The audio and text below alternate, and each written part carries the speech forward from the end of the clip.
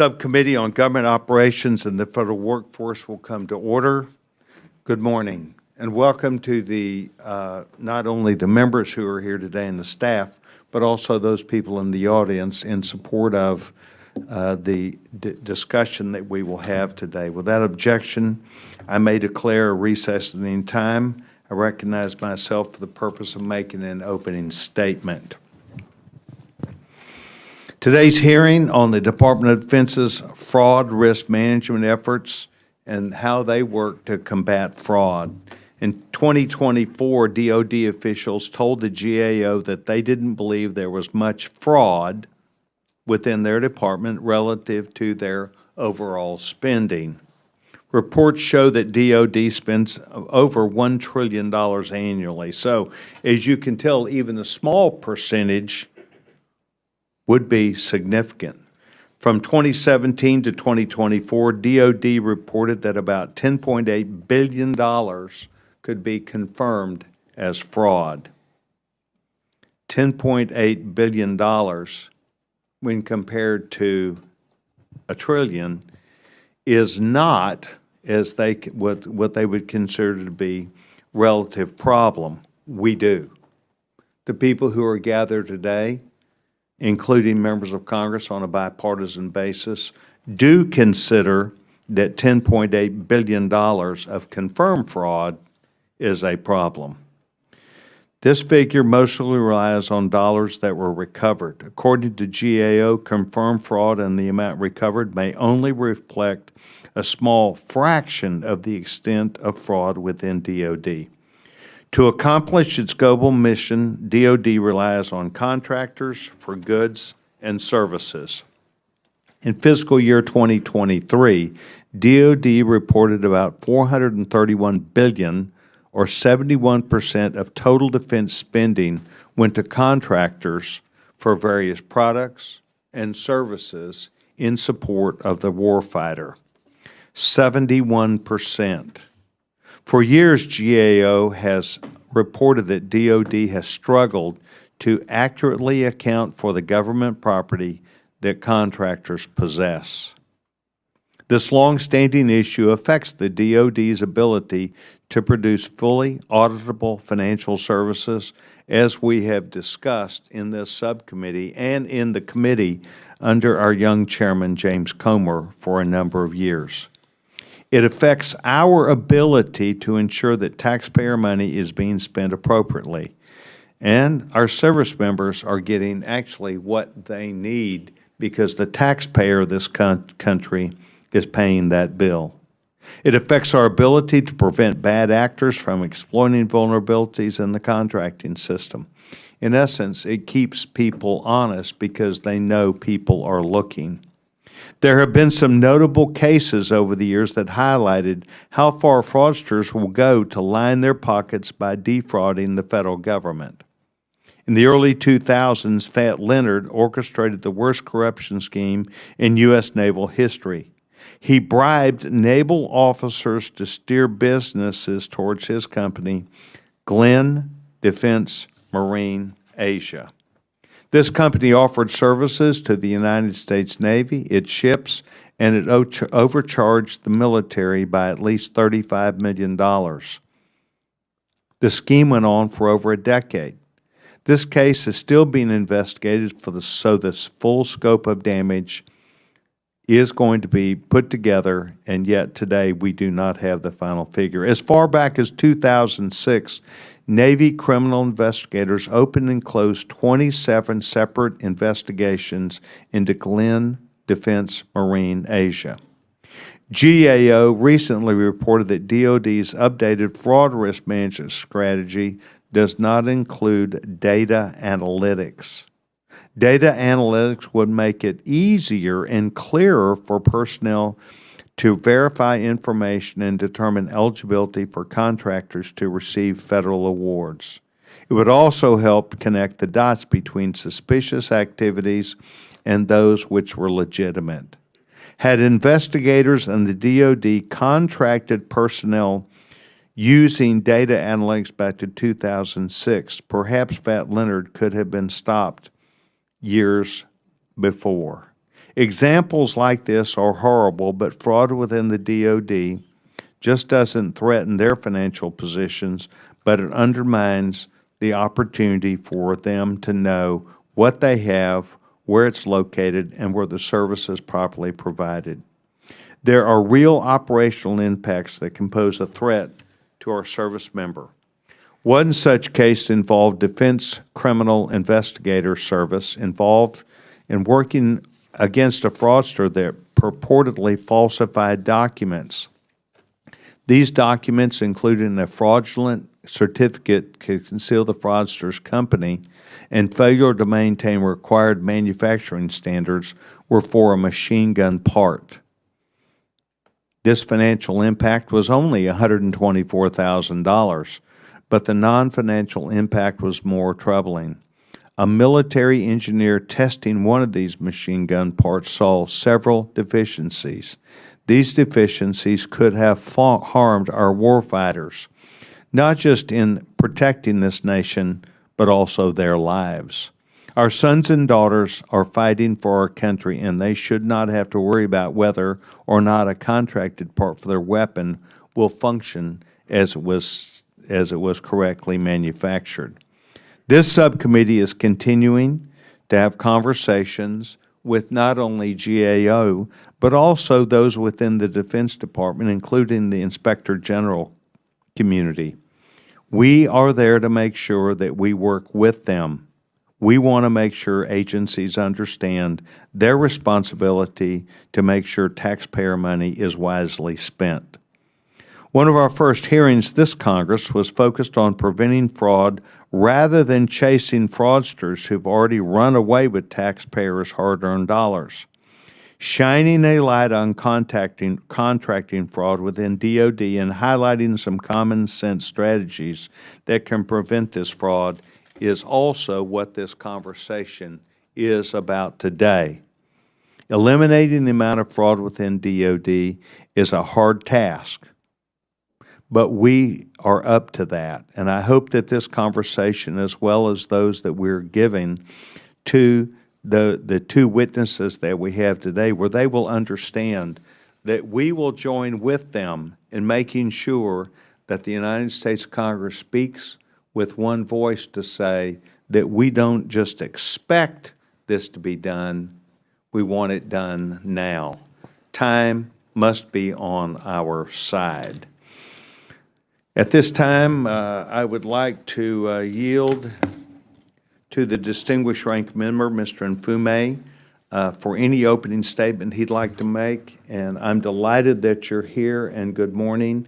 We made a determination, as I told our witnesses yesterday, that Mr. Mfume and your side, the Democratic Party, intends to forthrightly address this issue, come up with real answers, and we're going to work together on this. The gentleman's recognized. Thank you very much, Mr. Chairman. Thank you for your remarks also. And, you know, working together is something that we on this side of the aisle look forward to, particularly when we are able to discern, as we have been, a great deal of problems with the Department of Defense in this case.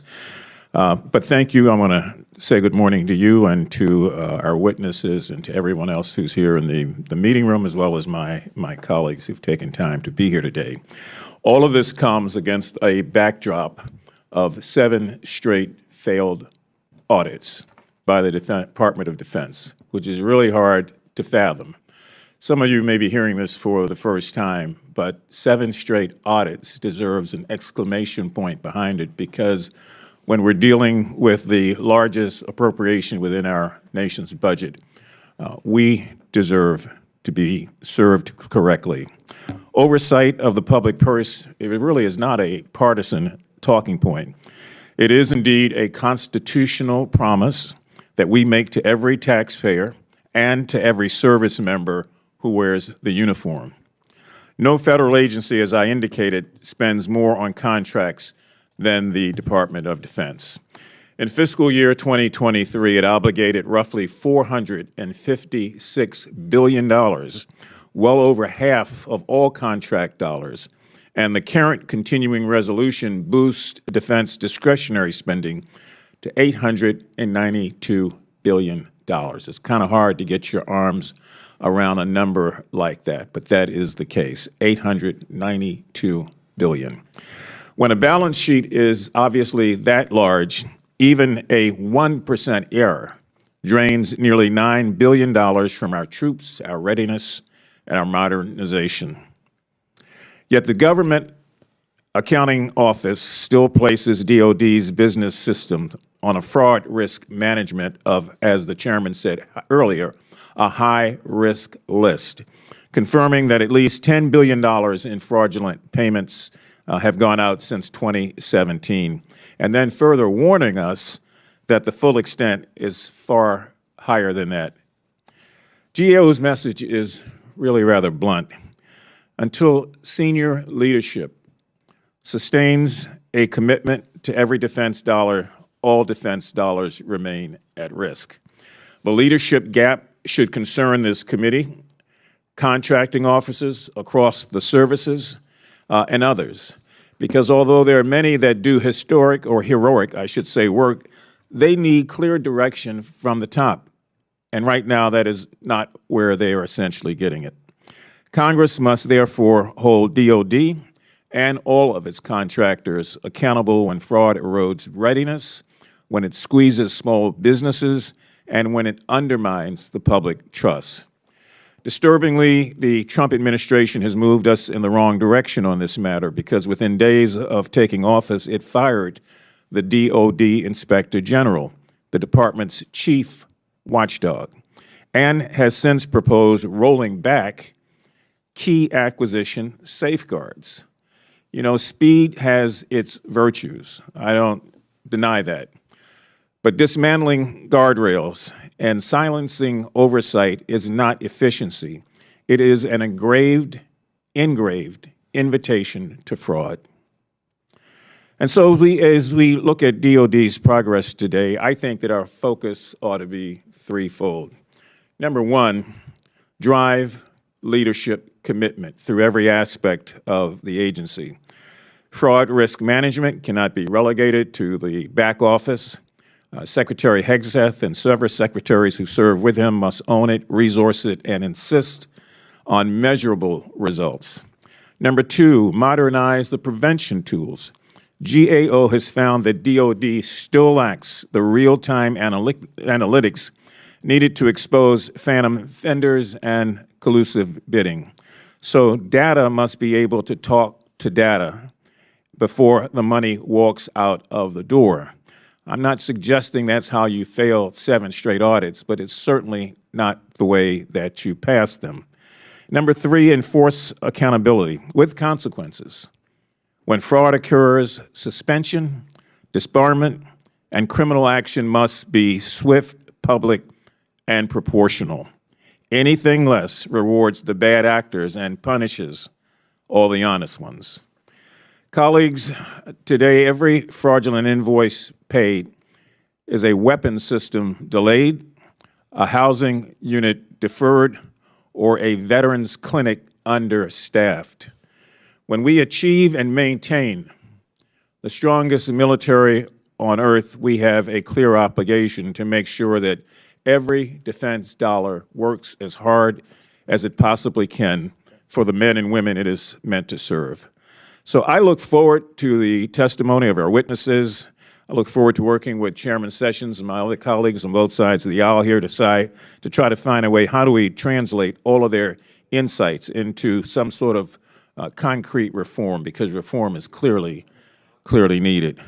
With genuine leadership commitment and a vigilant congressional oversight ongoing effort, I think we can safeguard, or eventually we'll be able to safeguard, procurement, protect the taxpayer's investment, and then, of course, strengthen our national defense. Without it, we do a disservice to the American taxpayer. Without it, we do a disservice to the men and women who put on a uniform.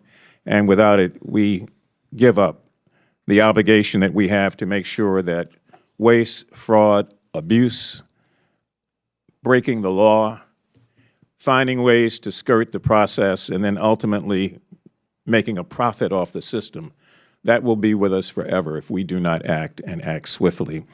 So I want to yield back and again thank the chairman. I want to thank the members present and all those who are here out of a genuine concern to find a way to straighten out what has been a very nasty, ugly problem affecting our Department of Defense. I yield back.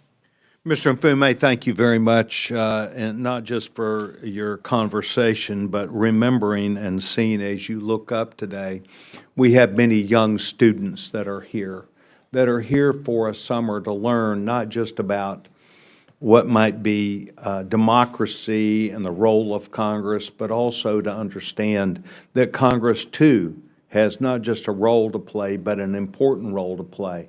And it's my hope that they see that we have two people, not just Republicans and Democrats, but two people who are equally committed to the needs to make sure that their future is brighter and better also, because they, while they may be voters now, they soon will be taking our place and want to tell the story about their future.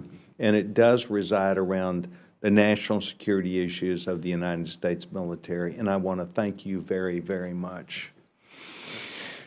I would ask unanimous consent that Congressman Andy Biggs from Arizona be waived on today's hearing for the purpose of asking questions. Without objection, so ordered. I also note that today we have our young chairman, James Comer, the chairman of the whole Committee on Government Reform. Mr. Chairman, we're delighted that you've taken time to join us. Thank you, and I appreciate the young comment. I really appreciate that, Mr. Chairman. Well, you earned it then. How about that? I'm pleased today to welcome our witnesses, Kelly P. Mayo and Seto Bagdoyen. Mr. Mayo is Deputy Inspector General for Investigations at the Department of Defense's Office of Inspector General.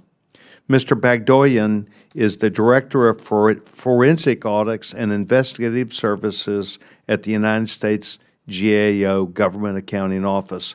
We look forward to having you join us today. And when we met yesterday, I assured you that your comments, your insight, and the things which you would bring to the table are not aimed at anything other than resolution, information to where we're able to work with you. And I also assured you that you would come before a subcommittee that while we have deep issues and problems, it is shared by both of us, not only on a bipartisan basis, but in the best interest of the warfighter who represents the husbands and wives of men and women who want their children to be taken care of properly as a fighting force to protect America. So, pursuant to Committee Rule 9G, the witnesses are asked to please stand and to raise their right hand to be sworn in.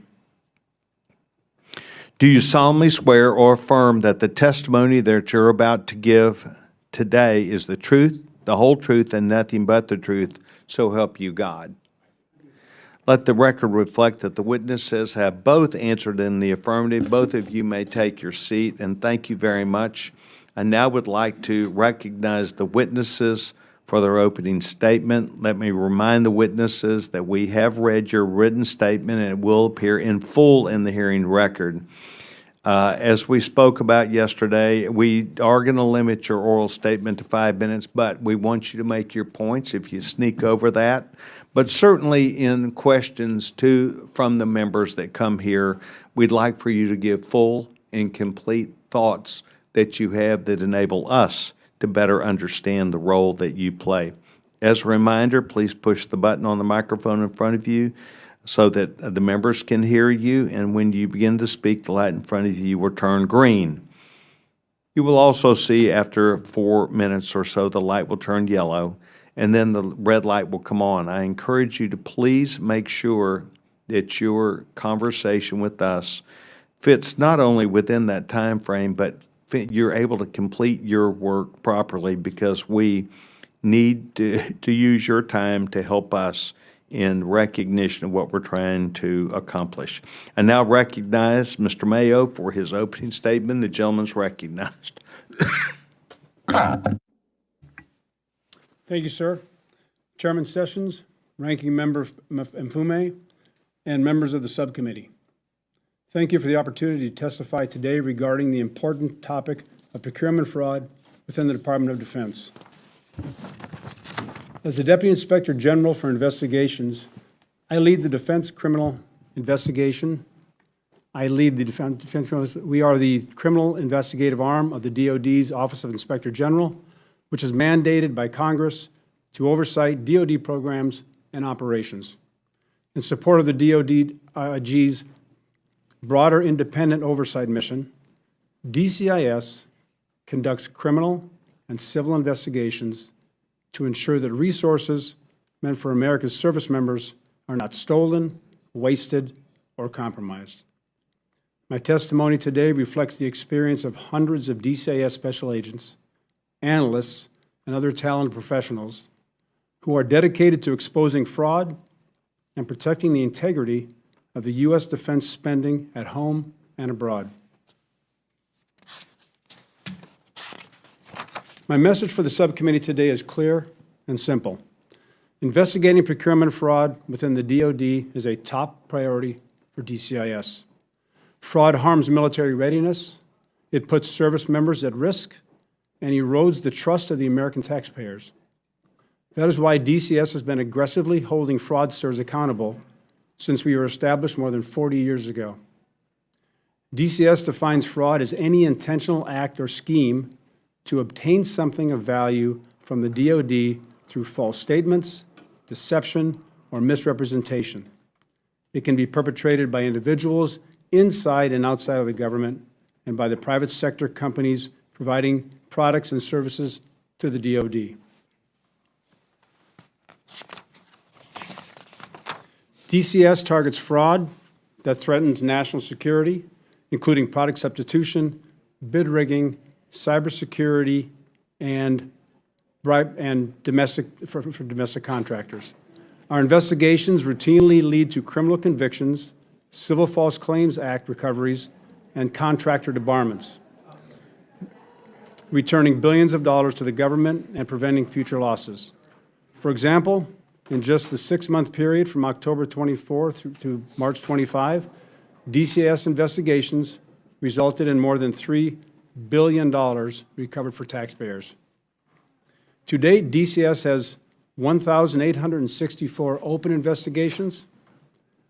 We have, including open investigations, including 478 cases of procurement fraud.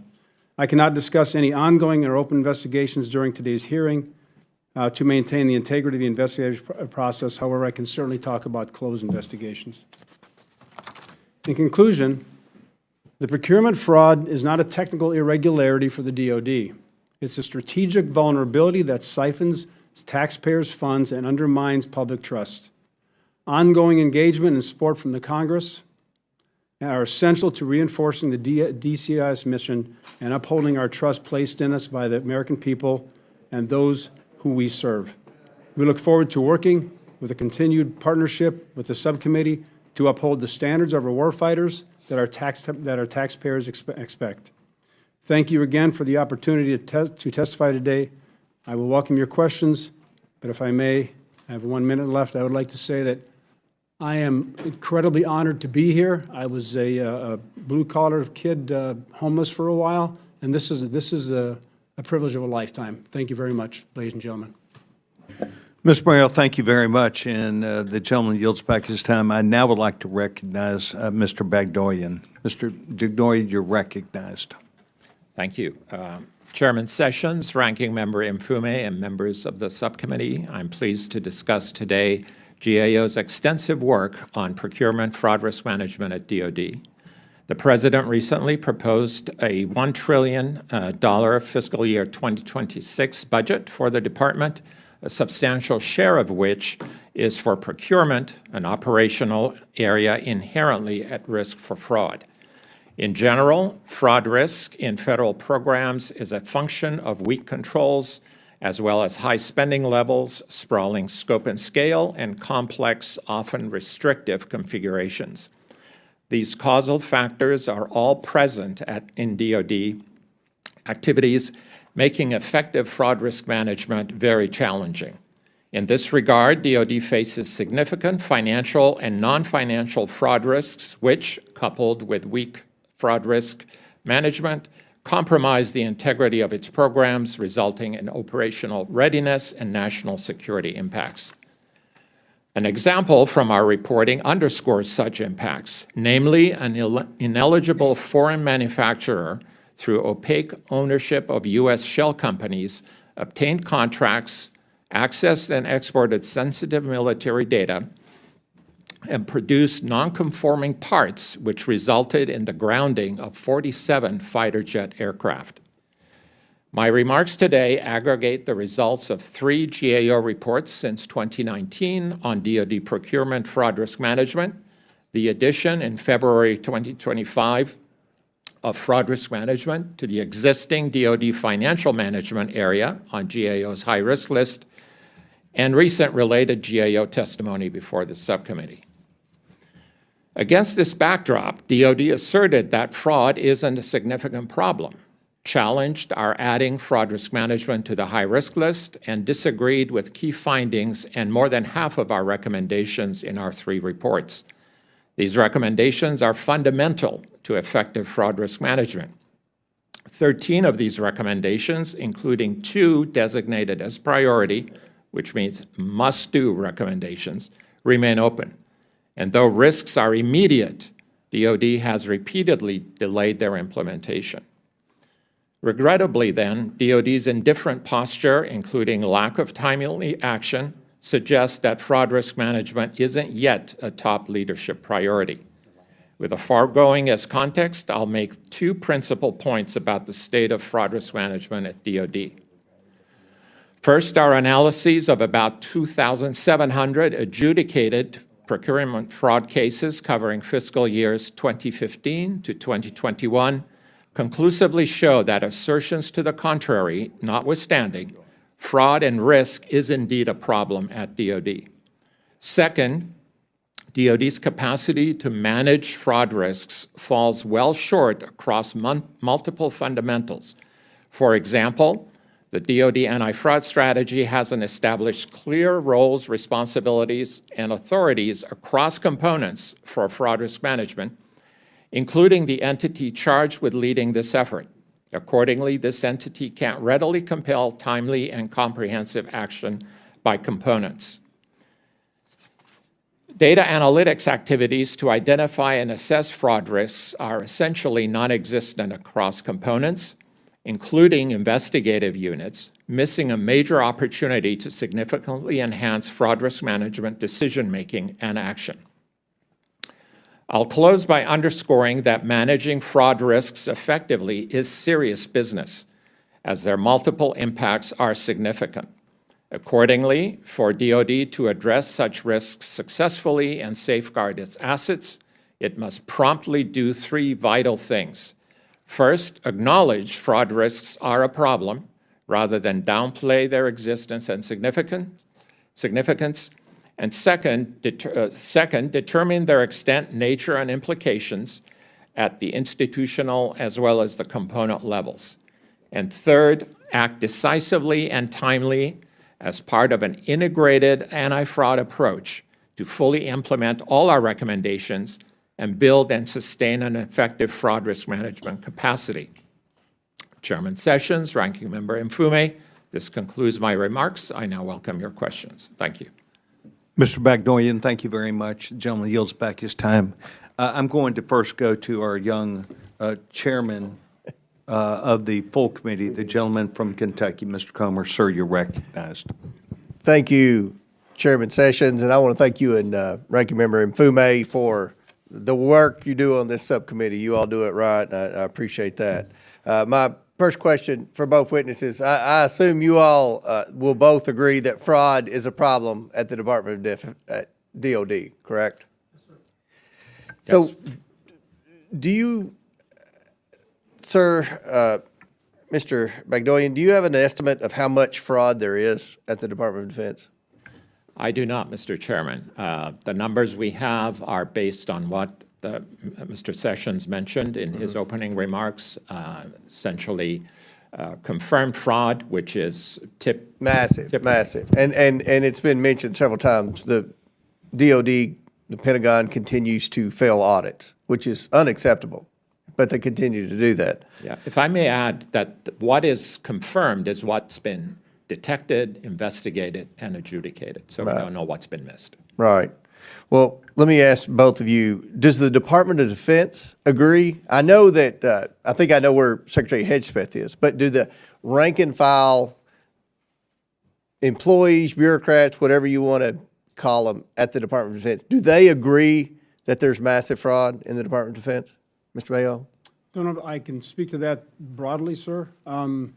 I think many of the people in the Pentagon do understand this. I've not discussed this with them, but I think the people in the DOD, many of them have Yes, sir. look at the same thing. Yes, I would agree with Mr. Mayo. I can't speak to the rank and file in broad terms, but the people we are working with to implement our recommendations seem to have their hearts and minds in the right place.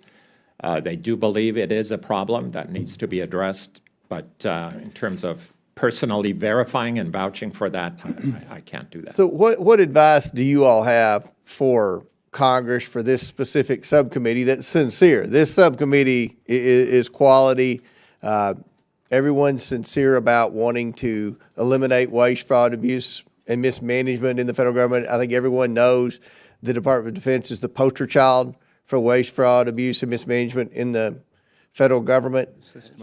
We talk about it, but nothing gets done. What advice would you all have, real quick, for this subcommittee and this Congress to actually get something done to rein in the excessive spending, the exuberant waste at the Pentagon? Mr. Mayo? Yes, sir. I think that we're doing it right now. With your help, with your substantive help, I think we can make some, not DCIS, but the government writ large.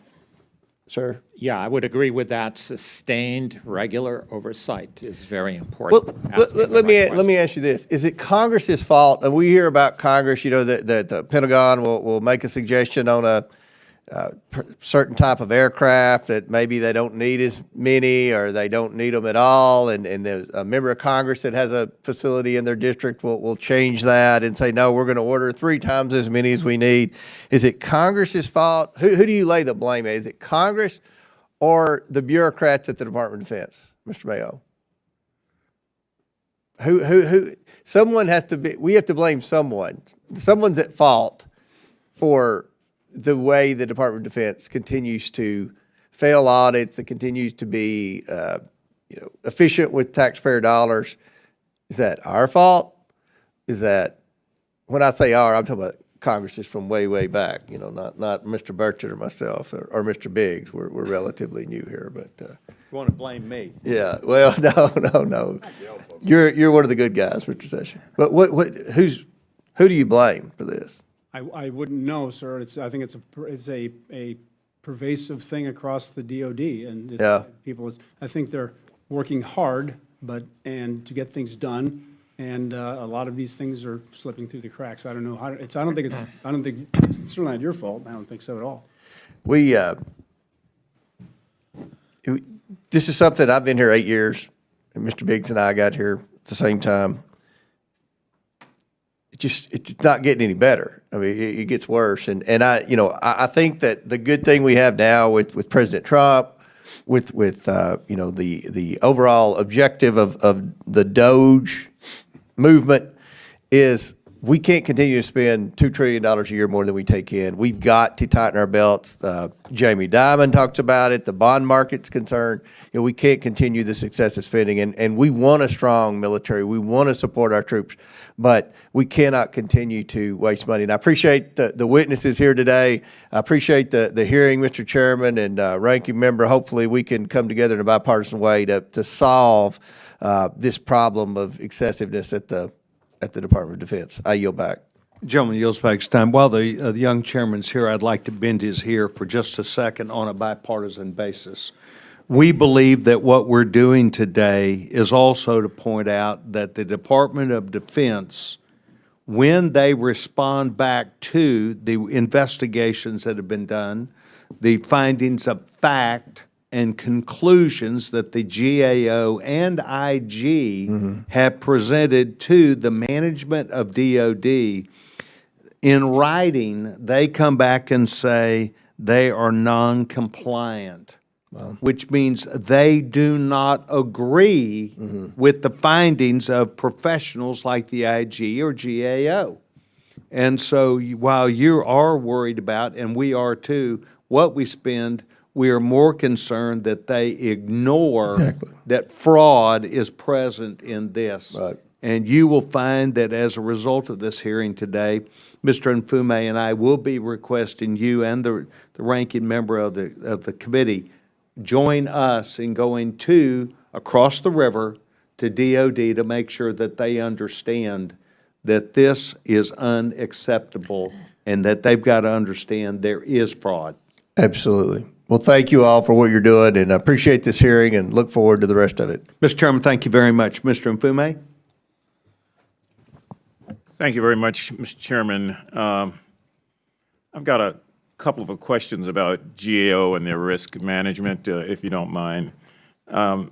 Bagdoyan, in your view, and I don't have a lot of time here, so if you can kind of quickly walk through these with me, what leadership actions would have the greatest immediate impact on lowering DOD's fraud risk profile?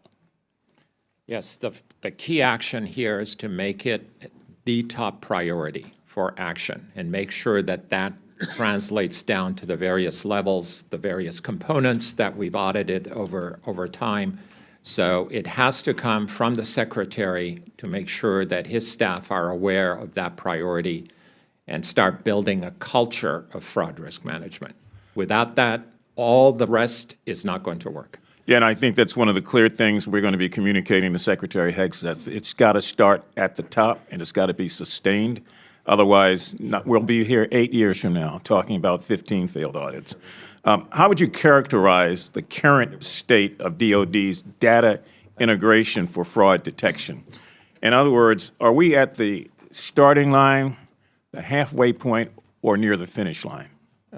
Being at the starting line would be a charitable way to describe it. They're just not there. The data are massive. They are difficult to work with. We spent months cleaning up the data. One of my colleagues in the audience did that. That's his full-time job for a long period of time before we could even analyze the data. So that needs to be looked at before they do any other work with data analytics. Thank you for the characterizations. What specific analytics and capabilities related to analytics should DOD prioritize over the next 12 to 18 months to improve early detection of fraudulent activity? Yeah. Early detection. Early detection, of course, make building a data analytics capacity the priority, then move on to the data themselves to clean them up, to make them usable, make them reliable and analyzable, if that's a word, to make sure that the end result is actionable. And could you highlight 2 or 3, 4 maybe, GAO recommendations that, if implemented this year, would deliver the biggest return on investment for taxpayers? Well, to start with, we expect the anti-fraud strategy from DOD towards the end of next month, I believe, that they have promised will include data analytics as a top priority. So that is a good starting point. And then the second priority recommendation that I alluded to earlier involves doing thorough fraud risk assessments and responding to the results. Now, giving me a piece of paper to close a recommendation is the beginning, but they have to go out and operationalize what they've done. Otherwise, it's not going to work. And where do you see the greatest barriers? Is it budget? Is it culture? Is it technology? When I say barriers, I mean barriers to closing those recommendations. Well, as I believe the chairman mentioned earlier, there was resistance from leadership to our reporting, to our recommendations, to the designation of the high risk as part of financial management. So that seems to have softened over time because The people we're working with at DOD are trying to implement the recommendations, and we expect some of their products to come through later this month and through next month. And do you and Mr. Mayo communicate with one another? We met this week. I expect that we will be in touch, yes. Yeah, I think it's important. I mean, I sense his sincerity and yours, but unless there is some sort of communication here, we're still taking baby steps instead of giant steps. I have one final question. Do you see any new emerging fraud schemes that perhaps are enabled by new technologies? In other words, how do we stay one step ahead of the bad guys who are finding ways through technology to evade capture? Unfortunately, the fraudsters are ahead of us in multiple agencies, programs, and so on. The two most common schemes that we flagged through our analyses are false claims and overcharging. There's a whole slew of others, false bids, and so on. So whatever analytics that DOD implements will have to be very tactically focused on those fraud schemes. But I can't speak to one being more prevalent than the other. Thank you very much. Mr. Chairman, I yield back. Yields back his time. I'd now like to go to the gentleman who was here well early and who I know has other obligations. Distinguished gentleman from Arizona, Mr. Biggs, you're now recognized, sir. Thank you, Mr. Chairman, and I thank you and the ranking member for this hearing today, and thank you, Mr. Mayo and Mr. Bagdoyan, for being here. The DOD spends a ton of money. We've talked about that. Yet we're still seeing fraud, overbilling, fake shell companies, bad parts, and the system looks the other way too often. And so I want to highlight something, Mr. Bagdoyan, real quickly that you mentioned. You talked about 47 aircraft had to be grounded due to non-conforming parts provided from a foreign company through essentially U.S. cutouts. And this gets to one of the things you talked about is how you get there. You got to get them to acknowledge there's fraud. Then you have to extract the nature and the implications of that fraud. Now, the implications of this fraud looks to me, and I want to ask this question, is there any evidence that these non-conforming parts were a malevolent attempt to actually buy some bad actor to ground our planes or cause us problems, or was this simply a scam and they didn't care what happened, they just wanted the money? Yeah, that's a great question. Is your mic on? Apologies for that. Yeah. We did come up with some detailed information on that particular case. Let me scurry through and see what I can detect, but I don't believe there was any malevolent intent. These parts, they're wing parts, if you will. Total cost of the fraud, about $180,000, but the grounding of the aircraft obviously was a national security impact. But it was a very small part made in India from a non-eligible manufacturer through two shell companies, which were basically a single person operating out of their residence. Yeah, so this is the kind of implication that fraud has on our national security, because you grounded the planes over a very small, simple contract and a scam that should have been caught. And we've been dealing with this type of thing for decades.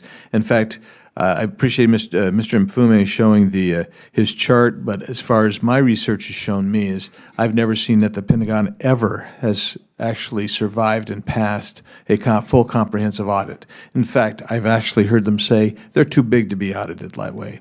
And so I want to focus on something fairly straightforward here.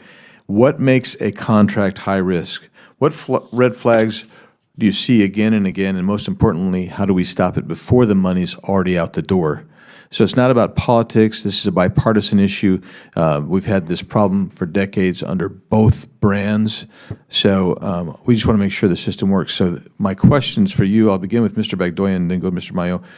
I'm guessing you know that some contracts are more prone to fraud than others. And what are the common traits that tend to show up in a higher risk contract? I would say, based on what I have seen, the big ticket items seem to be more prone, and also the subcontractor universe is even more susceptible than the primes, basically. There's only a handful of prime contractors. They integrate many, many others, so the subcontracting may be an area of particular interest. Mr. Mayo, same question for you. Yes, sir, and I would agree with my colleague. Really, it's about subcontractors is a significant issue because we don't see down there. We don't see underneath the contract, so we don't see what's going with the contractors. So once those types of high-risk contracts are identified, what's the best way to put a watchdog on them and make sure that you're not going to be prone or actually defrauded?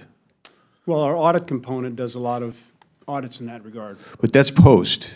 I'm talking about pre. So you've identified a certain kind of contract is really a problem. How do you get in there and actually put down guardrails? I mean, as Mr. Mfume talked about, guardrails. Yes, sir. That wouldn't be our role as the investigative agency. Right.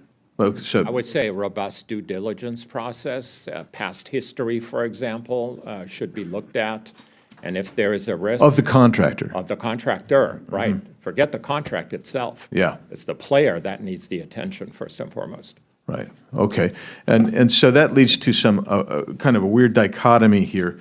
In Mr. Mayo's reporting, you've got a massive contractor, defense contractor, and I hate to even bring it up because they're located in my home state. But Raytheon in 2024 paid $950 million to resolve allegations involving defective pricing, bribery, and export control violations. Is that accurate, Mr. Mayo? That is, sir.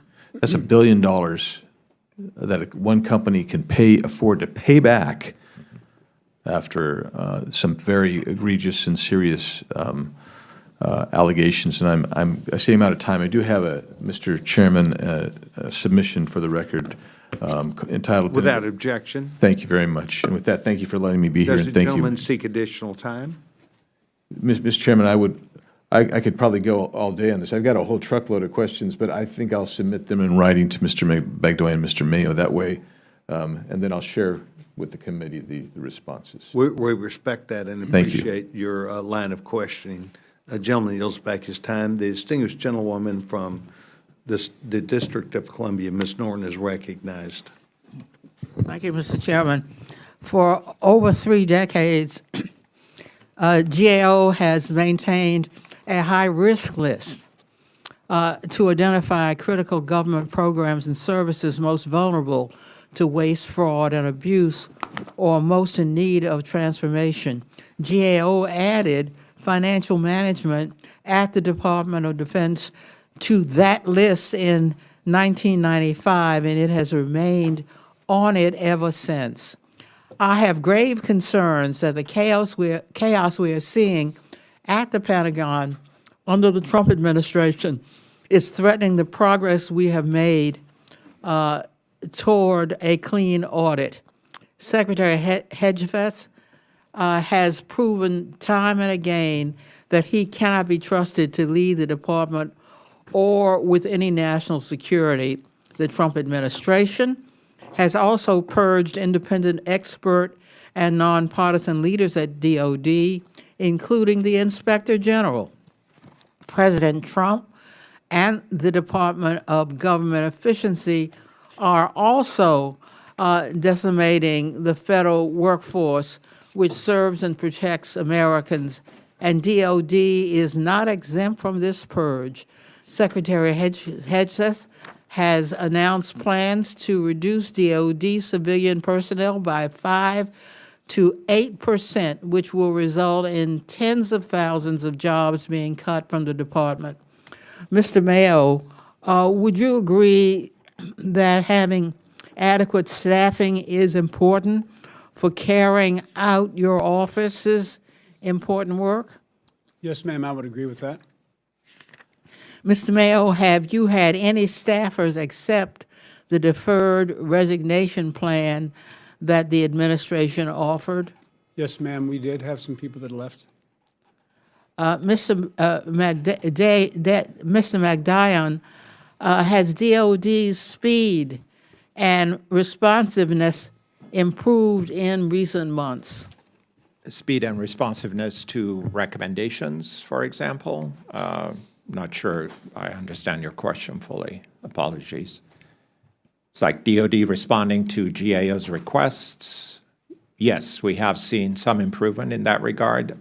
Things are still delayed, but they were delayed over the 5 or 6 years of our auditing. So it's been a pervasive problem. Well, DOD's high-risk challenges, especially related to financial management, are pervasive, complex, and intertwined. The department needs skilled and committed public servants to effectively address those challenges. In a hearing this committee held last fall on this topic, GAO testified about the importance of the, quote, tone at the top, close quote, in reducing fraud. Mr. Bagdoyan, what does GAO mean by tone at the top? And what is important to financial management at DOD? Yes. Tone at the top comes from the top leader, in this case would be the Secretary of Defense, to make fraud risk management, financial auditability one of his top priorities, and make sure that his subordinates realize that that is a top priority, and then working from that top level to start instilling a culture of fraud risk management and auditability, among other priorities, of course. But unless it, as I mentioned to Mr. Mfume previously, unless it comes from the very top, it's not going to happen. I hope this department will hear our concerns and take steps necessary to safeguard taxpayer money and our national security. And I yield back. Gentlewoman yields back her time. The gentleman from Tennessee, my friend, Mr. Burchett. You're recognized, sir. Thank you, Mr. Chair. Mr. Mayo, I share your enthusiasm when I look back on my life. I didn't have anything like yours. I had two wonderful parents. They're both in heaven, and they were the best influence in my life and a lot of my buddies' life. But I still, every day I'm up here, I think it's just an incredible gift. More people played pro baseball than have been in Congress. So thank you for what you said, brother. I think fraud is just a part of the military heritage almost. My daddy was in the Pacific in the Second World War, and they know they're going to be in the tropics, and it's going to be raining, and it's going to be hot, and they had this old crappy rain gear, didn't keep you dry, and it was just a nightmare. And they never fixed it. They had guns that didn't work correctly. It looked like they were made by a committee in Washington, not by somebody in combat. And currently we're building aircraft carriers, and everybody will tell you it's not going to be my daddy's war. The Japanese aren't going to bomb Pearl Harbor. 6 to 8 months later, Americans' might is not going to roll out across the Pacific and destroy a very evil enemy. And if you go on sites like Unusual Whales, you'll see that you'll see the abuse that goes on by members of Congress, and it's never going to change. One of the things that would change if we would eliminate individual stock trades, but that's not going to happen. We'll come up with a good bipartisan bill. We're working on it, me and Priapal and AOC and Chip Roy and some others, very bipartisan, but I have no doubt that it will pass. There's no inclination that it will pass because we don't have the guts, because this town is crooked as a dog's leg, and it's part of our heritage, and that disgusts me. But saying all that, I guess you're my therapist today, Mr. Mayo. Department of Defense leadership say that you do not believe there's a significant fraud at DOD. Based on your work, do you agree with that? I disagree. Yes, sir. I disagree with that. You disagree with that? On what basis do you? Our work shows that there's a lot of, in my statement, there's significant procurement fraud across the panoply of the DOD. Okay. Overseas, and so we have a problem. Yeah, I think part of the problem is we've got a lot of war pimps at the Pentagon, and they're not the ones going to go be dying. It's going to be people like my little girl and some of the kids in this audience that are going to die in some of these worthless wars we're in. How much do you think the Department of Defense loses every year to fraud? I couldn't say, sir. I really couldn't. I could probably ask people smarter than me and my staff, but I can get back to you on that. Well, see, that's part of the problem. They send you two guys in here, and I expect y'all are pretty honest guys, and give you you can't answer the dadgum questions. And to me, that just shows an inherent arrogance that we have at the Pentagon. They haven't passed 8 audits. They haven't even attempted to finish the dadgum audits, and yet they come up here and we give them more money. And again, our greed. Old men make decisions and young men are going to die. What fraud practice in the Department of Defense are we especially vulnerable to? It's either one of y'all want to take a shot at that, be all right. Procurement fraud is especially the one that we see the most of, and we target the most, because that's the big dollar projects. So that'd be my question and answer to that. It just seems like we're letting these people steal from us. I just don't think that'll ever stop. I can remember in a meeting one time they started pointing out on aircraft carriers, which we know are antiquated. We're not going to need them in the future. All the people tell us that are in the know tell us you're not going to need them. You're going to have $500 billion worth of apparatus sitting on the deck, and some uneducated country is going to send a $100,000 missile in and sink it all. And you can put $1 million worth of drones up in the air and knock down a $500 billion jet. And yet we are continued down that path. And part of the problem is, as they did in the meeting, they started pointing out in people's district what apparatus was made in their district. And even though we're going to mothball this stuff, we're going to put it on a shelf, people are going without in this country, yet the war pimps still tend to profit, and we allow it. I just don't think it's ever going to change. I think people up here are sincere.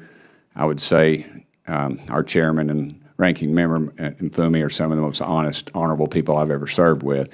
But I think this is the type of committee, they just pat us on the head and tell us, oh, you're doing a great job, and then they go, the corruption continues, and it's both dadgum parties. We ought to be ashamed of ourselves.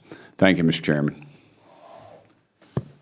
Gentleman yields back his time. I would like to see if I could try and begin to answer one of the questions that is in testimony. From 2017 to 2024, DOD reported $10.8 billion in confirmed fraud. The reason why they do not know that exact number is because DOD fails to even put the hooks in place to discover more, and we do not have enough people on the front line stopping it.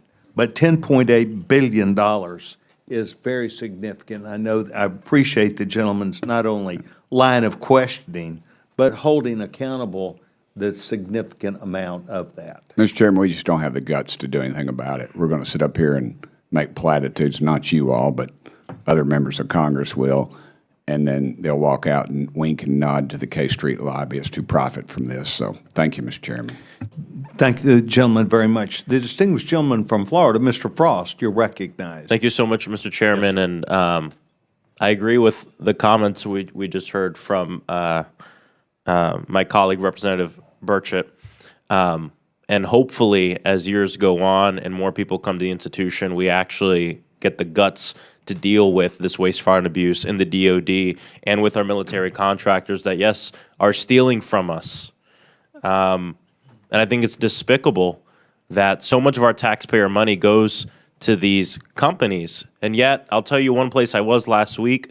I was on the picket line with the UAW in my district in front of Lockheed Martin because they're not paying the assembly line workers and the people creating all this stuff enough money to be able to pay their damn rent in Orlando. Mr. Mayo, but before we can even talk about having the courage at some, time and place we're unsure of, we got to talk about what's going on right now. Mr. Mayo, this past week, the Pentagon announced that DOGE had been authorized to review most unclassified Pentagon contracts to root out inefficiency.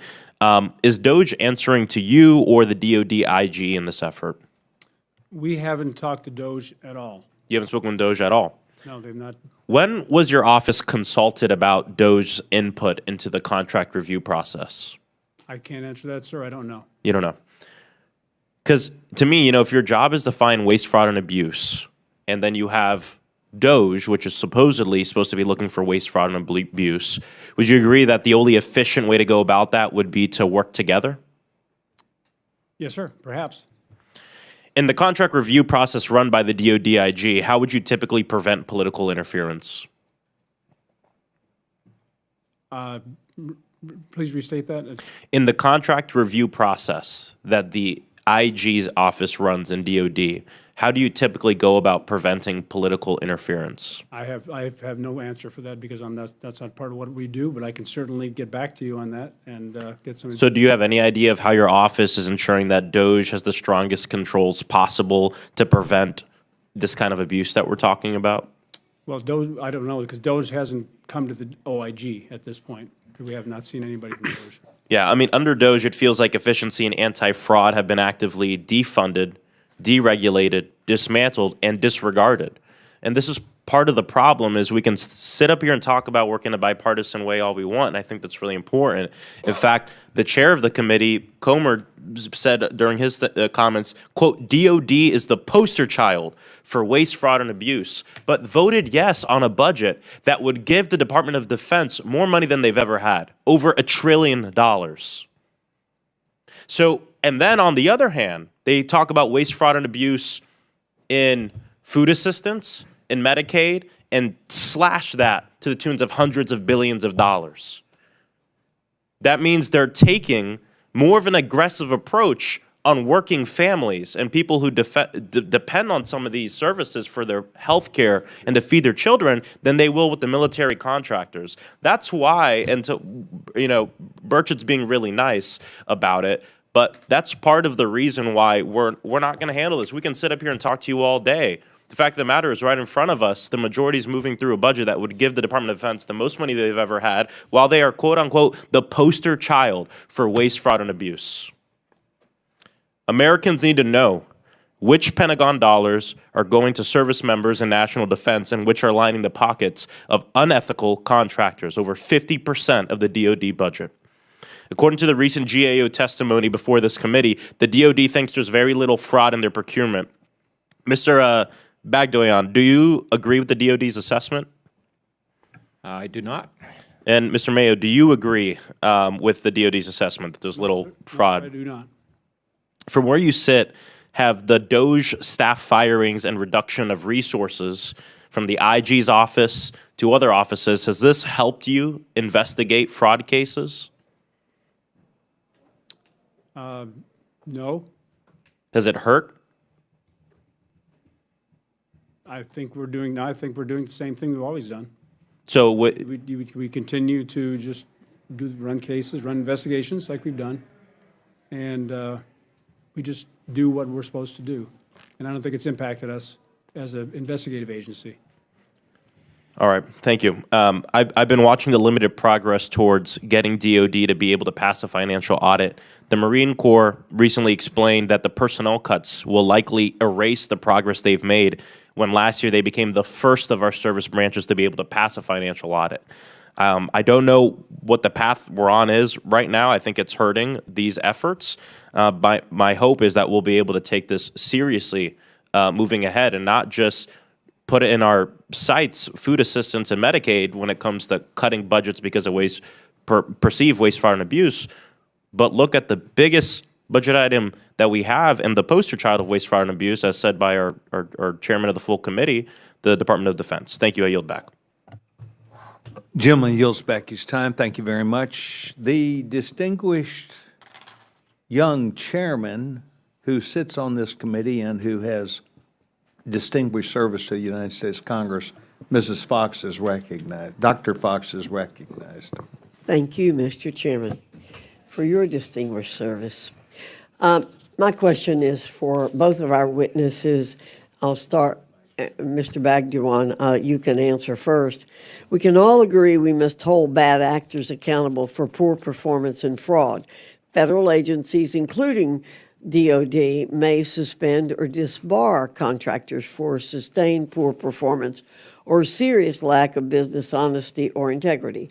Suspended or debarred entities are prohibited from entering into new contracts with federal agencies, with suspensions lasting no more than 12 months and debarments usually lasting 3 years. According to an industry study, there has been a significant decline in suspensions and debarments in recent years. Do you believe that instances of contractor poor performance and dishonesty are actually declining, or are they being reported less often?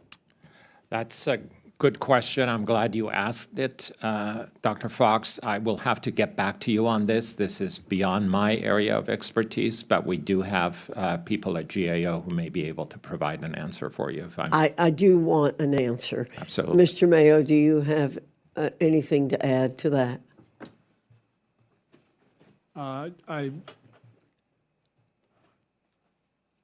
It hasn't impacted us, and so Okay. I think you're probably correct.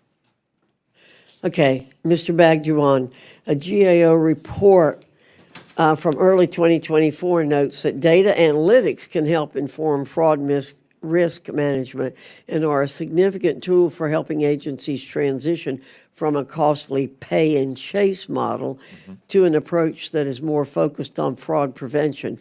While the DOD's fraud risk management strategy refers generally to data analytics, it does not establish as a specific fraud risk management control activity.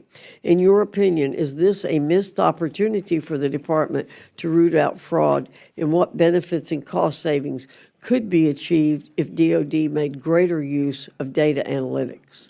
Sure. Thank you again for your question. It's a very good question. It's a timely one. As I mentioned earlier in response to another member's question, we do expect an updated anti-fraud strategy later next month.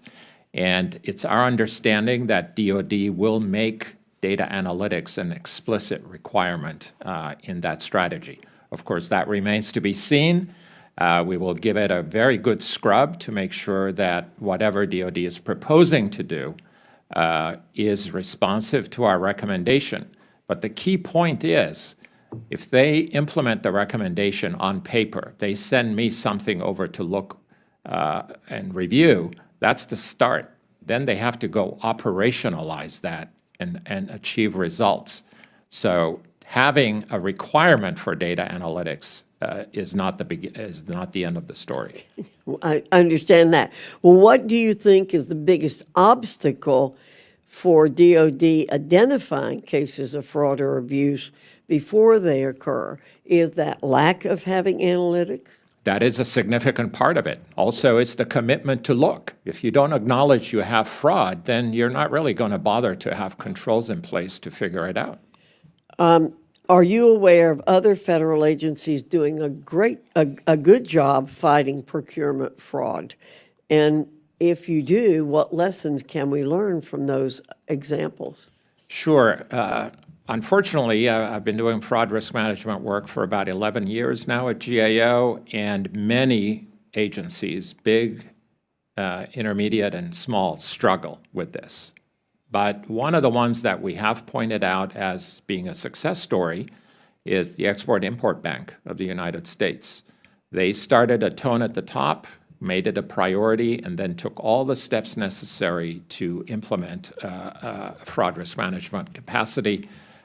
We are in the process of starting a mandated review of where they are, and we should be reporting on that sometime next year. So we will go back and make sure that what they did put in place remains effective. Thank you. Mr. Chairman, I think what Mr.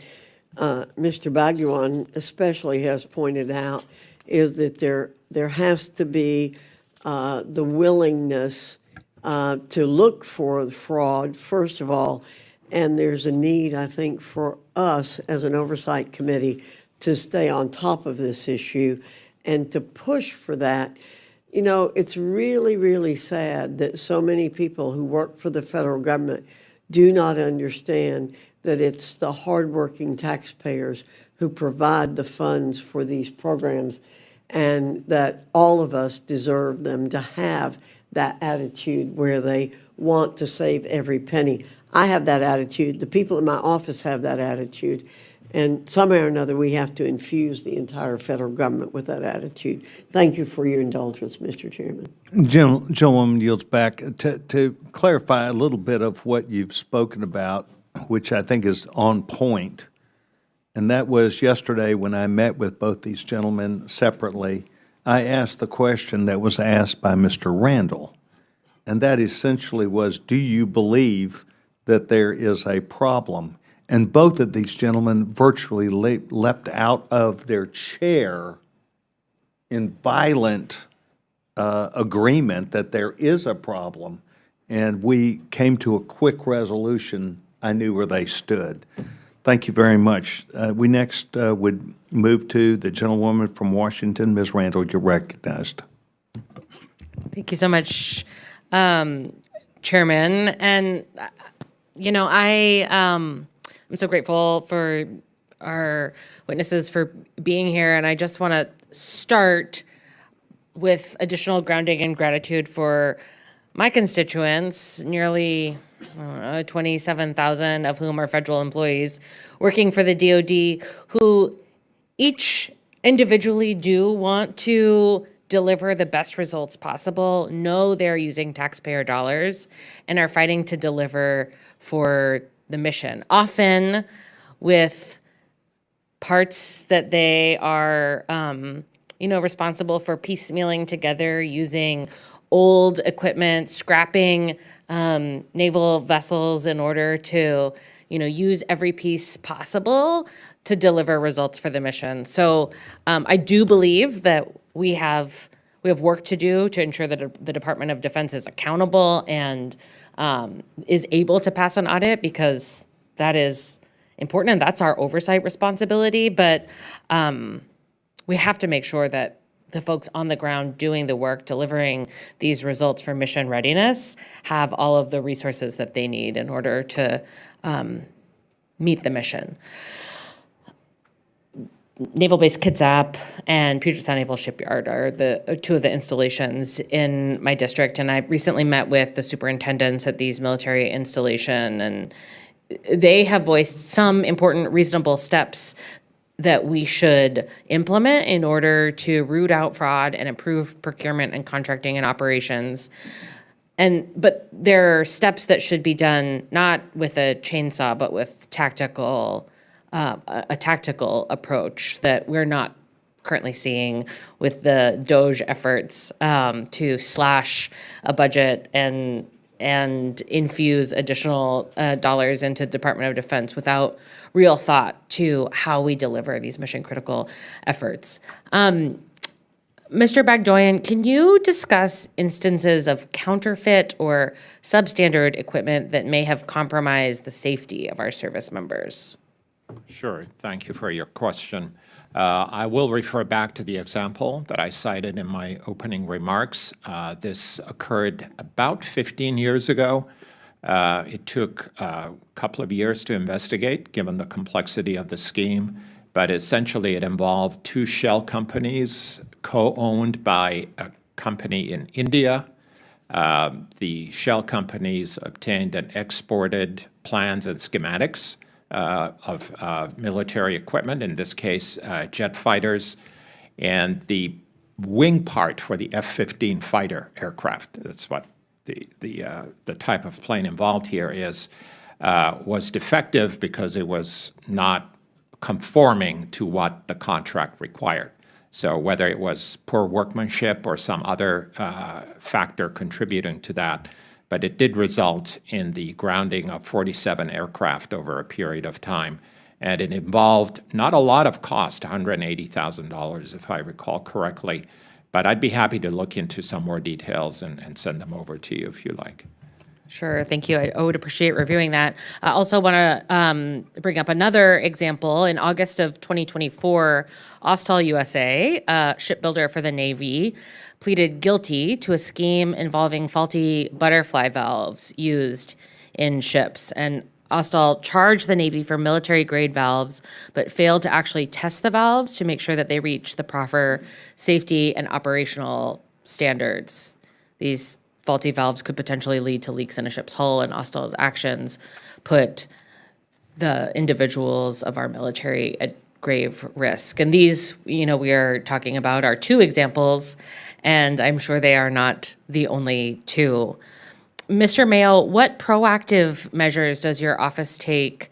And I know you've spoken to reference how your office is not responsible for creating sort of fraud detection policies or procedures. That's not your work. Your job is to investigate claims. But have you made any proactive recommendations to DOD for ways that they might address fraudulent criminal activities by contractors or vendors? I've not talked to DOD, but I really appreciate you asking that question because I have a good answer. In 2017, I came on board in 2016. 2017, I saw the need for data analytics, and in the succeeding years, we now have an organic data analysis that we utilize. It's not predictive of crime, but it has tools that we can help with our investigations, and that's organic to DCIS. So I wanted to highlight that for the people here. So, and that's what, so we do have that capability, and we have some very, very smart people that do these things, and the OIG has a data analytic their capacity also, and they work with us seamlessly to deal with these criminal investigations. Thank you, Mr. Chairman. I yield back my time. Gentlewoman yields back her time. Thank you so much for the line of questioning. It's most instructive for people who also are in the room who have the same expectation that you do, corresponding with Mr. Mfume and myself. We next go to the distinguished gentleman from Denton, Texas. The gentleman, Mr. Gill's recognized. Thank you, Mr. Chairman, and thank you for holding this hearing. And I'd like to also say thank you to the witnesses for taking the time and coming here. Mr. Bagdoyan, I'll start with you. A recent report by the GAO found that for fiscal years 2017 through 2024, DOD reported about $10.8 billion in confirmed fraud. The report went on to say, quote, "The full extent of fraud affecting DOD is not known, but is potentially significant." Do you have a monetary estimate of the fraud that takes place annually within the DOD, perhaps beyond that number?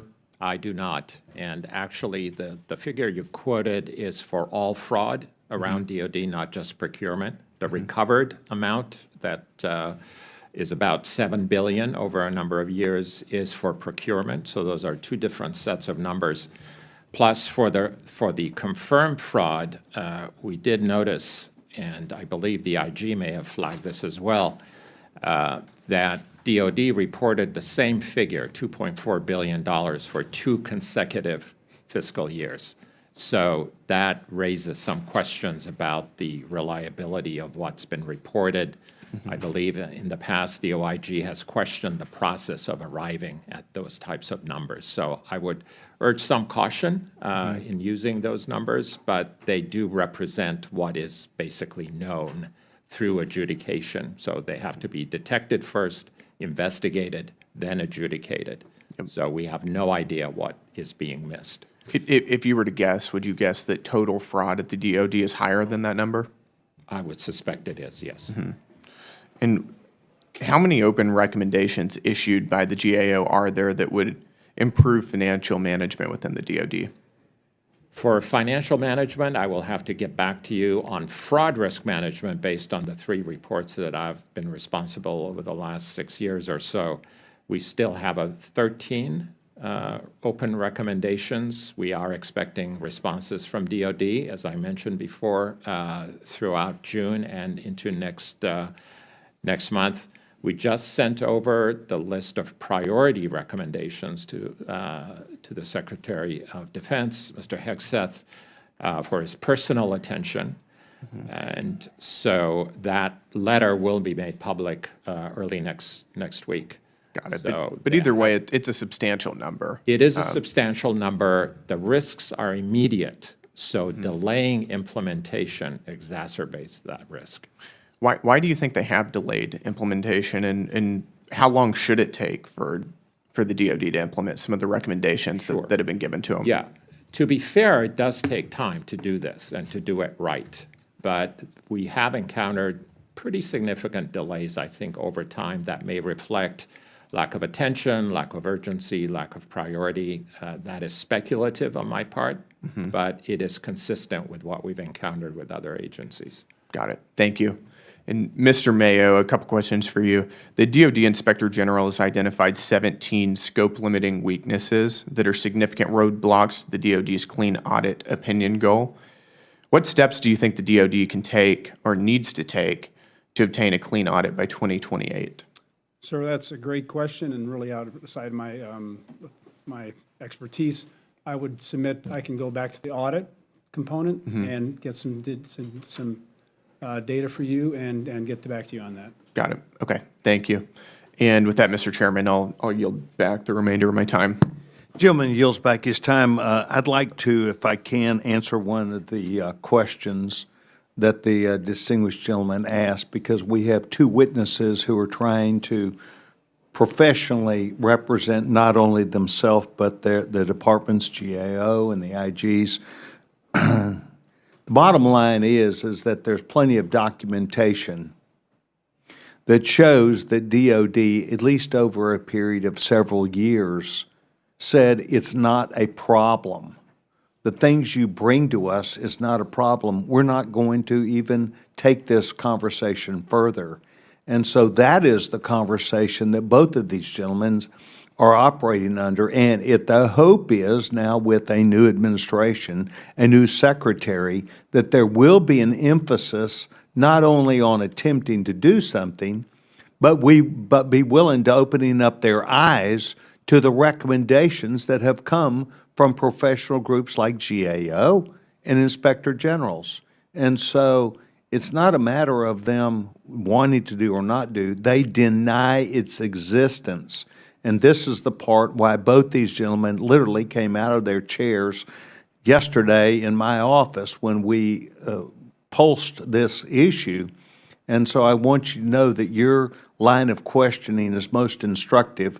They also were trying to be very polite back to you.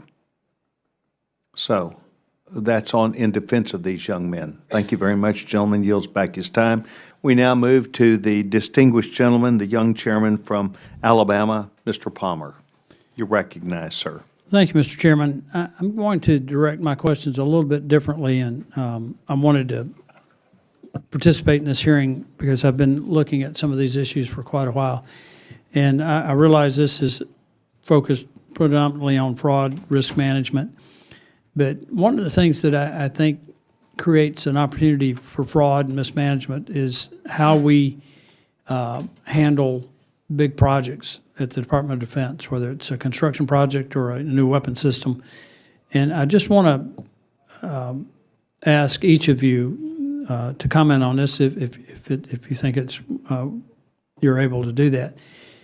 I think a lot of times when Congress approves a major weapons system or a major construction project, and this is particularly problematic on construction projects overseas, there's a tendency on the part of Department of Defense to start those projects before the design is complete, and it results in a huge amount in change orders.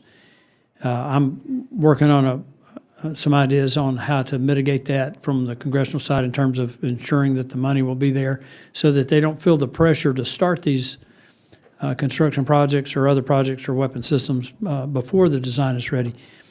But would you comment on how that, when your design is not complete, you're issuing lots of change orders, how that opens us up to mismanagement and potential fraud?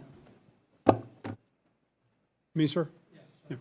I wouldn't be able to discuss that, but in a different sphere, I would submit that what you're talking about, large procurements of weapon systems, they are really hybrids for fraud because of the, like you said, the complex nature of and when they come online, and then the other parts come online. So we do have a lot of worry about large weapon systems, and we have a lot of fraud work in the past and now in those kinds of things when they're in that phase. So that's would be my feedback to you. Mr. Bagdoyan? Yeah, I would fully agree with Mr. Mayo's comments. I mean, this is an element of hyper complexity. Basically, you have a big system. It has, the prime contractor, I assume, leading the effort, and then the whole army of subcontractors, which is a key element of risk here. I'm not a procurement expert by any means, but I do believe that that element of complexity, uncertainty, long lead times, all kinds of different things add to heightened risk, definitely. And when you add to that just a myriad of change orders. That's right. Which I think is problematic. And then when you start talking about construction projects, and particularly in remote locations, I think it makes it very difficult for inventory management. And again, if the design is not complete and you're making all these changes,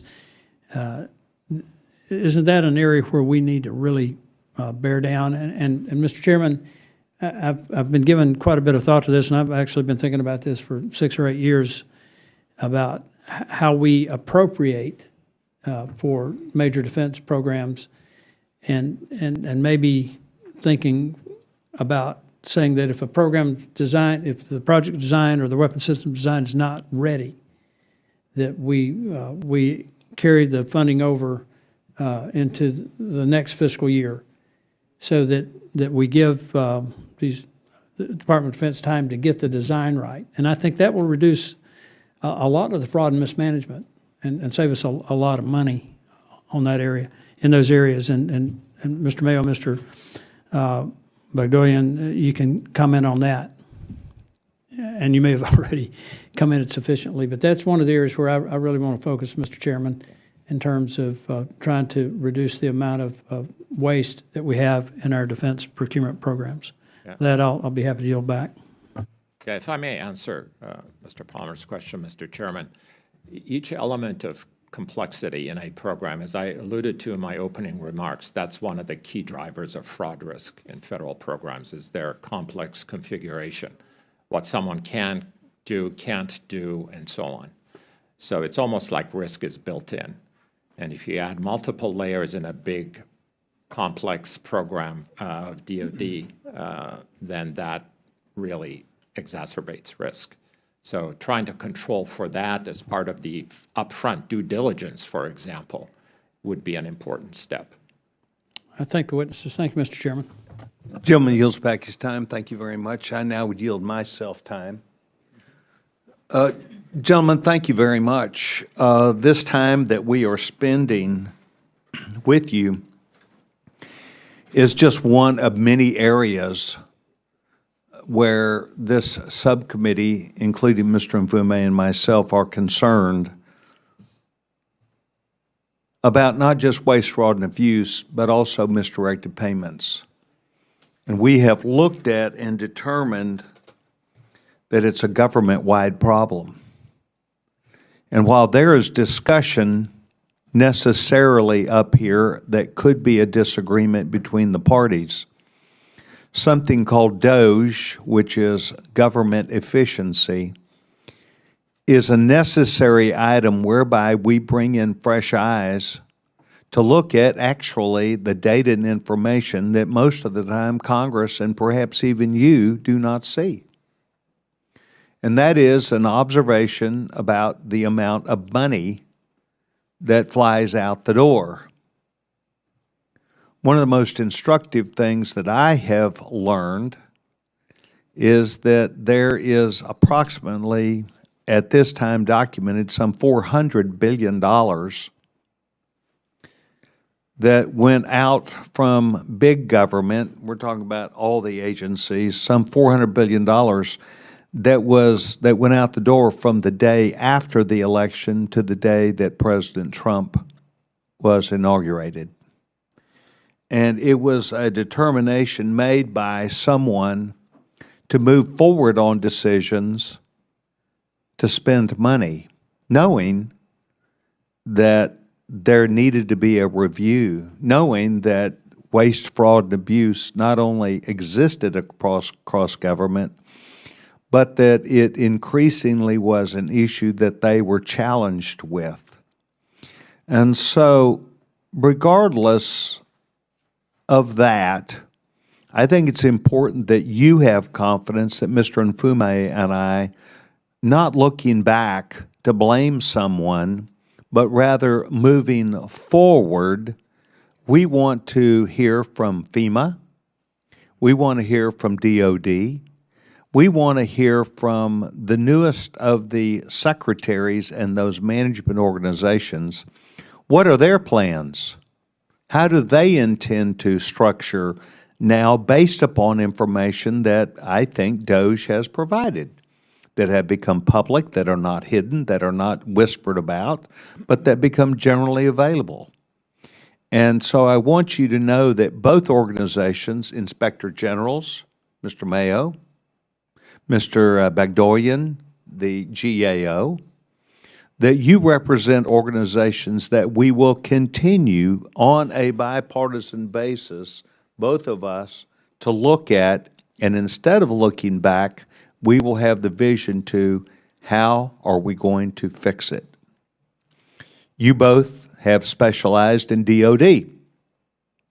You've heard person after person this morning to describe to you our desire to engage the Department of Defense at the highest level, not levels, level, and to extract from that person, once they are able to understand, not just from DOGE, but also your accounting, of the significant impairment of a delivery of dollars and material and equipment that would be available to the warfighter. And I just want you to know that the conversation today, as you go back home tonight or as you have the conversation among your colleagues, it is a bipartisan issue. It is seen very many times the same way. And it should reinvigorate your organizations to know that the day-to-day job that they do when they are told by some organization, it didn't matter, we're non-compliant, we don't care, that they still do their job, that they still write the reports, that they still point up those things that are factual basis, that they continue to be on point for understanding that while they may not be in DOD, we support the men and women that defend this nation, that they are people who are professional and well-balanced, and that members of Congress that are here will be supportive of them and not give up that hunt. So to both of you and your staffs that appeared in my office yesterday and the hundreds of people that work for you, please reinforce to them that they are part of the answer, not the denial of a problem. I want to thank both of you for being here. I'm now going to move to the distinguished gentleman from Maryland for any closing comments that he'd like to make, and then I will do same. Gentleman's recognized. Thank you again, Mr. Chairman, and my thanks obviously to both of our witnesses for being here and for being as forthcoming as you could be.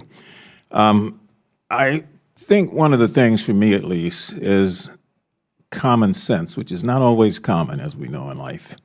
And it just would appear to me that with these ongoing failures to meet an audit, with huge fraud being publicized as it was just recently in the Raytheon case, where they agreed to pay $950 million, not because of an error, but because they got caught.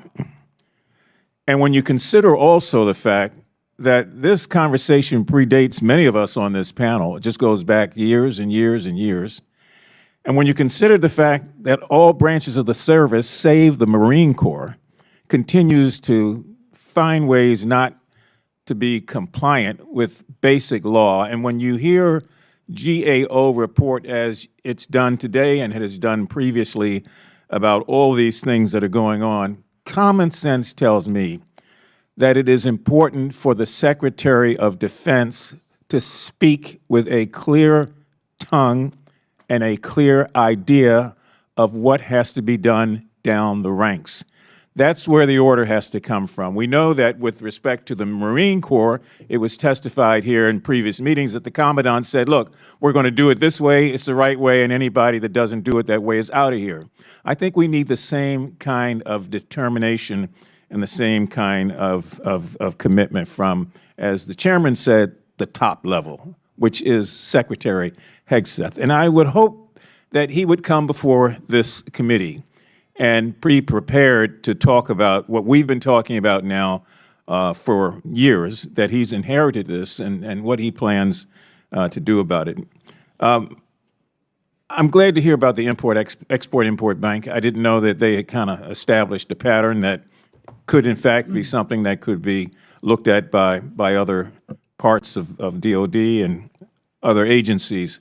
But we've got to find a way to ask ourselves, why does the Department of Defense, for years, continue to be on the high-risk list?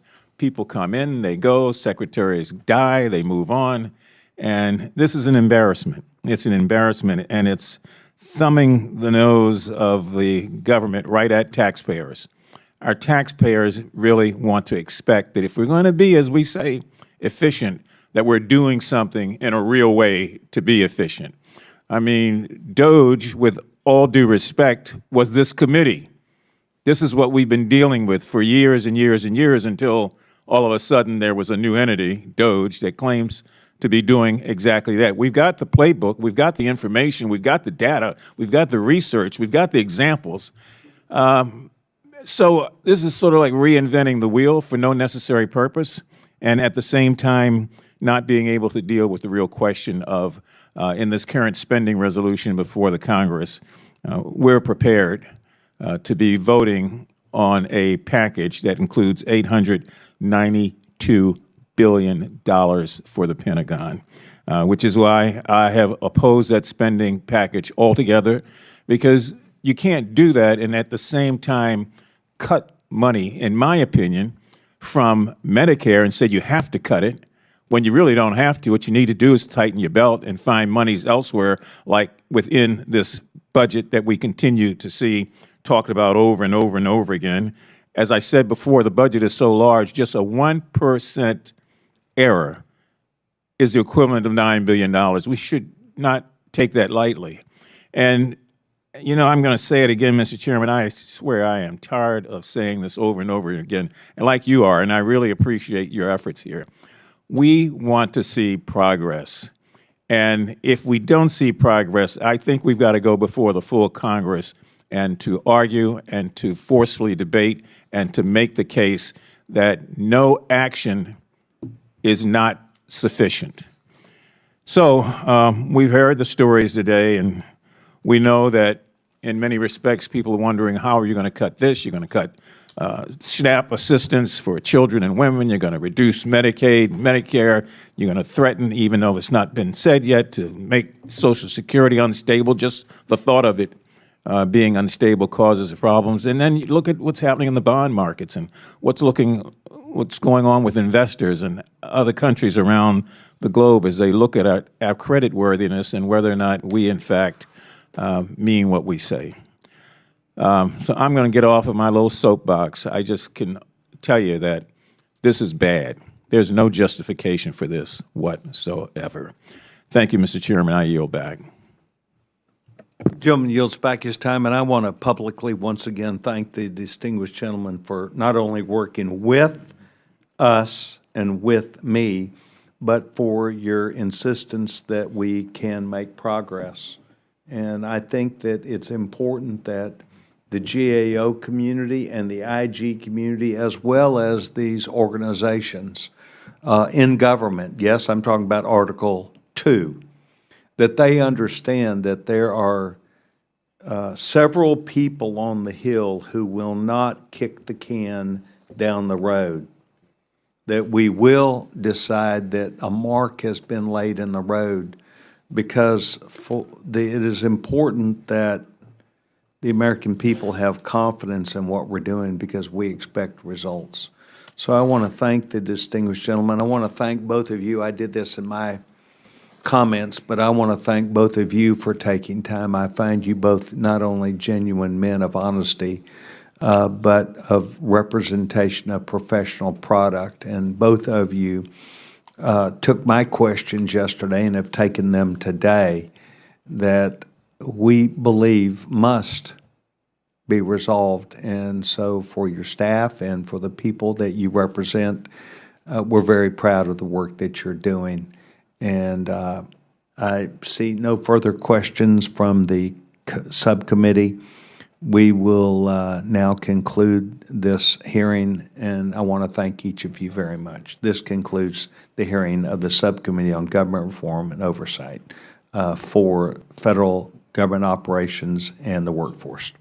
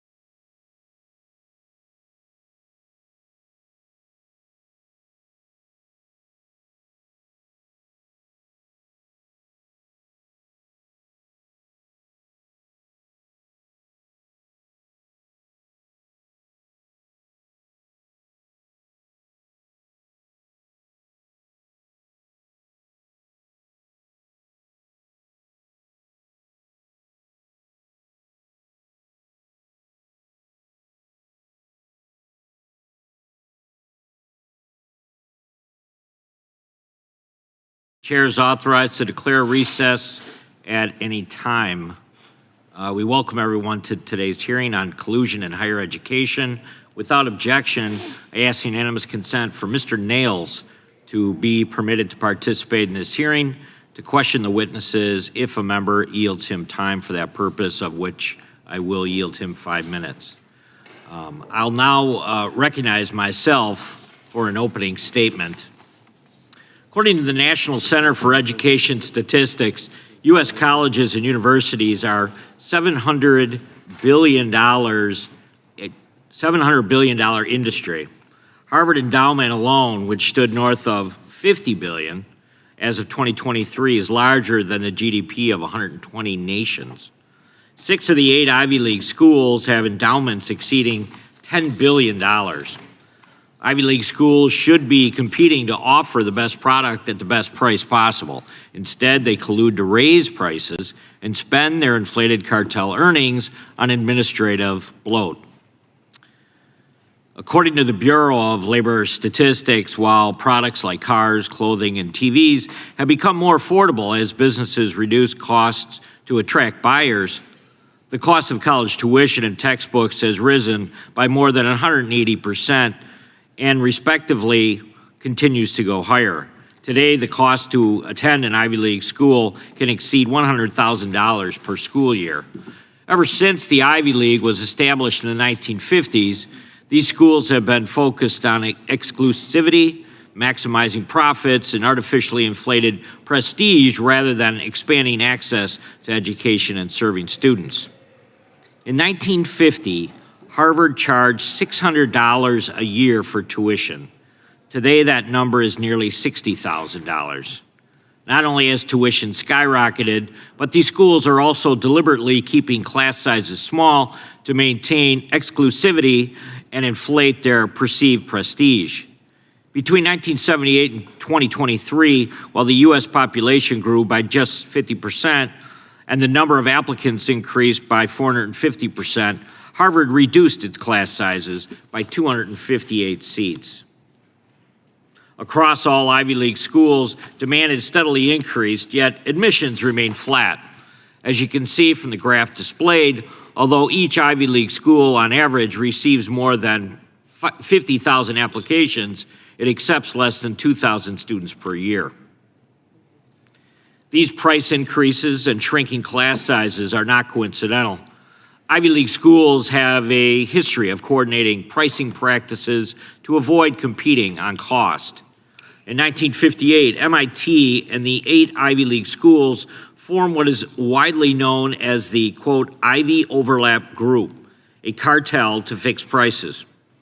These schools agreed to use a shared formula for calculating financial aid, ensuring students admitted to multiple schools would pay the same price no matter where they went. In 1989, the Department of Justice began investigating these practices and ultimately filed an antitrust lawsuit. By 1993, all 9 schools had settled. In response, Congress adopted Section 568 of the Improving America's Schools Act of 1994, granting colleges an antitrust exemption, provided they did not consider a student's ability to pay while making admissions decisions. In 1999, elite schools formed a new cartel, the 568 President's Working Group. The goal was the same, to create a shared financial aid formula and not compete for students based on price. Even with a legal exemption, these elite schools still chose profit and prestige over access and fairness. In 2022, former students sued many of the Ivy League schools for colluding on financial aid formulas that favored wealthy applicants. In one internal document uncovered through discovery, a college administrator complained about not being able to find enough qualified students with well-off parents to pay the high sticker prices. She said, quote, "Sure hope the wealthy next year raise a few more smart kids." Ivy League schools can maximize the price paid by each student using detailed financial data collected through the College Scholarship Services Profile, or the CSS profile. It is a comprehensive financial aid form that most colleges do not require. The CSS profile gives these schools access to sensitive information, including family home ownership, savings and retirement accounts, and more. With that information, they can determine how much a prospective student's family can apparently afford to pay and then charge them that amount. Despite valuing their degrees at nearly $400,000, having multi-billion-dollar endowments, and receiving billions more in taxpayer funding, these schools don't prioritize accessibility or quality of education. They prioritize profit and prestige. And even though the Ivy League schools no longer have an antitrust exemption to coordinate on pricing, tuition continues to skyrocket. By setting the industry standard for tuition, the Ivy League creates an umbrella effect that allows other colleges to charge more than they could in a competitive market. Today, we are starting an overdue conversation about how the Ivy League's anti-competitive practices may harm students, taxpayers, and ultimately our country's future. I want to thank the witnesses again for appearing before us today, and I look forward to your input. I will now recognize the ranking member, Mr. Nadler, for his opening statement. Mr. Chairman, before I start my opening statement, let me mention a personal stake in this. I am the first member of my family to go to college. We didn't have much money. My father worked on a gas station, and I was offered full scholarships by two Ivy League colleges, Yale and Columbia. I chose Columbia, and I never had to pay a cent. Mr. Chairman, this hearing, like so much else that we have done in this committee under Republican control, takes a serious issue and uses it as little more than an excuse to launch a decidedly unserious so-called investigation. Let's be clear. The cost of tuition at many colleges and universities, not just Ivy League institutions, is too high and is unaffordable for too many families. But the same Republicans who today claim to be concerned about the ability of students and their families to afford college tuition proudly cast their votes 2 weeks ago for a budget reconciliation bill that would take direct aim at student loan programs and other vital student aid. If they really cared about consumer prices, they would not undermine the ability of all students, especially low-income students, to access and afford higher education. They would not make cuts to Pell Grants that would reduce or eliminate access for up to 4 million students. They would not cut student loan subsidies, raising costs for an average borrower by up to $200 a month. They would not make student loan repayments even more difficult and push more students into the predatory private loan market. And they would not include devastating cuts to Medicaid, which will deprive roughly 3.4 million low-income students of much-needed health care. But Republicans showed us very clearly that their priority is tax cuts for billionaires, not affordable higher education. So it is a little difficult to take their concerns seriously today. This hearing also comes in the context of the Trump administration's all-out assault on education and research at colleges and universities across the country, and particularly at Ivy League and other elite universities. The administration has slashed billions of dollars in research grants to universities, which will set back technological innovation and medical advances by decades, not to mention harming our economic growth. At the same time, they are revoking student visas and sending an unmistakable message to prospective students around the globe that they are not welcome. The result is that the brightest minds in the world, who once flocked to this country, will now look to bring their brains and talents elsewhere. But this attack on higher education has an even more sinister purpose. Its real target is academic freedom. Taking a page from the authoritarian playbook, the Trump administration is using every tool at its disposal in a pressure campaign to impose its ideology on independent academic institutions and to bend them into submission. And unfortunately, they have a willing partner in the Republicans on the Judiciary Committee. Instead of using their power as legislators to make education cheaper, more accessible, and easier to pay off for all Americans, Republicans are using the power of this committee to aid and abet President Trump's ideological war against a very narrow slice of higher ed institutions. How absurdly narrow is their focus? They are targeting 8 schools out of about 4,000 in the United States. That amounts to a focus upon less than 0.5% of the American undergraduate population. While President Trump threatens individual schools with cuts for not adhering to his ideology, they are using the power and resources of this committee to pursue yet another empty antitrust theory so that they can bully their political targets. Sadly, this follows a familiar pattern. Last Congress, this subcommittee unleashed baseless antitrust investigations designed to undermine the free speech rights of advertisers and investors that held views disfavored by the majority. When advertisers made the reasonable determination that they did not want their brands associated with extremist views and hate speech on social media platforms, Republicans used the flawed antitrust theory to justify a campaign to threaten and intimidate them into abandoning their efforts at responsible advertising.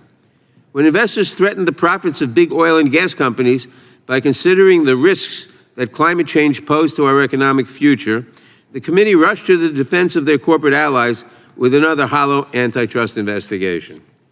And now today, they return to the same tired playbook, using the power of this committee to support the Trump administration's efforts to target academic institutions.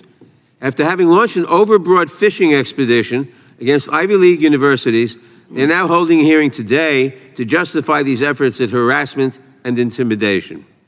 As I noted at the outset, there are real concerns when it comes to the cost of tuition at colleges and universities. If there is indeed collusion among the Ivy League schools, enforcement by our antitrust agencies, the Federal Trade Commission, and the Department of Justice is the answer, not a partisan probe that merely serves as another broadside against education in America under President Trump. There is much we could do together to bring down the cost of tuition and broaden access to education. Unfortunately, Republicans would rather slash student loans to pay for tax cuts for billionaires while threatening universities that do not bend to Donald Trump's will. Unfortunately, there is one clear loser in the Republican war on science and education. It is the students they claim to support, and I should add, the public that benefits from scientific and medical discoveries that will not now happen in the United States. I appreciate our witnesses for appearing today. I look forward to hearing from them, and I yield back the balance of my time. Gentleman yields back. I now recognize Chairman of the full committee, Mr. Jordan, for his opening statement. Thank you, Mr. Chairman. So first, they set the same general price. Then, second, they demand large amounts of information from the student and their family for each student, and they squeeze every dime they can out of that family for tuition. And then third, they limit class size. So they agree on price, they perfect price discriminate, and they limit output. That's about as anti-competitive behavior as you can get. And then with this windfall of money they get, perfect price discrimination, collusion on the price, limiting the class size at the institution, there's a windfall of money they get from students and their families and the government, the taxpayers. They hire an unbelievable amount of administrators. Mr. Shea has pointed that out. Such a deal for taxpayers and families. That's what's going on. And thank goodness the chairman's having a hearing on this. It's ridiculous, and everyone knows it. Not to mention all the crazy things we saw and witnessed at these institutions over the last few years. All kinds of crazy protests, taking over buildings, anti-Semitic behavior. I mean, not to mention all that. That's what's going on, and the ranking member of the subcommittee says, we're wasting our time? You've got to be kidding me. The taxpayers appreciate that their tax money actually is used in the right way, not like it's being used at these institutions. So again, I want to thank the chairman for this hearing. I look forward to our witnesses and thank them for being present today and testifying. With that, I yield back. Gentleman yields back. I now recognize the ranking member of the full committee, Mr. Raskin, for his opening statement. Thank you very much, Mr. Chairman. Thanks to our witnesses for joining us today. Republicans convened us in the middle of the night a couple weeks ago to pass their billionaire tax break bill, which even Elon Musk, their great hero, now calls a disgusting abomination. Another class war tax scam that will not only throw 14 million Americans off of their Medicaid, but increase the national debt by $3 trillion.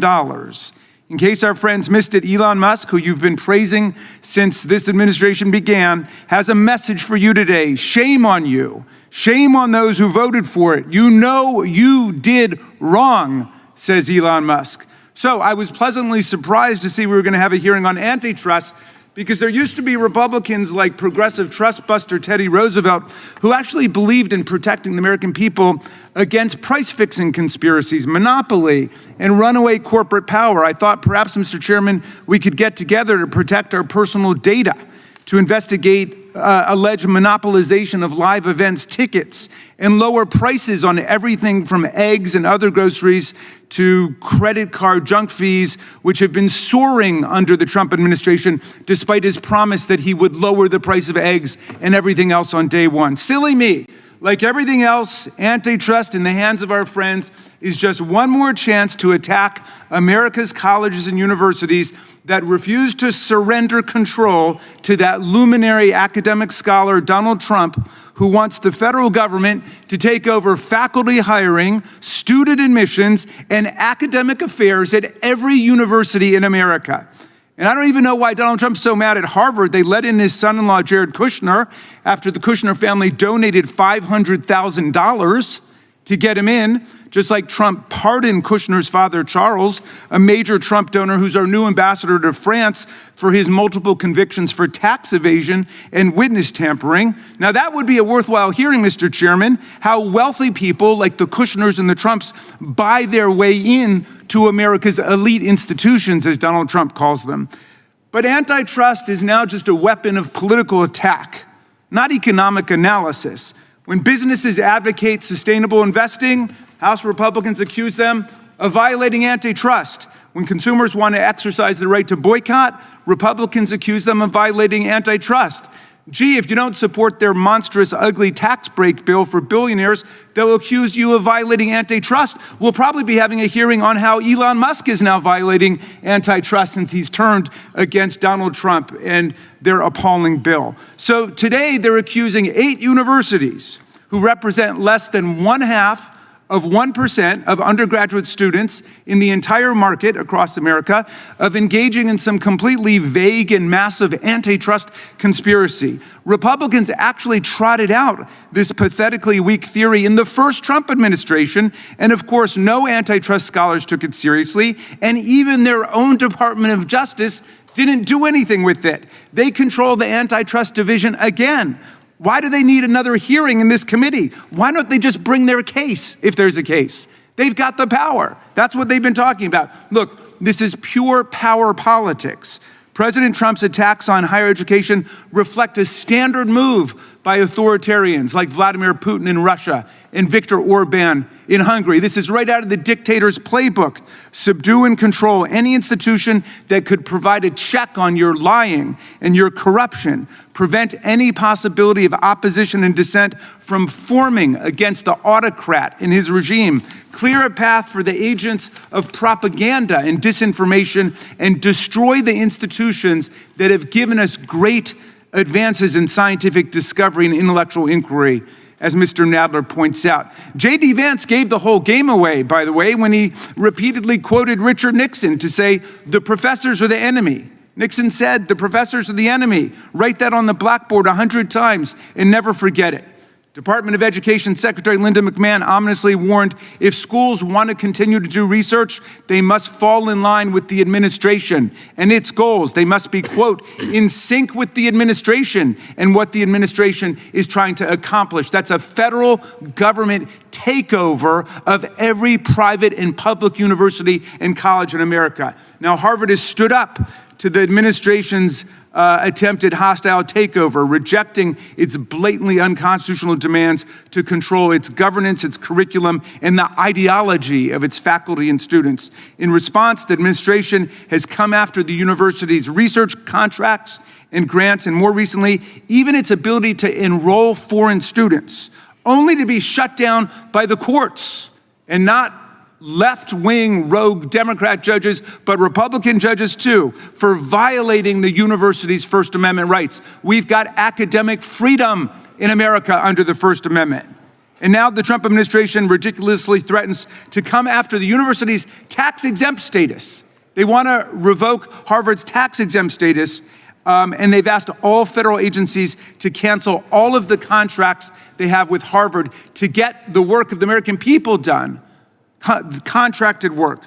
But Trump is losing in court every day, and Harvard is winning as it stands up for academic freedom and its right to make scientific and academic progress. And hundreds of colleges and universities across the country are standing with Harvard. DHS head Kristi Noem has said that its actions against Harvard should serve as a warning to all universities and all academic institutions. After Trump canceled more than $1.5 billion in research grants, we know that state universities and community colleges have been hit hard. At smaller schools, researchers are going to lose their jobs, labs will close, and important work will go undone. Our Republican colleagues have no interest in making higher ed more accessible and more affordable. In their big, beautiful bill, they're cutting programs that help students pay for college, all to fund their tax cuts for the wealthiest Americans. Those cuts to higher education in America include severe limits on Pell eligibility, the end to subsidized loans, and a host of other destructive changes that will push college way out of reach for hundreds of thousands of Americans. The administration also proposed nearly an 80% reduction in federal work-study funding and eliminating support for childcare for students who are parents. What world are these people living in? This is breathtaking duplicity to claim that the Ivy League schools are conspiring against their students to make tuition unaffordable when House Republicans are complicit in the largest setback in access to higher education for working class Americans in decades. Not content to undermine American students through these direct cuts to education, they're also proposing cutting $880 billion from Medicaid and $300 billion from SNAP, the nation's primary anti-hunger program. Do you know what happens to millions of low-income students who don't have health care and don't have enough food to eat? Most of them are going to drop out of school. Today's hearing just regurgitates the MAGA agenda: persecute and punish anyone who refuses to submit to Donald Trump's right-wing ideological agenda or gets in the way of their plan to fund tax cuts for the wealthiest Americans on the backs of everybody else. It is a cruel, dangerous program, and it's got nothing to do with antitrust law. I yield back. Gentleman yields back without objection. All other opening statements will be included in the record. We'll now introduce today's witnesses. Dr. Preston Cooper. Dr. Cooper is a senior fellow at the American Enterprise Institute, where his work focuses on higher education, student loans, and higher education reform. He previously served as a senior fellow in higher education policy at the Foundation for Research on Equal Opportunity, a research analyst at AEI, and as a policy analyst at the Manhattan Institute for Policy Research. Next, Mr. Alex Shea. Mr. Shea is a rising junior at Brown University, where he studies computer science and economics. He's also a journalist, serving as a contributing opinion writer for the Boston Globe and as the publisher of the Brown Spectator.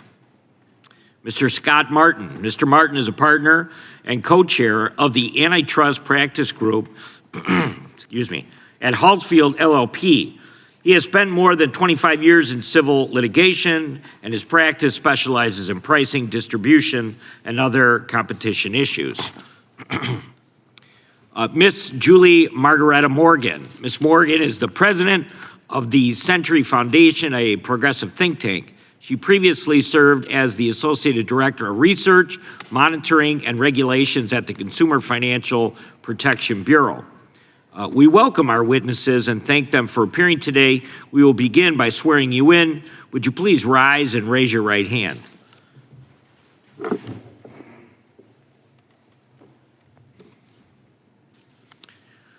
Do you swear or affirm under penalty of perjury that the testimony you are about to give is true and correct to the best of your knowledge, information, and belief, so help you God? Yes. Let the record reflect that the witnesses have answered in the affirmative. Thank you, and you can be seated.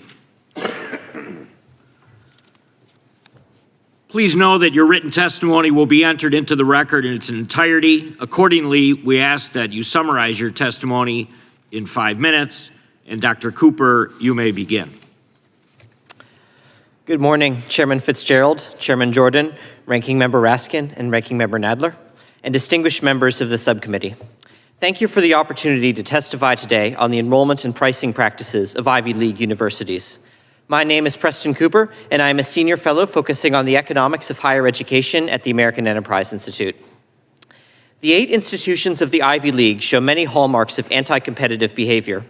Most Ivy League institutions severely limit undergraduate admissions, turning away thousands of qualified applicants. The schools charge among the highest tuition prices in the country and are less likely to provide financial aid than other private institutions. At the same time, Ivy League universities enjoy a significant surplus that funds high levels of institutional expenditures, administrative bloat, and 7-figure salaries for some college presidents. Some Ivy League universities recently enjoyed an exemption from antitrust law, provided they admitted students on a need-blind basis. In 2022, a group of students filed a class action lawsuit against 17 elite universities, including several Ivies, alleging that admissions are not actually need-blind. Most of these schools eventually settled the lawsuit for a collective $320 million. Another lawsuit was filed in 2024, alleging that elite universities have continued to coordinate their pricing decisions even after the antitrust exemption expired. My testimony does not take a position on whether Ivy League universities are coordinating their pricing decisions or whether they are in violation of federal antitrust law, but the enrollment, pricing, and spending practices of the Ivy League raise some red flags. Classic cartels limit supply in order to drive up prices and profits, and we observe a version of this happening among Ivy League schools. Let's start with restrictions on supply, a fundamental aspect of cartel behavior. Harvard College admitted about 2,200 students to join the class of 1982. Due to population increases and higher rates of overall college attendance, one might expect that number to grow. Instead, Harvard admitted just over 1,900 students to join its class of 2028. Unlike most other private colleges, Ivy League universities have mostly not increased admissions to match rising demand. Instead, the schools have opted to become more selective, with the average Ivy League admissions rate falling from 15% in 2002 to just 5% in 2022. As student demand rises, but Ivy League institutions keep admissions relatively flat, the obvious result is upward pressure on prices. The annual price of tuition and fees at Ivy League universities ranged between $59,000 and $69,000 in the previous academic year. That's between 56% and 82% higher than the average for private colleges. Ivy League students are also less likely to receive financial aid. While 84% of students at non-Ivy colleges enjoy a discount off the sticker price, the share of Ivy League students receiving institutional financial aid is just 52%. In a traditional cartel, restricted supply and higher prices enable monopoly-like profits. While nonprofit universities don't earn profits in the traditional sense, they still enjoy surplus revenues. Ivy League universities spend an average of $126,000 per full-time equivalent student, compared to just $35,000 for the average private college. These high levels of spending fuel a vast administrative bureaucracy. The average Ivy League institution employs 1 non-instructional staffer for every 2 students, compared to 1 staffer for every 6 students at other private colleges. All of this matters because Ivy League institutions have an outsized impact on the future of America. Ivy League graduates are vastly overrepresented among elites in business, politics, and media. A group of institutions which limits enrollment and charges excessive prices denies opportunity to thousands of students, particularly middle-class students with strong academic qualifications who face an unfairly low likelihood of admission today. The surplus revenues that Ivy League institutions currently enjoy fuel administrative bloat, but they could instead be used to create more seats for qualified applicants. The market for elite education bears many of the telltale signs of anti-competitive behavior. Whether it meets the legal definition of a cartel is an open question, but it unambiguously leaves students and society worse off. Thank you for your attention, and I look forward to your questions. Thank you, Dr. Cooper. We'll now recognize Mr. Martin for 5 minutes. Thank you. Chairman Jordan, Ranking Member. Thank you. Chairman Jordan, Ranking Member Raskin, Chair Fitzgerald, Ranking Member Nadler, and distinguished members of the subcommittee, I thank you for extending an invitation to testify today. My name is Scott Martin. I'm an attorney whose work is focused on antitrust litigation for more than 30 years. That includes more than 2 decades primarily spent on defense work and the past 10 years principally litigating on behalf of plaintiffs. I'm also an author and co-editor of multi-volume antitrust treatise. I care deeply about the benefits of competition and free markets, which is a truly bipartisan goal, as well as active but fair enforcement of our nation's antitrust laws. As the members of the subcommittee know, the antitrust laws address both unilateral conduct, anti-competitive acts undertaken by a single actor with market power, and concerted conduct, particularly when the latter involves direct or horizontal competitors. Most of my remarks will be directed to the latter as an area of concern regarding higher education historically, principally the potential for cartel activity, which the United States Supreme Court has labeled the supreme evil of antitrust. In testifying today, I make no prejudgment about any current conduct, nor does my law firm represent a party in the cases I'll discuss. Indeed, the hope of antitrust lawyers is always that free markets are operating properly and that unlawful conduct is not interfering with that. But there are several reasons here for heightened vigilance to protect and encourage robust competition in higher education. First, as members of the subcommittee, as well as many American students and parents know, the price of higher education, specifically for private schools, has outpaced the rate of inflation. Since I was in college, the Consumer Price Index has inflated the dollar by a factor of 3, but tuition prices at the most selective institutions in particular have gone up on the order of 7-fold. Meanwhile, output in terms of class size has not kept pace with population growth. This is true despite increased demand and increasing multi-billion-dollar endowments. Common sense begs the question whether such a market is working properly. Second, the somewhat cloistered nature of these institutions, their nonprofit status, not to be confused with their massive endowments, and a belief of which I am not questioning the sincerity, that they are engaged in noble work of the advancement of knowledge may create an atmosphere suggesting that relaxation of rules of competition would be appropriate for this industry. Not so. Most legal scholars will tell you not only that antitrust exemptions are rare, and rightly so, but also that special sectoral rules and regulation have at best a mixed track record in our nation. In a different higher education context, my law firm brought the O'Bannon case that challenged NC2A restraints on college athletes. That marketplace has flourished, and the sky has not fallen. And third, there are numerous markers here, familiar to antitrust practitioners, that this is a market ripe for distortion by collusion. Among other things, this is a somewhat concentrated industry with relatively few highly selective institutions as participants.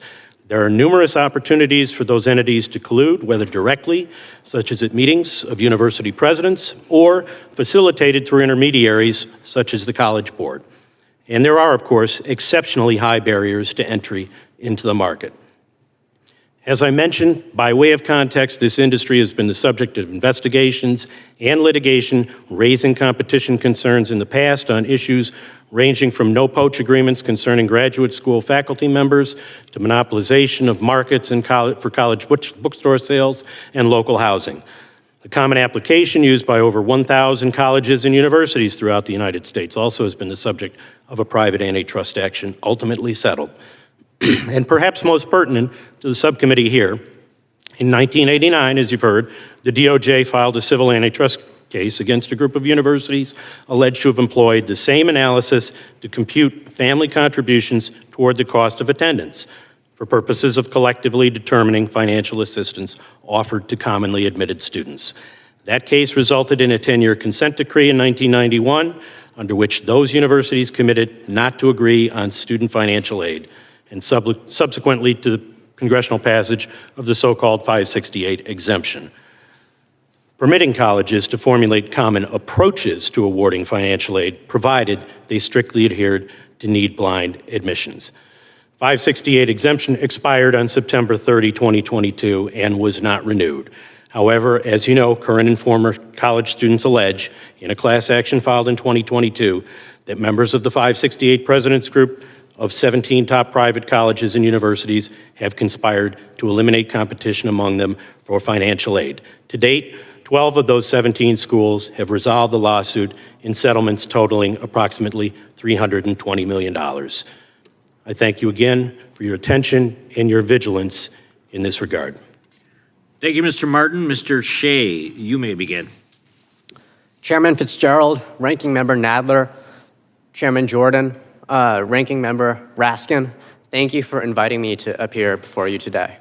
My name is Alex Shea, and I'm a rising junior at Brown University, one of the most exclusive institutions in the world. But I'm not here to glorify the Ivy League. I'm here to warn you that the promise of American higher education, of opportunity through meritocracy, is under attack. I'm a legacy student at Brown. I went to a prep school that feeds to the Ivy League, and my parents are doctors who can afford the $93,000 a year sticker price. In other words, I'm exactly who the Ivy League was built for. But what about the kids who weren't born on third base? Statistically speaking, for a smart kid from a poor family, an Ivy League degree can power their ascent to the upper income brackets better than anything else. That's the American dream. But today, that dream is now a luxury good. According to the New York Times, at Brown, the median student's family makes over $200,000 a year. Half the student body comes from the top 5% of earners. And research by Brown's own professor, John Friedman, shows that even equally qualified low-income students are vastly underrepresented. At this very moment, the American people are tightening their belts, and Brown is raising tuition to beyond $90,000 a year.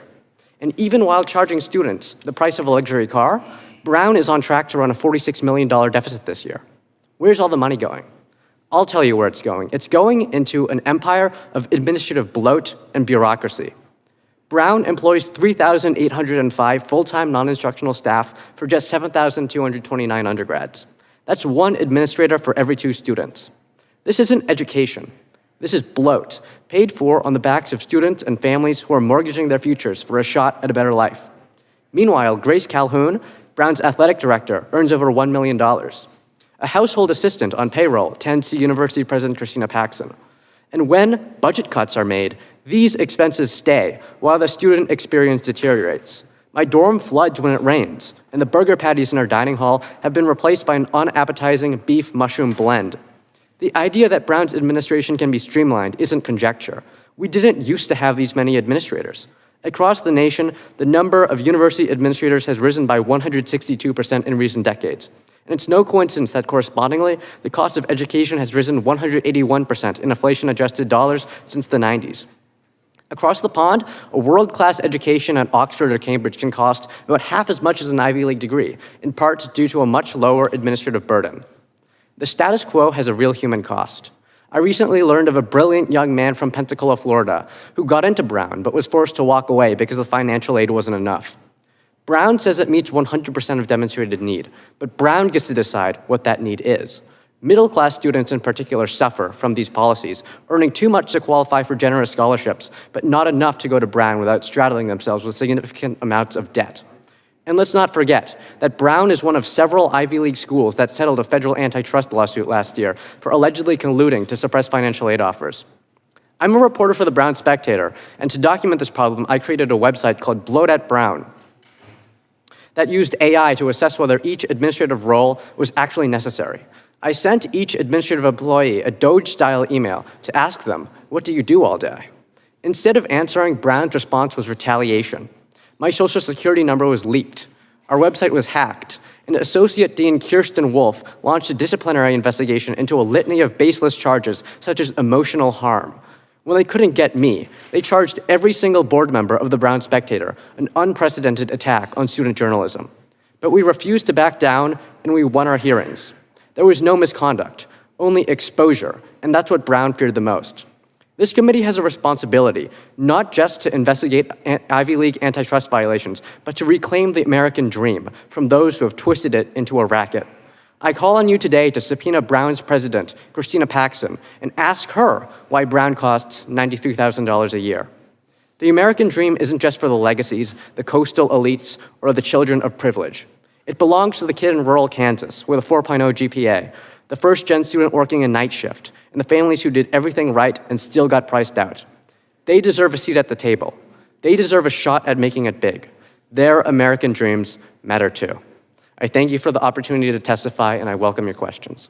Thank you, Mr. Shea. Dr. Morgan, you may begin. Good morning, Chairman Fitzgerald, Ranking Member Nadler, and members of the subcommittee. Thank you for the opportunity to testify at this hearing. The rising cost of college beyond high school in this country is a major concern for many American families. Whether they're looking at an associate's degree in nursing, a vocational certificate to become an HVAC technician, or a 4-year degree in business, Americans looking to get ahead in the job market are facing high tuition bills, and most families are forced to cope by taking on student loan debt that becomes a lifelong burden. I applaud the committee's interest in the cost of higher education. However, the focus of this inquiry is misplaced. Ivy League institutions train less than 0.4% of undergraduate students in this country, whereas the vast majority of students attend public community colleges and open access state colleges. Ivy League admissions and tuition practices have no effect on the schools that most Americans attend. Looking for a solution to college costs in the Ivy League is like looking for a needle in a haystack while the rest of the haystack is on fire. And here's the latest source of that fire. Legislation approved by the House of Representatives pays for tax cuts for the richest Americans by increasing the price of college for low and middle income students, including taking away Pell Grants from 1.4 million Americans and reducing them for another 3 million. The deep cuts to Medicaid and SNAP in that bill will also likely increase public school tuition by squeezing state budgets, as higher education will be at the top of the chopping block to cover state budget shortfalls. Antitrust at elite colleges is deeply inadequate for solving the problem of high prices of college in America. Attempting to leverage antitrust as a global fix to college pricing and admissions while simultaneously slashing federal support for higher education could very well result in less access to college for lower and middle income families, not more. Congress has powerful tools at hand that could really change the price of college and improve the value of the government's investment that are outside of this committee's jurisdiction. For example, the federal government could use its muscular role in higher education finance to the advantage of millions of American families by negotiating the price of college tuition. There's strong bipartisan precedent for this in Medicare, where the federal government assigns payment rates to healthcare services provided to Medicare beneficiaries. And while Ivy League practices don't trickle down to open access schools, the predatory practices of for-profit colleges are definitely trickling up. Community colleges must contend with for-profit schools that siphon off students through aggressive marketing and then leave them with high debt and low earnings potential. As Congress looks to roll back regulation of for-profit colleges, these conditions will only worsen. Lastly, today's focus on Ivy League colleges comes after a string of actions by government leaders aimed at gaining unprecedented levels of control over the minutiae of administration at certain elite colleges. Instead of simply enforcing the law, federal officials are openly looking for any punitive measure that they can apply to bend a handful of wealthy, elite colleges to their will. Federal officials have put forward a variety of diffuse reasons for this obsession with the Ivies, but I think this line of attack, taken as a whole, is most reasonably viewed as an attempt to turn back the clock and restore the role of the Harvards and Yales of the world as finishing schools for the children of wealthy and well-connected, rather than knowledge centers that can freely evaluate and challenge social and political trends. This attack on Ivy League schools has worrisome parallels to the actions of an authoritarian regime, and regardless of our views on elite higher education, it should be of concern because it's a sharp departure from the law and from our norms and democratic values. A strong higher education system is critical to the country's economic strength, to the strength of our democracy, and to creating more broadly shared prosperity. We need to be working together to ensure that we are building a system that meets all of our community's needs. Thank you, and I look forward to your questions. Gentlewoman yields back. Mr. Chairman, Gentleman's I recognized. have a unanimous consent request. Without objection. Mr. Chairman, I ask unanimous consent to enter China really wants to attract the talented scientists Trump just helped from today's New York Times. Without objection. Thank you. I yield back. Thank you, Dr. Morgan. Now proceed under the 5-minute rule with questions, and the gentleman from California is recognized, Mr. Isa. Thank you. Dr. Morgan, you went to Boston College, also known as one of the new Ivies, right? I did go to Boston College for law school. I have no idea whether it's called a new Ivy. Google says it is, and who else can we ask? The bottom line is undergraduate is now over $67,000, over $88,000 all inclusive. Is that one of the elite schools that you would be referring to beyond the original 8 Ivy Leagues? Absolutely. I do think that colleges Good. Then let me ask you a question. Since you made such a point that Boston College, or that other colleges, the basic 8, and we'll just add the new Ivies that charge similar amounts, they should be exempt from antitrust because they have a small market share and cater to the ultra-rich? My testimony offers no opinion. No. You made a law. point as an antitrust point that because they had such a small market share, they had little or no effect. I'm sorry, can I answer the question? No, I want you to answer that question. Okay, so the point I'm making about the I don't want to know the point you're making. You can say yes or no. Did you say that? Can you restate the question, please? What did I say? You said, and I'll paraphrase, thank you very much. You said that we shouldn't be concentrating on them because they had such a small market share. Is market share a factor in antitrust activity of multiple companies working together in collusion? I believe we should be focusing on Now, thank you for not answering that. You make it easy on me, Doctor. Mr. Martin, is collusion, even without large market share, if it makes prices unreasonably high, if it has an effect, is that antitrust behavior? It's per se unlawful. Okay, so you have per se unlawful behavior alleged, and yet the Democrats' witness, for some strange reason, wants to say, oh, don't look at that shiny object. Instead, what we heard today was, give us more funding for the bloated state universities that also are raising their prices. Mr. Shea, you described yourself as sort of part of the wealthy and entitled, which is unusual in this body for anyone. Everyone else seems to want to be Horatio Albert. But your family was able to pay what needed to be paid at a Ivy League school, correct? Right, and most Americans can't afford this, though. $93,000 a year, that's like 150% of the median American income. Okay, and the evidence that's being presented today is that the effect is not just Ivy League schools, but if you take away the subsidies being paid by other taxpayers, all universities are rising at very high rates because of these practices, including what you talked about, this massive amount of overhead, if you will, inefficient overhead by administrators.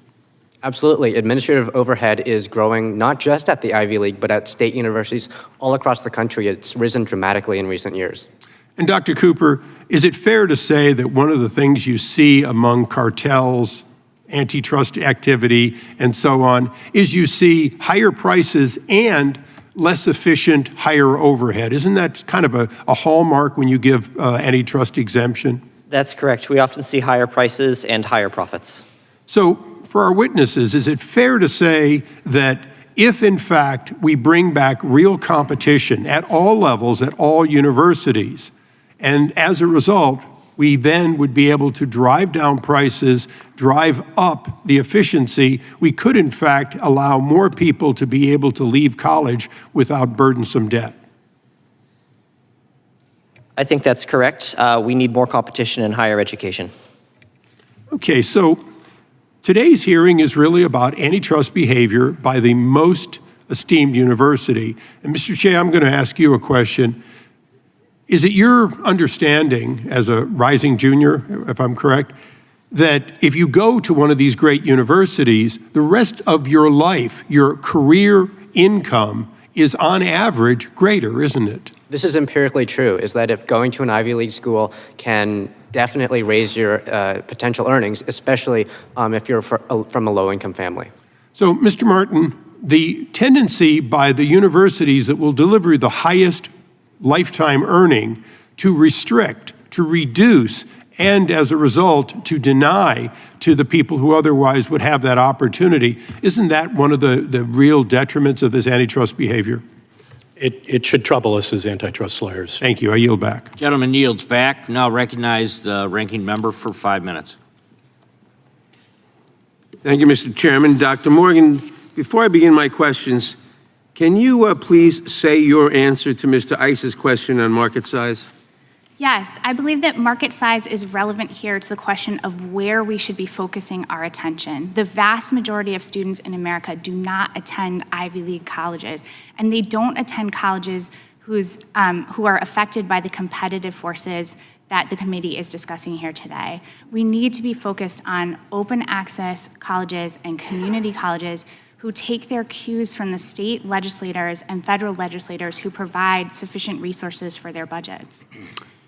Thank you. For many, college is a good investment that ensures greater earnings over a lifetime and an opening to the middle class. However, the cost of tuition at many schools is too high, closing the door to families who cannot afford the high sticker price.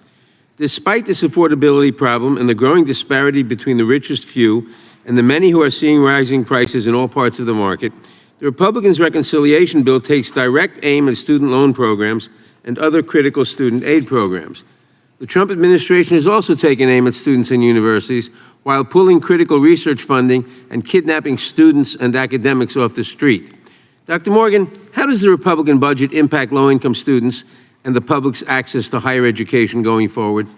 The Republican budget is going to have drastic negative impacts on the cost of higher education for most students in this country.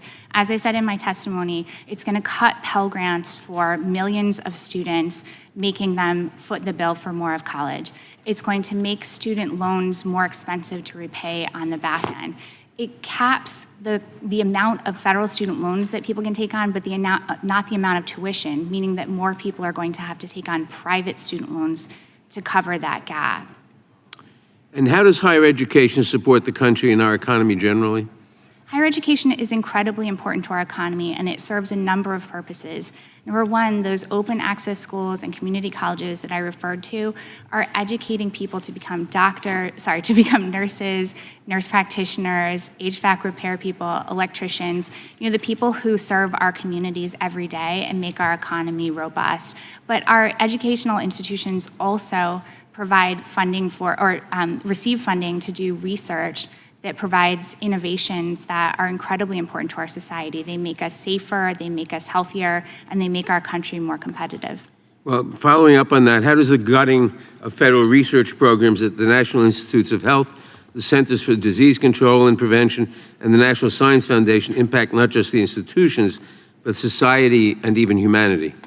I think we're all going to feel the impacts of these cuts for a long time. We're not going to be developing the drugs that make us safer and healthier in this country. We're not going to be developing the innovations that help keep us competitive and power manufacturing within our country. So it's going to have a really big impact on us as a whole. I also think that it's going to move more innovation to the private sector, which means that we're really only going to be developing the innovations that are profitable and not necessarily the ones that are best for the public as a whole. And most of our drugs are not initially profitable without federal research. Dr. Morgan, the United States has been the beneficiary of foreign students coming here, being educated here, the best and the brightest, and staying here. It's one of the reasons for our scientific supremacy. What is the effect of the Trump administration's hostility to foreign students and denials of visas and even revocations of visas? What will be the effect on our economy and on our scientific primacy? Yes, I think that, first of all, we have to view this attack on foreign students at American colleges as part of a larger punitive effort to bend certain colleges to the administration's will. So this is really part of an effort to kind of turn the screws in any place that the administration can to bring colleges around to a set of... Well, what would be the result? Oh, sure. So I think the result of this change to admission for international students is going to have an effect on our country's ability to bring in minds from all across the world and benefit from their academic excellence, to provide an opportunity for those students to take part in our democracy and learn our values. In short, it promises to shift scientific primacy from the United States to China. Would you agree with that? I totally agree with that. Thank you. I yield back. Gentleman yields back. We now recognize the gentleman from Washington for 5 minutes. Well, thank you, Mr. Chair, for holding this important hearing. There is zero doubt that the Ivy League institutions behave in a anti-competitive manner. In fact, if you look at their pricing and value and marketing model, it looks very similar to some famous jewel companies and how they control the supply of diamonds and inflate what is a commodity into a precious item of limited scarcity. But I do believe that American higher education is a gem of American society. What it does for research, social mobility, and overall aid to our economy is extremely important. Unfortunately, it's a gem that has been thrust into the mud largely by Democratic leadership. And Democrats are great if you're a college administrator and want to see your salary increase or your job supply increase. They're terrible if you're a college student and you don't want to see your debt levels increase. The right price for college should be the price at which a student can get through with zero debt. College should be priced at the level you can work a part-time job or a summer job. And, the problem with an 18-year-old is they don't know the difference between $6,000 in debt or $60,000 in debt. They've never had a job and had to pay it back. So what this body should be doing is how do we create an environment where all students can get through school with no debt. When I was in our state Senate, as Republicans, when we took control in the state Senate, we actually dropped the price of college tuition 20% in Washington State under Republican leadership because we were working for the middle class. I've had the experience of going to a big state school, Washington State University, where my father was a professor.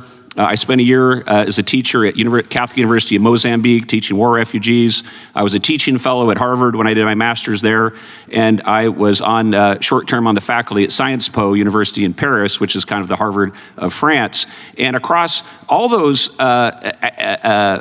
experiences, what I saw is that the amount of growth in administrators in American universities is simply out of control.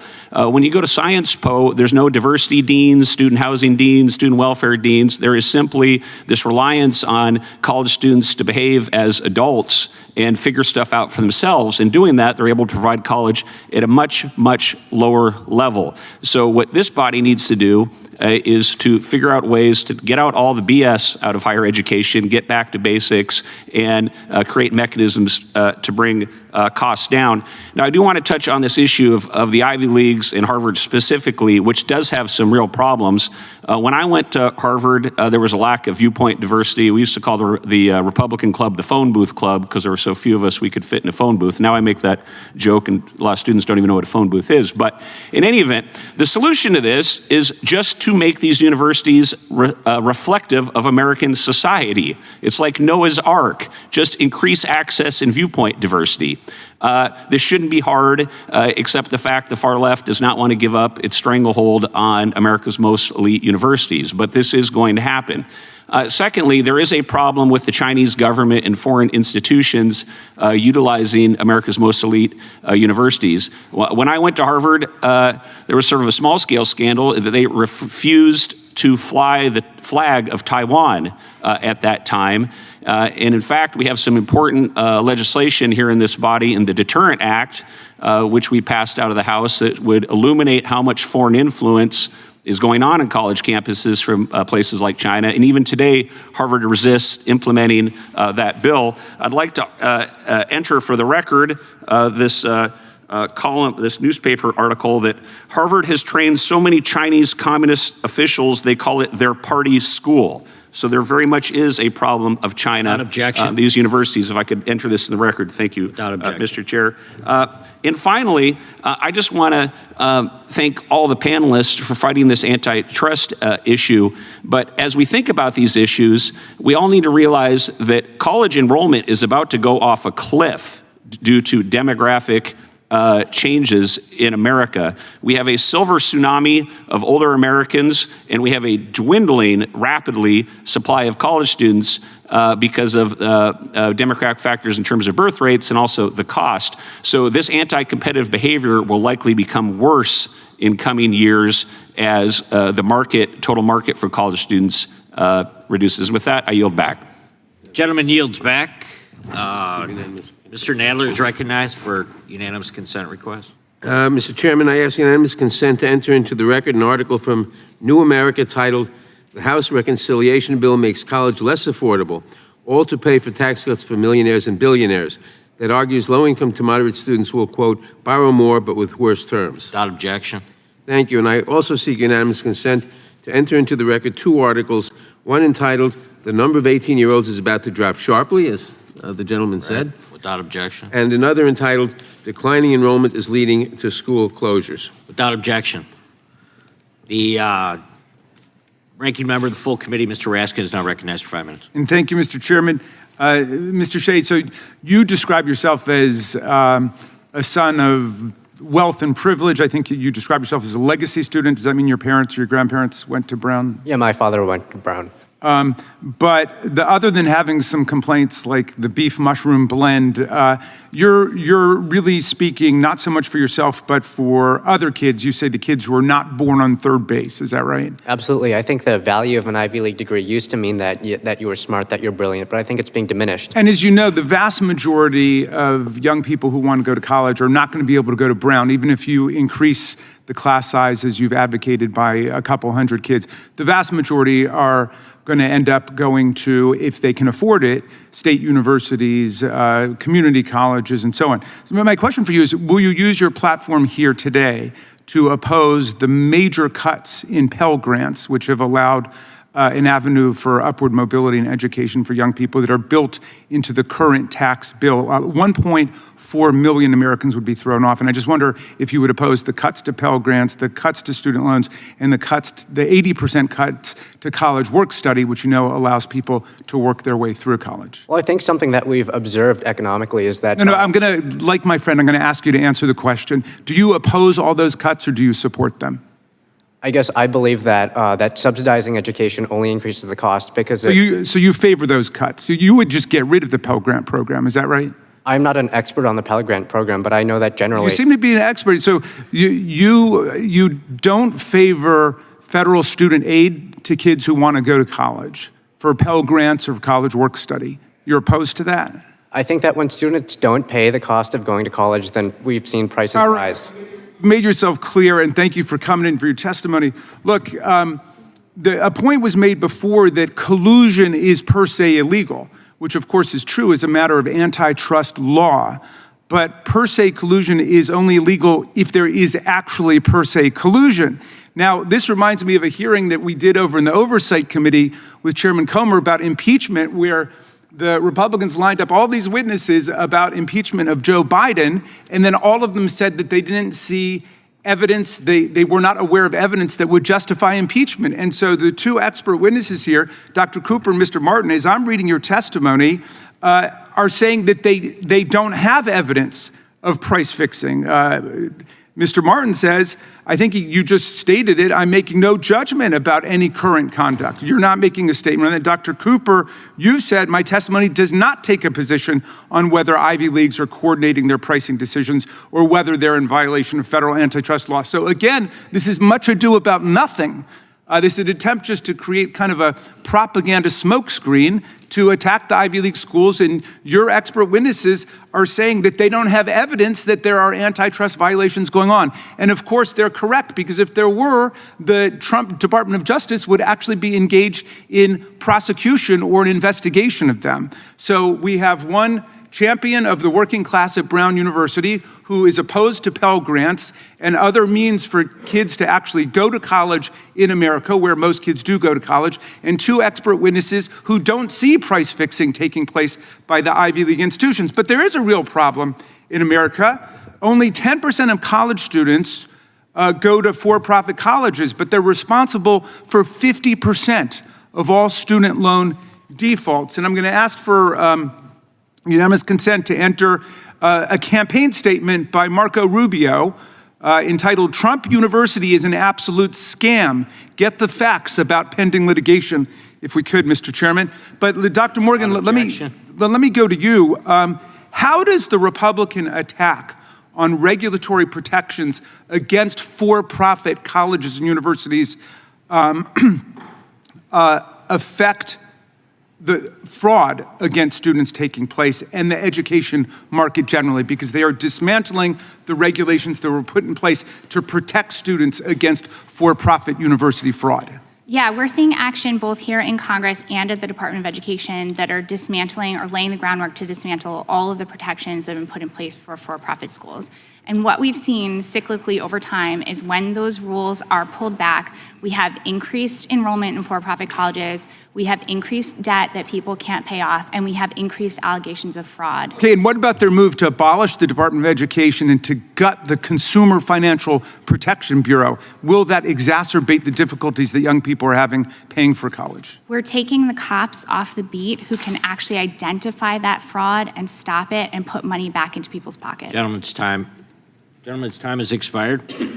I ask unanimous consent to enter into the record the following article from Ivy Coach titled Ivy League Tuition and Fees for 2024-25, comparing tuition rates amongst the 8 Ivy League schools, and also an article from Ivy Coach titled Ivy League Admission Statistics, comparing the acceptance rates amongst the 8 Ivy League schools. I now recognize the gentleman from Virginia. Thank you, Mr. Chairman. I appreciate the hearing and I appreciate the comments of the ranking member. Let's define what collusion is. Let's actually look at Cornell Law School's definition, an Ivy League definition of collusion in antitrust law. Horizontal collusion exists where competitors at the same market level agree to fix or control the prices they will charge for their respective goods or services. For instance, two parties may collude by limiting or restricting supply, sharing insider information, or dividing the market. It's very clear that the 8 Ivy League member institutions have a long history of colluding with each other and other elite higher education institutions. Back in 1958, they formed a cartel called the Ivy Overlap Group that created a common formula for calculating financial aid packages to ensure that a student admitted to one or more of the Overlap Group institutions would pay the same maximum price to attend, regardless of the institution that they chose. The Overlap Group would accomplish this by sharing information and determining the maximum price that admitted students' families could afford to pay. Later, operating under a now expired antitrust exemption, many of the Ivy League institutions and other elite higher education institutions formed the 568 President's Working Group, which likewise created a common formula to ensure 568 PWG schools would not compete on price. So this behavior led to lawsuits and settlements against many of the Ivy League institutions. Dr. Cooper, does this cartel of elite higher education institutions have the ability to raise the cost for students and their families who are attempting to pay for college? Absolutely, Congressman. I believe the opaque financial aid system enables Ivy League colleges to charge much higher prices than they would be able to in a competitive market. There is a billion-dollar consulting industry that helps Ivy League institutions figure out exactly how much each family is able to pay and then charge that amount. We've seen collusion on pricing before enactment of the Section 568 exemption, and while the exemption was in effect, now we are concerned it persists today, even though the exemption has expired. What gaps in enforcement have allowed Ivy League institutions to effectively operate as a pricing cartel? So the prices that colleges charge are very opaque right now. You have to apply and be admitted in order to figure out how much you're going to pay. And at that point, the college sort of has you captive, that it's going to be very difficult for you to comparison shop at that point, go to a different school, and you kind of have to accept the price that the school is charging you, or else maybe not go to college. So similar question to Mr. Martin. These institutions through the Overlap Group and the 568 President's Working Group used this common financial aid formula for decades to make sure they weren't competing on price. Do you think that these institutions could still be using that same revenue maximizing formula to calculate financial aid awards that they used while the exemption was in place?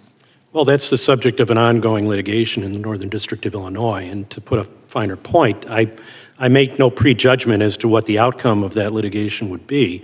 I only note that 12 of the 17 member institutions have settled it for a total of $320 million. It survived a motion to dismiss. It's gone on through discovery. And quite candidly, some of the documents in that case will be challenging for the remaining defendants. And if they are shown to be using the same formula, could that present significant antitrust issues? It could. There are substantial damages alleged in the case. Mr. Shih, Brown's estimated cost of attendance during the 25-26 academic year is $97,284 per year. That means Brown values a degree from its institution at almost $400,000. Do you think a degree from Brown is worth nearly $400,000? That's a very good question. I think that is that empirically it's just barely worth it. But I think that for the kids who it could help the most, that's too much for them to pay up front. Appreciate that. I would argue that it does not, the worth is not 4 times the worth of an in-state school or 6 or 8 times that of a community college education. And with that, I would yield back. Gentleman yields back. Mr. Chair, I have a UC. Members recognized. I ask unanimous consent to enter into the record ABC News article, Judge finalizes $25 million settlement for victims of Donald Trump's fraudulent university. And USA Today, Judge finalizes $25 million settlement for students of sham university. Without objection. Gentleman from California is now recognized for 5 minutes. Thank you, Mr. Chairman. Appreciate you and the ranking member. Thank you for holding this hearing today. I'm sure here in Washington, D.C., discussing Brown, discussing Harvard, discussing private elite universities is very important, somehow, somewhere, but not to my district. We're blue-collar, middle class.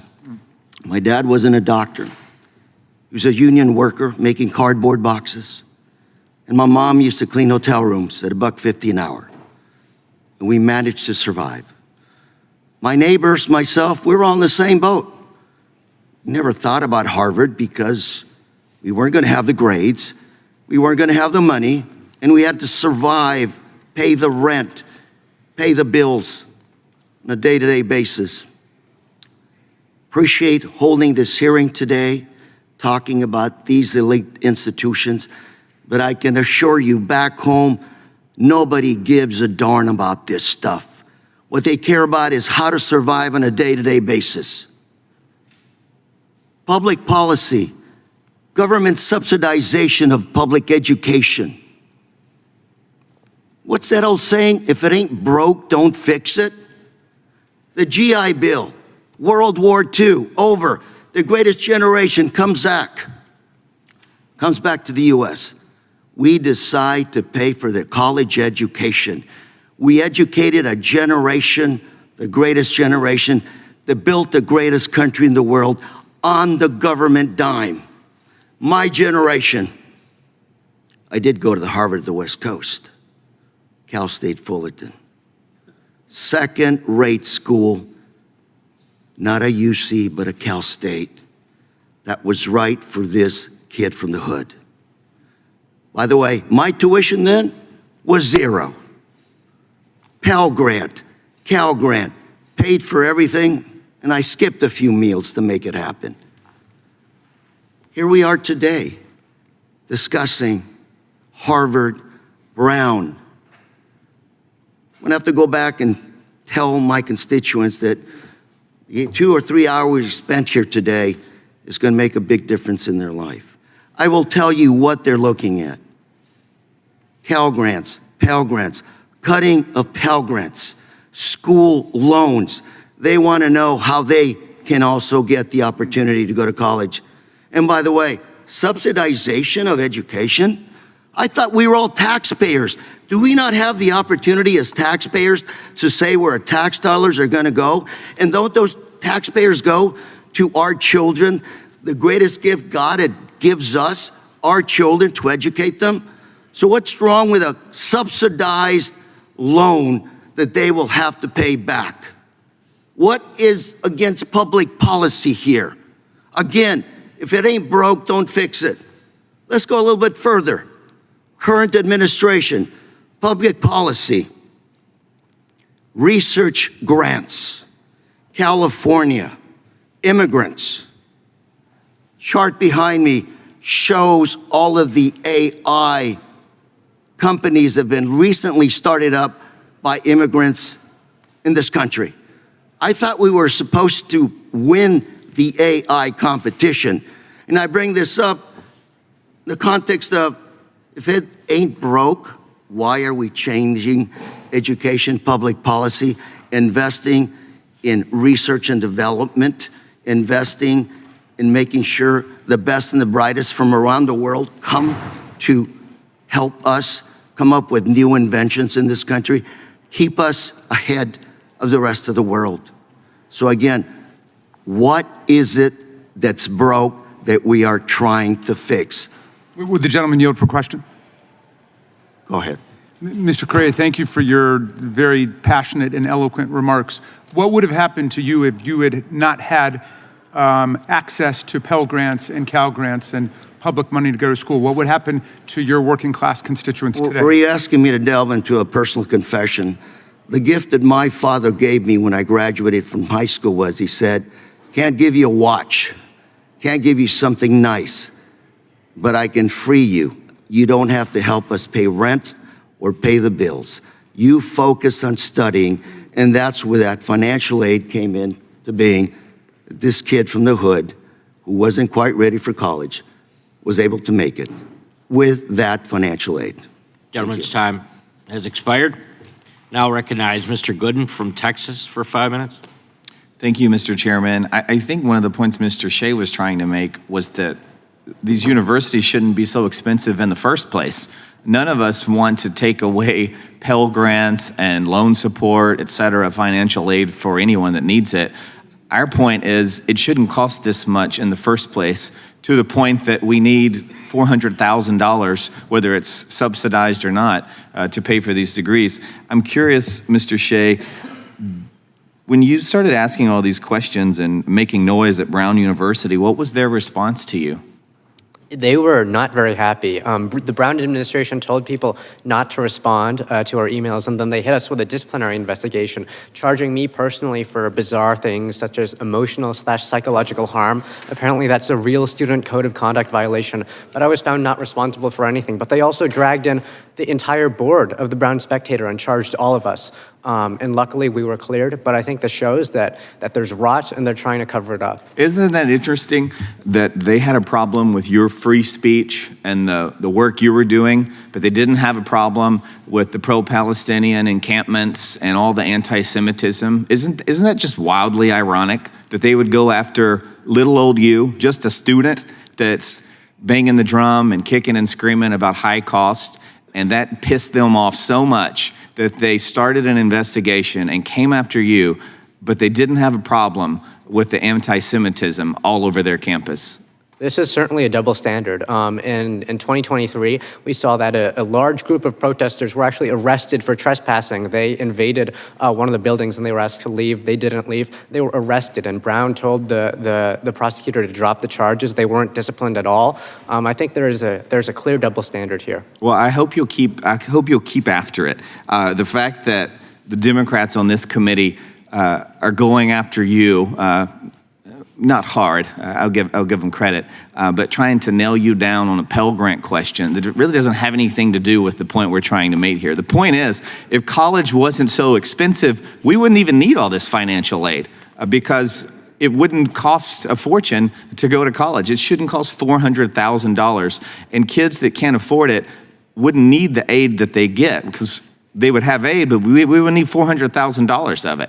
And so I hope that every child, every student in America can go to whatever college they want, but they're not going to as long as class sizes are limited and the price tags keep going up. Another interesting tidbit that I have found in all of this is all these endowments. One of my colleagues on the other side said taxpayer money was meant to go towards funding this.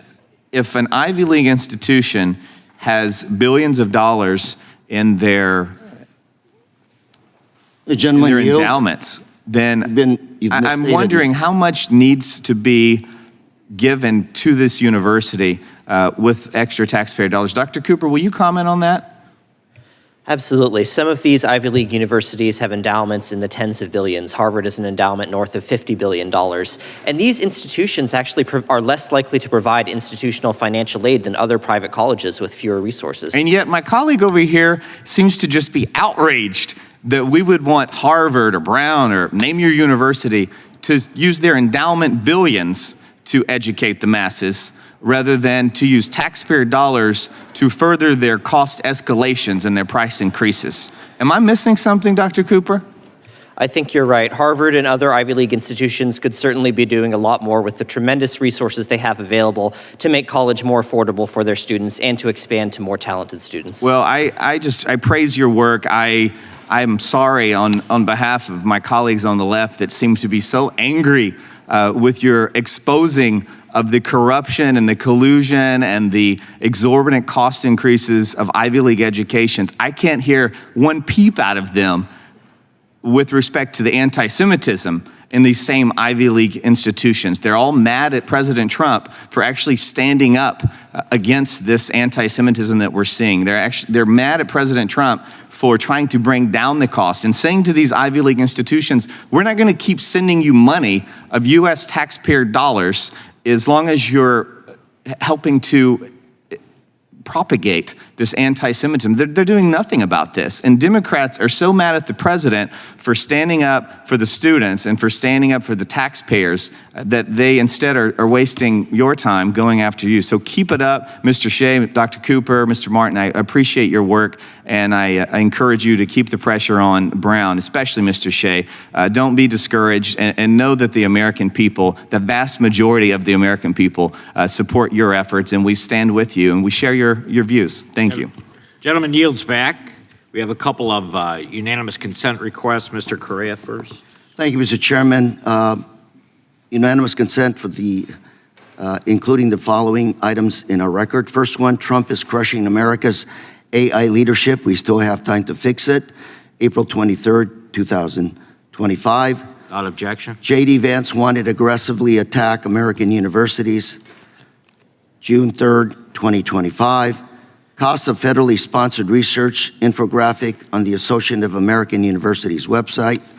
Without objection. 2022. Benefiting society and the economy, American technology transfer for 2023. Federal R&D cuts would be another unforced policy error. Number 7, America's R&D rethink threatens its innovation supremacy. Number 8, New American Fortune 500 in 2024, American Immigration Council. Number 9, U.S. scientists warn that Trump's cuts will set off brain drain. Number 10, these are the U.S. universities more dependent on international students. And number 11, losing international students could devastate many colleges. Thank you, Mr. Chair. Without objection. Mr. I'll Chairman. ask unanimous consent to enter the record the following: a Washington Post article titled "Students Overpaid Elite Colleges, $685 million, Price Fixing Suit." A press release from Berger Montague titled "Plaintiffs in Elite University Price Fixing Case Settled with Caltech and Johns Hopkins." And then also plaintiff's memorandum of law in support of their motion for class certification in the case of Corzo versus Brown. The gentlewoman from... Mr. Chairman, I just had one more, if I could. Go ahead. It's just for one article entitled, Congressional Republicans' Budget Reconciliation Bill Imperils 4.4 million Pell Grant Recipients.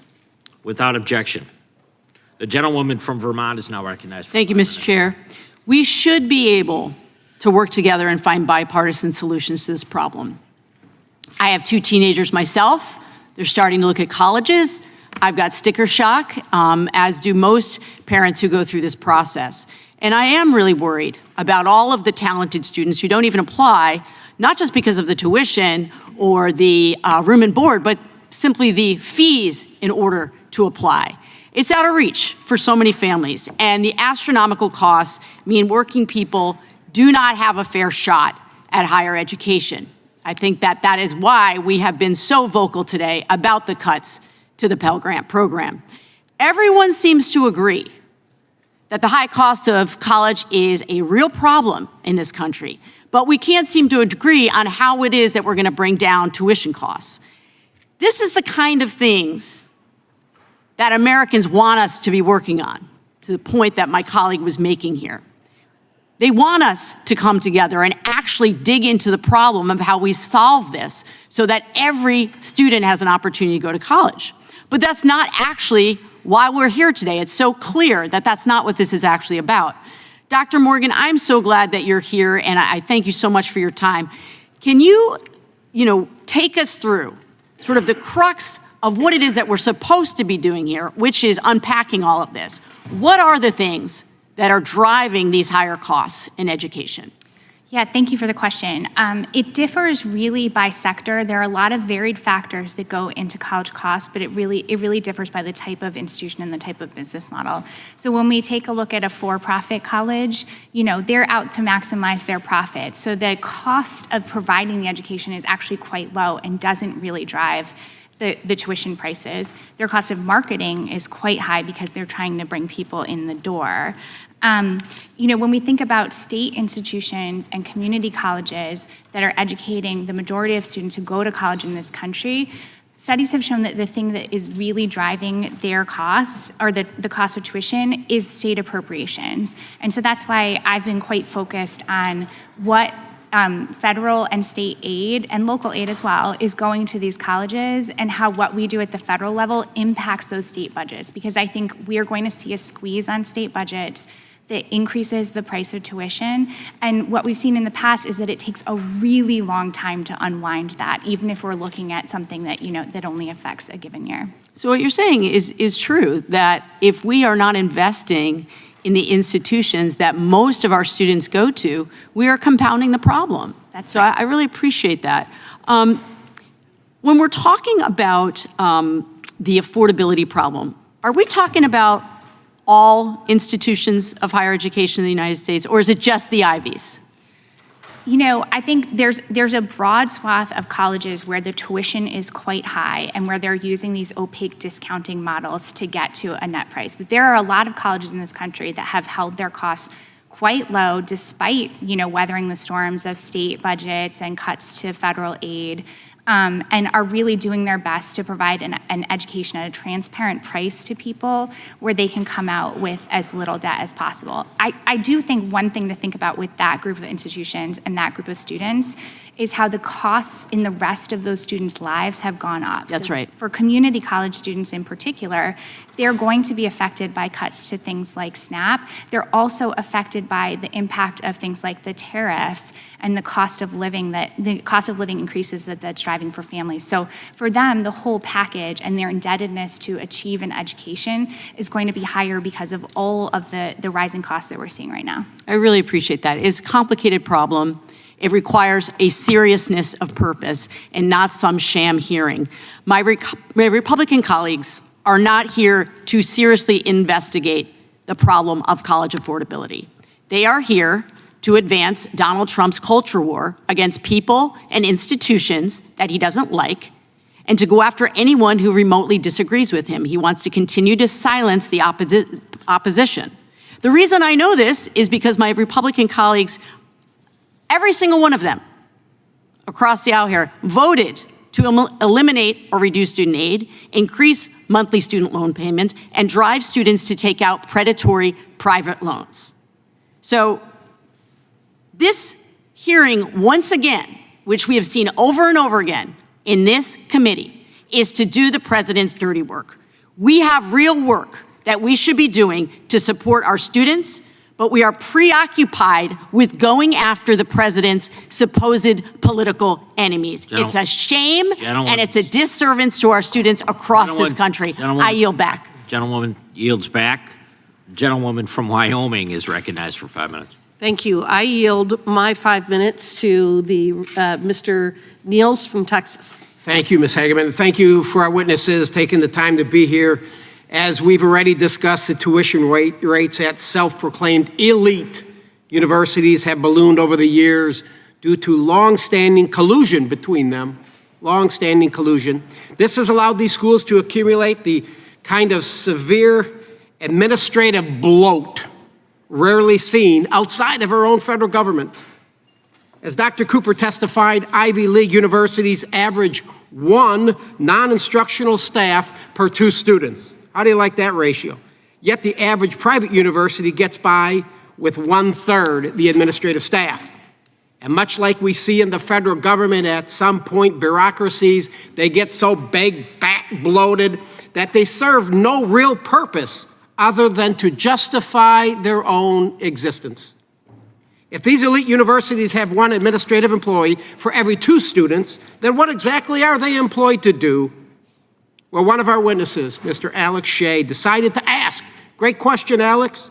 Pursuant to his work as a student journalist investigating administrative bloat at Brown, Mr. Shea emailed all 3,805 non-faculty employees of the university to inquire about what their job entailed, right? Rather than simply respond to the inquiry, Brown chose to initiate disciplinary proceedings against Mr. Shea. I was so appalled when I heard about this that I wrote a letter to Brown urging them to reverse course. I believe our fearless leader, Chairman Jordan, in the committee, they wrote a letter, and Brown reversed course, and I'm glad they did. It's one thing to create a vast, useless administrative bureaucracy to justify an exorbitant tuition rate of $93,000, but to punish a student journalist for daring to ask a question about it is unacceptable. Mr. Shea, what first prompted you to make the inquiry? That's an excellent question. So Brown has a $46 million budget shortfall, even while charging students the price of a luxury car. And it doesn't seem like they want to cut any administrators. They're having hiring freezes, but they're not willing to cut any jobs. So I thought this was something that needed to be looked into. Why do you think the employees at your emo, they didn't answer your questions? Many of them didn't respond? Well, some of them answered, and the ones who answered seemed to have pretty useful jobs. So I guess we can maybe infer that the ones who didn't have jobs that are not so important. The ones that didn't were too embarrassed. They were too embarrassed. They weren't going to respond to you. Why do you think elite schools like Brown might be more frugal in administrative spending if they had to pay the same 21% tax rate on their endowment profits as corporations? Certainly. I mean, when you have to pay higher taxes, there's less money floating around, and you got to tighten the budget. Now that's beautiful. We put it in reconciliation now. So these universities, it was 1.4. Now it's going to go to 21%. 21%. I'm so excited that that legislation was in our reconciliation. How about you, Dr. Cooper? What do you think? I think that the 21% tax on endowments will probably induce some belt tightening among these Ivy League institutions. And I would also note that the tax is structured such that if you expand your enrollment, you face a lower tax rate. And that might be an inducement that some of these colleges need to actually admit more qualified students from middle-income backgrounds. Well, let me be clear. We're not actually taxing the endowment itself. It's the net profits, the earnings on their investments. And we're expecting $7 to $10 billion annually. $7 to $10 billion. It's a big deal. Mr. Cooper, the average four-year private university costs around $35,000 per student, while the Ivy Leagues average $126,000. To what degree is administrative bloat attributed to this? I can't imagine that most of that extra $126,000 in spending per student is really going to benefit students. What we see is much higher administrator-to-student ratios at Ivy League institutions than other private colleges. Thank you. Thank you, Ms. Hageman. Mr. Chair, I yield back. The gentleman yields back, and the gentlewoman from Wyoming's time is yielded back. I now recognize the gentleman from Illinois for 5 minutes. Thank you, Mr. Chairman. This hearing highlights a real problem, the crisis of affordability in higher education. But instead of focusing on systemic issues and solutions, Republicans have chosen a narrow and misleading target, the Ivy League, which enrolls less than 1%, half of 1% of all undergraduate students. It's been stated before. Rising costs are not unique to the Ivy League. Over the last 2 decades, tuition and fees at private and public universities have increased by over 100%. So this problem isn't limited to antitrust violations by the Ivy League. It's a problem that affects working families, regardless of which school students attend. And this problem is rooted in the commodification of education. Many schools have become real estate trusts and hedge funds that treat education as an afterthought. They game the ranking system by jacking up tuition, offering discounts in the form of financial aid, knowing that they can exploit the student loan program and load their students with debt. This model has been a disaster for students and for our economy. Higher education is becoming more essential and more unaffordable. Over 40 million people hold nearly $2 trillion in debt. And Black and Latino students, immigrant students, and first-generation students in particular are being priced out of opportunity. So in addition to antitrust enforcement, Congress must act. And we should consider policy options like tuition-free public college, caps on tuition increases, increased need-based aid, reforms to the student loan system, and support for trade and vocational schools. Not everyone needs to go to college. But if Republicans were serious about affordability, we'd see policy solutions. We don't see that. Instead, we see culture wars. Let's talk about what they actually do. Ms. Morgan, thank you for being here. Let me ask you a simple yes or no question. Does gutting the Department of Education lower tuition costs? It does not. Thank you. Does cutting research funding for universities lower tuition costs? It does not. Does cutting financial aid programs and student debt relief lower tuition costs? Definitely does not. Does suppressing free speech and enforcing a Trump-approved ideology lower tuition costs? It does not. Thank you. And as usual, Republicans are pretending to be firefighters when they're actually arsonists. We need to address the cost of higher education, but nothing in their cruel reconciliation bill does that. So this hearing is just a hypocritical distraction. Republicans fight culture wars, they manufacture outrage, and funnel taxpayer dollars to billionaires and to ICE while defunding higher education, programs that help working class students, those that I represent in Congress, and other vital resources for our communities. Working families and our communities deserve better. Thank you, and I yield back. Gentleman yields back. Gentleman from North Carolina is now recognized for 5 minutes. Thank you, Mr. Chairman, and thank you to all of you that are on the panel today for your testimony. We've been in and out of other committee meetings, but I did have the privilege of reading your written testimonies in advance, and I do want to just ask you a couple of questions.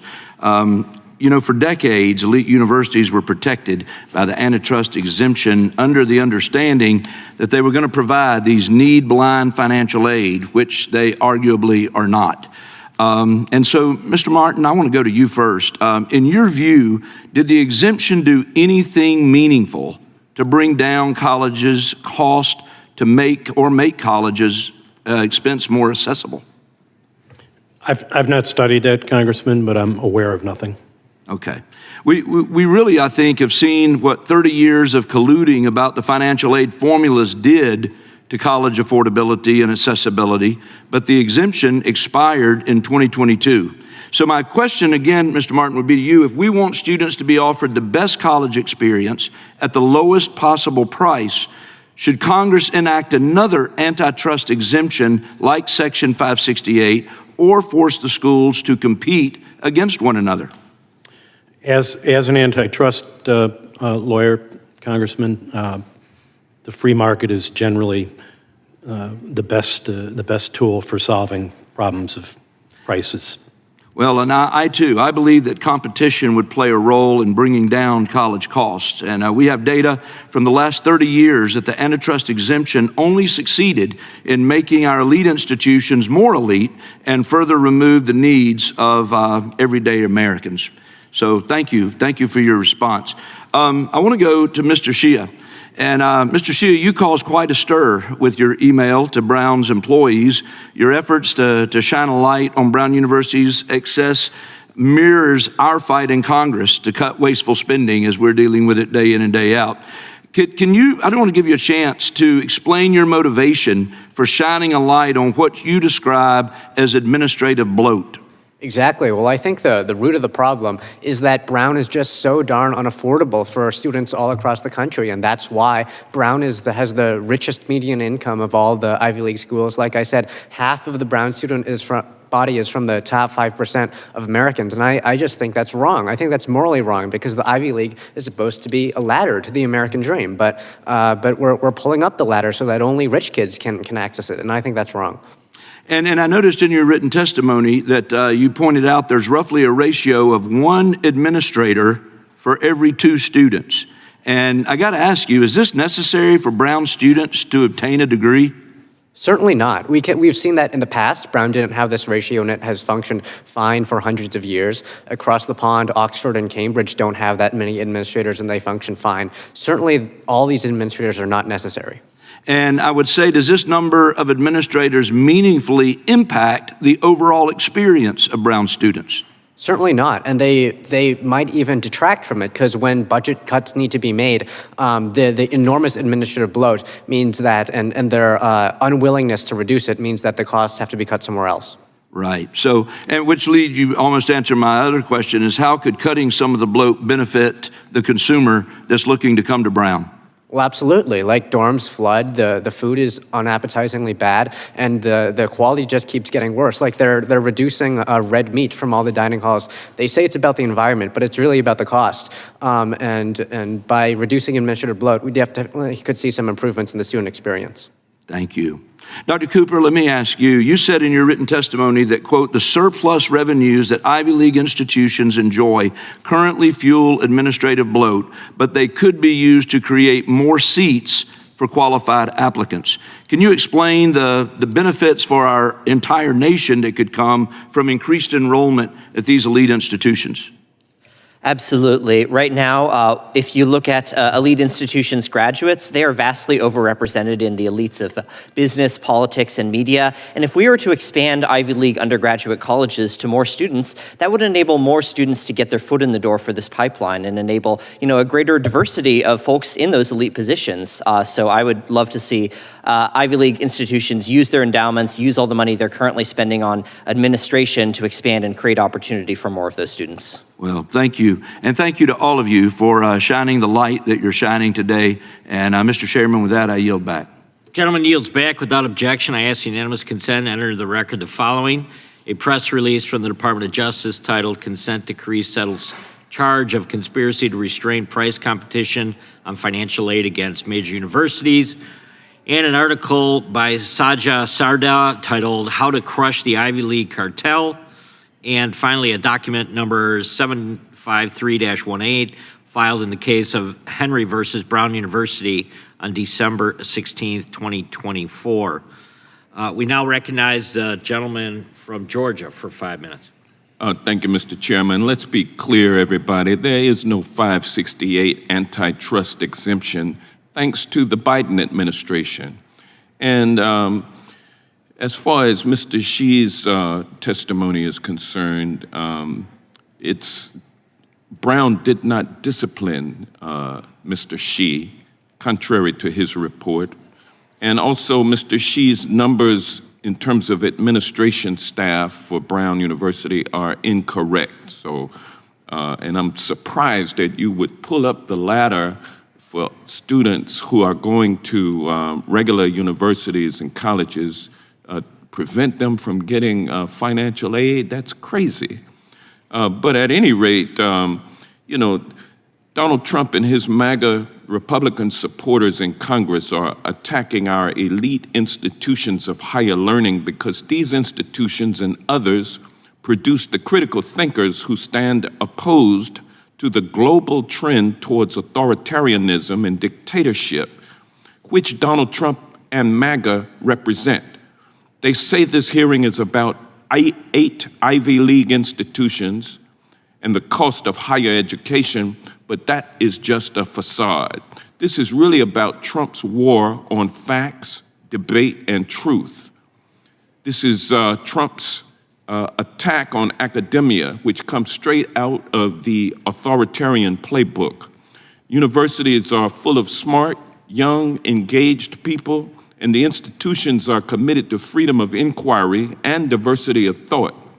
Universities provide independent sources of information and accountability. Indeed, individuals with higher levels of education are less likely to be tricked by authoritarian appeals. So any autocrat or dictator who wants to exercise limitless, arbitrary power sees independent institutions of higher education as a threat. After all, Donald Trump can't replace our democracy with a dictatorial regime if the people are smart enough to recognize that he is a threat to freedom, liberty, and justice, which our democracy guarantees. Dr. Morgan, I believe that academia is inextricably tied to our democracy and to our liberty. Can you talk about why higher education is important for the protection of freedom and democracy? Absolutely. You know, first of all, our institutions of higher learning are places where people come together and learn and have to, kind of be in the same place as people with different opinions. So it really promotes democratic values from the start. But to your point, universities can also be a place of free inquiry that can result in information that can oppose or point out flaws in larger societal trends or political trends. So they can be really important voices in our societies. They're also places that produce research that can help us better understand what's happening in the world around us, including what's happening, the kind of effects of the negative changes that a presidential administration might be putting in place. So they're incredibly important to our democracy and to our society. Thank you. As a lawyer, I've watched with horror as a number of law firms bent a knee and succumbed to Donald Trump's unlawful pressure campaign. But I'm proud of the brave firms that chose to stand up for the rule of law. Now, as Trump goes after the universities, I'm equally concerned. In March, Columbia University caved to Trump's demands when the administration threatened to yank away $400 million in federal funding. Yet, more recently, Harvard is showing backbone in rejecting Trump's demands. Dr. Morgan, why is it important that universities stand up against the administration's attacks? And conversely, what would happen if universities succumbed and started towing the line for this administration? Yeah, I think it's incredibly important that universities follow the law, but do not submit to demands that have nothing to do with their legal requirements. You can see in the attacks on Harvard and the kind of proposed solutions from the Trump administration that they're looking to really control the minutia of the decisions at those colleges. That's not an appropriate role for the federal government to take. I think the other thing that's important to understand here is that other universities are going to take their cues from what these much better resourced institutions are able to do in terms of standing up to the administration. So it's really important for those universities that have the resources to do so to take a stand. So attacking elite institutions is a canary in the coal mine. That's right. All institutions of higher learning are under attack. That's right. Thank you. With that, I yield back. Gentleman yields back. Now recognize the chairman of the full committee, Mr. Jordan, for 5 minutes. Thank you, Mr. Chairman. Mr. Shea, what did you say tuition was again at Brown, annual tuition? It's $93,064 in direct costs. 93, and that doesn't count room and board and books and everything. That's just tuition, right? No, that's including room That's and board. everything? Okay, $93,000. How many students you say again was at Brown? Over 7,000, I think you said? 7,000. Yeah, so that's a lot of money coming in. Maybe it could be some grants, it could be some aid, it could be some, loans, whatever, but 93,000 times 7, it's like $700 million coming into Brown every year. And you asked a fundamental question, sort of simple question. You asked the question, where the heck's all the money going, right? And you said, maybe I'll check the administrators. How many administrators are having? You said, I think the number you said was 3,805, is that right? Yep. And then you sent a letter to these guys asking another fundamental question. What do you do all day? And what was the response you said? Most of them didn't get back with you? Most of them didn't respond, and we were hit with disciplinary charges. So the administrators couldn't respond to a simple question. You're taking in $700 million a year. What the heck are you 3,800 administrators doing? The administrators didn't respond, but the administration came after you. Is that right? That's right. When you investigate the administration, it turns out they investigate you back. Yeah, and it was interesting to me because the ranking member of the full committee and the ranking member of the subcommittee talked about academic freedom and the First Amendment. You were asking these questions on behalf of a student news publication, right? Right. Was it Brown, what's the name of your paper? Brown Spectator? Yep. And they come after you. Why do you think they did that? Why did they come after? Well, first of all, what did they come after you about? What did you allegedly do wrong?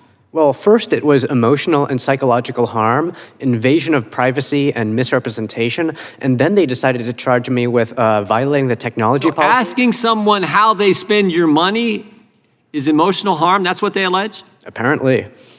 And then what happened in the investigation? Well, then they escalated and they charged the entire board of directors of the Brown Spectator for violating Brown's trademark because our publication is named the Brown Spectator, which is just a completely bogus claim. And Are there other newspapers that would use Brown in the name of the paper? Yes, our other newspapers, the Brown Daily Herald. Probably in the entire history of the university, there's been some kind of Brown publication, right? Certainly. Yeah, I mean, that's just ridiculous. Why do you really think they did it? Why did they really come after you? I think that they were upset that we unveiled the rot that was going on. All these administrators with pretty useless jobs. And that's certainly one reason. They were mad at you, but I think it's probably more, I think they were trying to make sure no one else would do it in the future. That's always the way it works. The left comes after people. They want to chill speech so it doesn't happen again. Do you think that was part of their motivation? I think that certainly was true, but it backfired terribly. Sure did, because you're brave enough to keep talking. You can come here and testify, so God bless you for doing that. Now, you can have, I'll direct this to you, Mr. Martin, you can have a bloated bureaucracy when you're colluding on price and making sure you're not competing on price with other similarly situated institutions. Is that right, Mr. Martin? Yes. And you're not supposed to do that, are you, according to the law? Is that right, Mr. Martin? To collude on price, it's per se unlawful. It's per se unlawful. And you can also have bloated bureaucracy when you collude on price and you limit output, you limit class size. Is that right, Mr. Martin? That's correct. And do you think that's going on at these, there's a third one. You can also do all this if you engage in perfect price discrimination, where you get all this information on the student and their families, what they make, where it goes, what they owe, what their retirement is, all this information. You can say, that student can pay this amount, and you'll take it right to the edge where they can pay and get perfect price discrimination. So when you do those three things, you can afford to have 3,805 administrators for 7,000 students. Is that right, Mr. Martin? You make an excellent point. The more perfect the information, the more perfect the collusion can be, algorithmically or otherwise. Of course, and that's exactly what's going on. Is that right, Dr. Cooper? The evidence is certainly consistent with that, yes. That's what the evidence shows. And yet the other side says, oh, how dare Mr. Fitzgerald have this hearing? You got to be kidding me. They tried to chill the speech of a news publication at the university for a student they're supposed to be serving, asking a simple and fundamental question. And they want to chill that because they don't want anyone to look under the covers and see that they're colluding on price, they're limiting output, and they're doing perfect price discrimination. Imagine that. Imagine that. And we're not supposed to have a hearing? Holy cow. I want to thank the chairman for doing the hearing. I want to thank all of you for testifying. And Mr. Shea, thank you for stepping forward and letting the country know what's going on at these elite universities. What would the gentleman yield for a quick question? I yield back to the chairman. I'll yield, dude. Well, I just wonder if your feelings are the same about the attacks on a private student publication called the Harvard Law Review taking place by the Trump administration right now. Well, I think the chairman or the ranking member knows that you and I have been strong defenders of the press. We have co-sponsored together the Press Act, defending the press. I will continue to do that, but I'm focused on the situation in front of us today, Mr. Shea at Brown University. I'm with you. Hold the thought, and more power to the free press at Brown and at Harvard. God bless America. Gentlemen's time has expired. That concludes today's hearing. We want to thank our witnesses. I have a unanimous consent request. Oh, Mr. Nadler has a UC request. Thank you, Mr. Chairman. I ask unanimous consent to enter into the record an article entitled Ivy League Schools Financial Aid from the Ivy Coach Daily. And it says, moreover, while the sticker price at the Ivy League schools is high, about $90,000 per year, roughly half of the students receive financial aid with average awards covering 2/3 or more of the cost. The vast majority of students from Ivy League schools graduate with no loans. Half of the Ivy League schools offer a completely free education to families whose incomes are $75,000 or less. Is that the title or the whole article? That's the whole article, yeah. And I have a Without objection. A second unanimous consent request, shorter. I ask unanimous consent to enter into the record an article from Chicago Booth Review titled, Who's at Fault for Student Loan Defaults, that argues that this article reviews research that analyzes student loan defaults and finds that for-profit colleges, half of the student loan defaults are from programs that only enroll 10% of U.S. students. Furthermore, the review argues that default rates are not being driven by tuition costs. Without objection. That concludes today's hearing. I want to thank the witnesses for appearing before the committee today. Without objection, all members will have 5 legislative days to submit additional written questions for the witnesses and additional materials for the record. Without objection, the hearing is adjourned.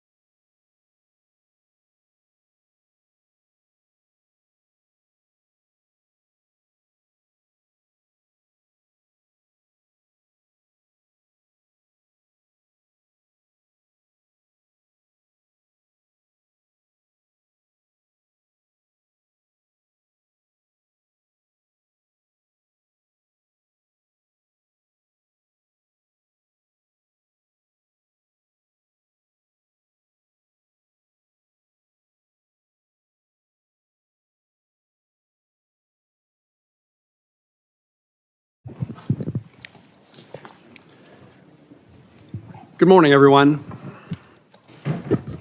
Subcommittee on Commerce, Justice, Science, and Related Agencies will come to order for its second budget hearing of fiscal year 2026 appropriations process.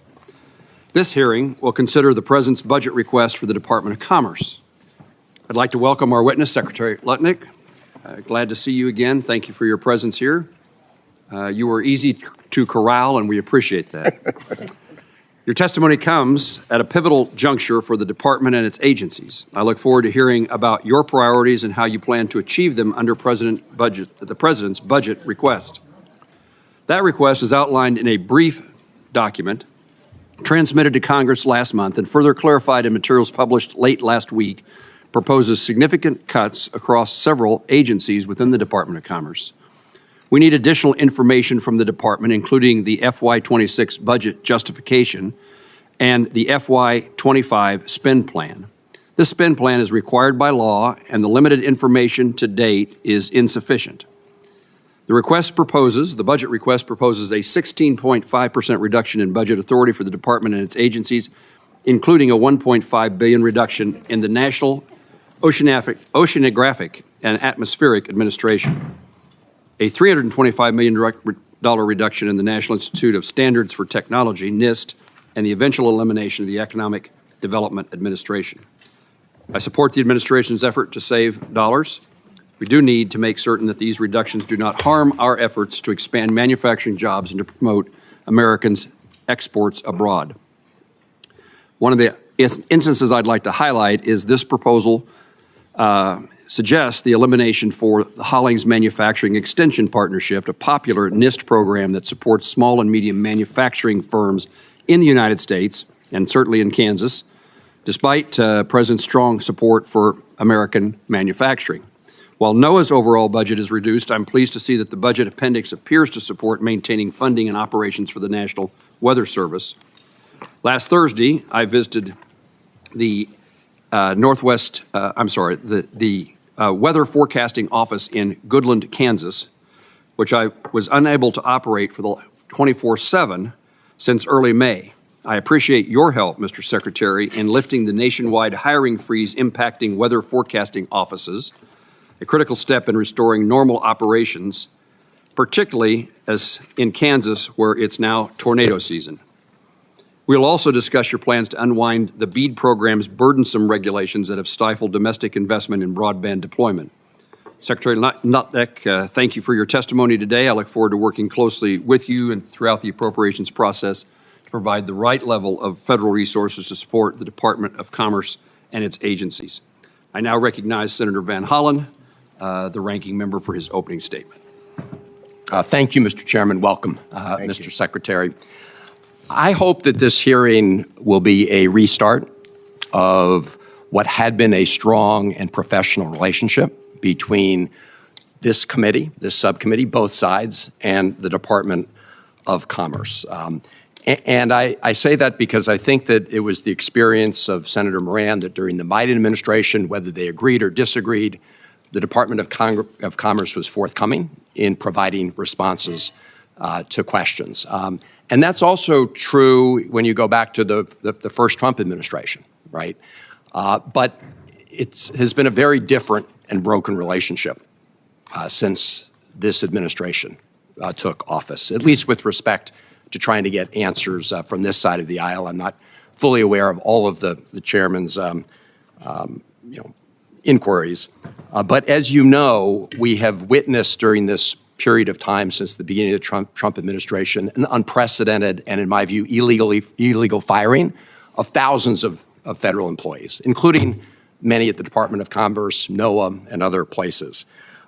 We've also seen the withholding of funds that have been duly appropriated by this Congress and signed into law. As you know, Mr. Secretary, Article 2 of the Constitution requires the President to take care that the laws be faithfully executed. Appropriations Acts are the supreme law of the land. Executive orders are not. DOGE diktats are not. To that end, here's just a partial list of the department's and the administration's failure to comply with the law or with reasonable requests from this committee. The administration is withholding $200 million provided to the Department of Commerce in the fiscal year 2025 appropriations law that the president signed in March. The department has attempted to illegally shut down the Minority Business Development Agency, despite the appropriation and the recent bipartisan 2021 authorization law, putting that into the permanent statute.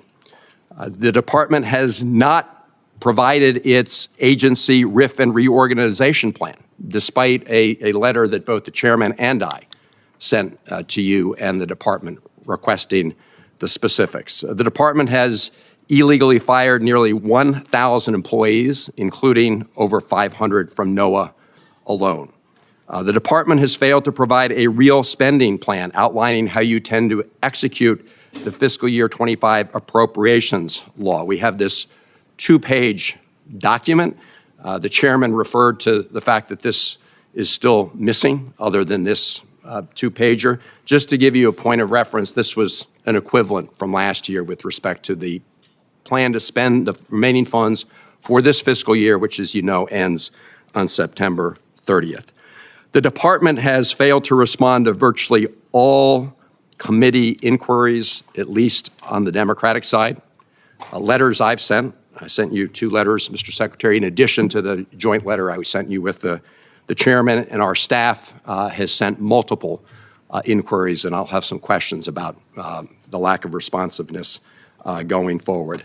This is, in my view, unacceptable, and I think it should be unacceptable to people on both sides of the aisle. And it's in this context that we're now taking up the fiscal year 2026 appropriations bill, and I've discussed with the chairman of the subcommittee, and I know that Senator Murray has talked with Senator Collins. As an appropriations committee, we've got to figure out how, when we appropriate resources for certain purposes, that those are complied with. Let me just say that beyond the issue of the numbers and the budget, this does come down to people. One such person is Carrie. She's a mom and a homeowner who lives in Maryland. She's a federal employee who worked at the Department of Commerce. She was proud of her mission. She worked to implement the CHIPS and Science Act, promoting domestic semiconductor manufacturing, supporting good-paying jobs. She received the so-called fork email offering her money to quit her job. She said, "I don't need to take that because I think I'm contributing." Earlier this year, she was on medical leave to recover following a major spinal surgery. She then, a few days later, received the message to tell everybody what 5 things she'd done during the week. Her husband said, "Don't focus on that, focus on your recovery." Instead, she worked from bed. Days later, she was fired. Then a judge ordered her and other employees to be reinstated, only for her to be fired again. Making matters worse, not only was her health insurance canceled, but it was also retroactively backdated, meaning she had to pay for the surgery and medication out of pocket. One prescription alone cost her $2,500. She said, and I quote, "Right now I'm working off faith. We have kids, we have a mortgage, car payments. I don't know what we're going to do." Mr. Secretary, this is no way to treat patriotic federal employees who are doing the work for our country. And I look forward to today's hearing and the questions that will be posed from people on both sides of the aisle. Thank you, Mr. Chairman. Thank you, Senator Van Hollen. Mr. Secretary, as I welcomed you earlier, we now look forward to your testimony, and you may begin. Sure. Thank you. And thank you all the members of this committee for having me here today. I very much appreciate coming to visit with you. Chairman Moran, Ranking Member Van Hollen, and members of the subcommittee, it's an honor for me to join you today. America is once again the most attractive destination for investment in the world. Under President Trump's leadership, the Department of Commerce is strengthening American industry from those that are the most popular to those industries that have been long ignored. We are focused on building in America and driving our economic growth. We will narrow the deficit of this country, both the trade deficit and our budget deficit, and we will deliver a new era of American innovation. Businesses are no longer looking overseas. They are choosing to invest in America first. Through the President's executive order establishing the Investment Accelerator, the Department of Commerce has already secured trillions of dollars in new commitments from world-class companies and sovereign wealth funds eager to build and invest here in the United States of America. This surge in investment, paired with renewed commitment to fair and reciprocal trade, is reigniting American manufacturing. We are bringing car manufacturing back to Michigan and Ohio. We are reopening steel mills in Pennsylvania. Just last month, I went out to Arizona and welcomed the largest semiconductor investment in the history of the United States of America, $165 billion, thanks to an investment of TSMC. With respect to CHIPS deals, we are improving those commitments to more than $300 billion, doubling the previous investment of those companies receiving CHIPS Act awards without costing the United States taxpayer a single additional dollar. Our Commerce Department is driving substantial investments across America. Critically, the President's America First agenda goes beyond just economic growth and investment. The President is taking concrete actions to protect American workers and our national security. Under Section 232, the Commerce Department is conducting numerous investigations to protect, to reshore, and revive manufacturing capacity across our critical industries here in America. The Trump administration is imposing tariffs and ending loopholes. In April, we ended the de minimis loophole, which allowed foreign companies to avoid paying tariffs to ship small shipments into America, completely undercutting and undermining American small businesses. New export controls are protecting cutting-edge technologies and finally protecting critical industries and American innovation. In fact, the Bureau of Industry and Security, working with our partners in the Department of Justice, secured 22 criminal convictions, 32 arrests, 38 indictments, 231 detentions. We've seized goods of $185.5 million and additional seizures of another $40 million. Under this administration, the U.S. Patent and Trademark Office is tackling a mountain of unexamined patent applications left by the Biden administration, over 800,000. And we're successfully reducing the backlog for the first time in 4 years. In the past 4 months alone, we've removed 50,000 fraudulent goods and services from the trademark register that blocks the legitimate use of American businesses. Many of these purported trademarks come from what they call a specimen farm, which is basically a fake website produced by AI, producing fake products that aren't really for sale. And we ended them. At NOAA, we are transforming how we track storms and forecast weather with cutting-edge technology. But remember, not cutting any instruments or data. We're adding. We're improving the understanding and prediction of how hurricanes intensify. This season, NOAA's research centers will deploy new small aircraft drone systems and additional underwater gliders. This year, the National Weather Service will be running experimental AI-based forecast systems, and all data will be publicly available. Together, this commitment to innovation means earlier warnings and increased accuracy for Americans no matter where they live. For far too long, America has not protected its workers and its industry. Thanks to President Trump and this administration's efforts, we are reversing this trend. We are reshoring critical manufacturing. We are eliminating unfair trade barriers and practices. We are investing in our American workforce. And with your help, we will continue to deliver growth and prosperity to Americans. Thank you for that. I appreciate it. Mr. Secretary, thank you. I recognize now the chairman of the full committee, Senator Collins. Thank you very much, Mr. Chairman. Mr. Secretary, welcome. It's great to see you here today. It probably won't surprise you, given the many discussions we've had about the lobster industry, that I'm going to start with my first question on that. Maine's lobster industry, as you know, is so important to the economy of Maine. And to me as well. I love lobster. And I've always known that. And it represents Maine.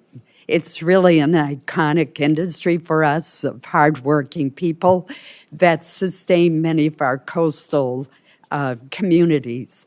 In 2022, the Biden administration proposed regulations that posed a threat to the very existence of the lobster fishery. If implemented, it would have shut down the lobster industry.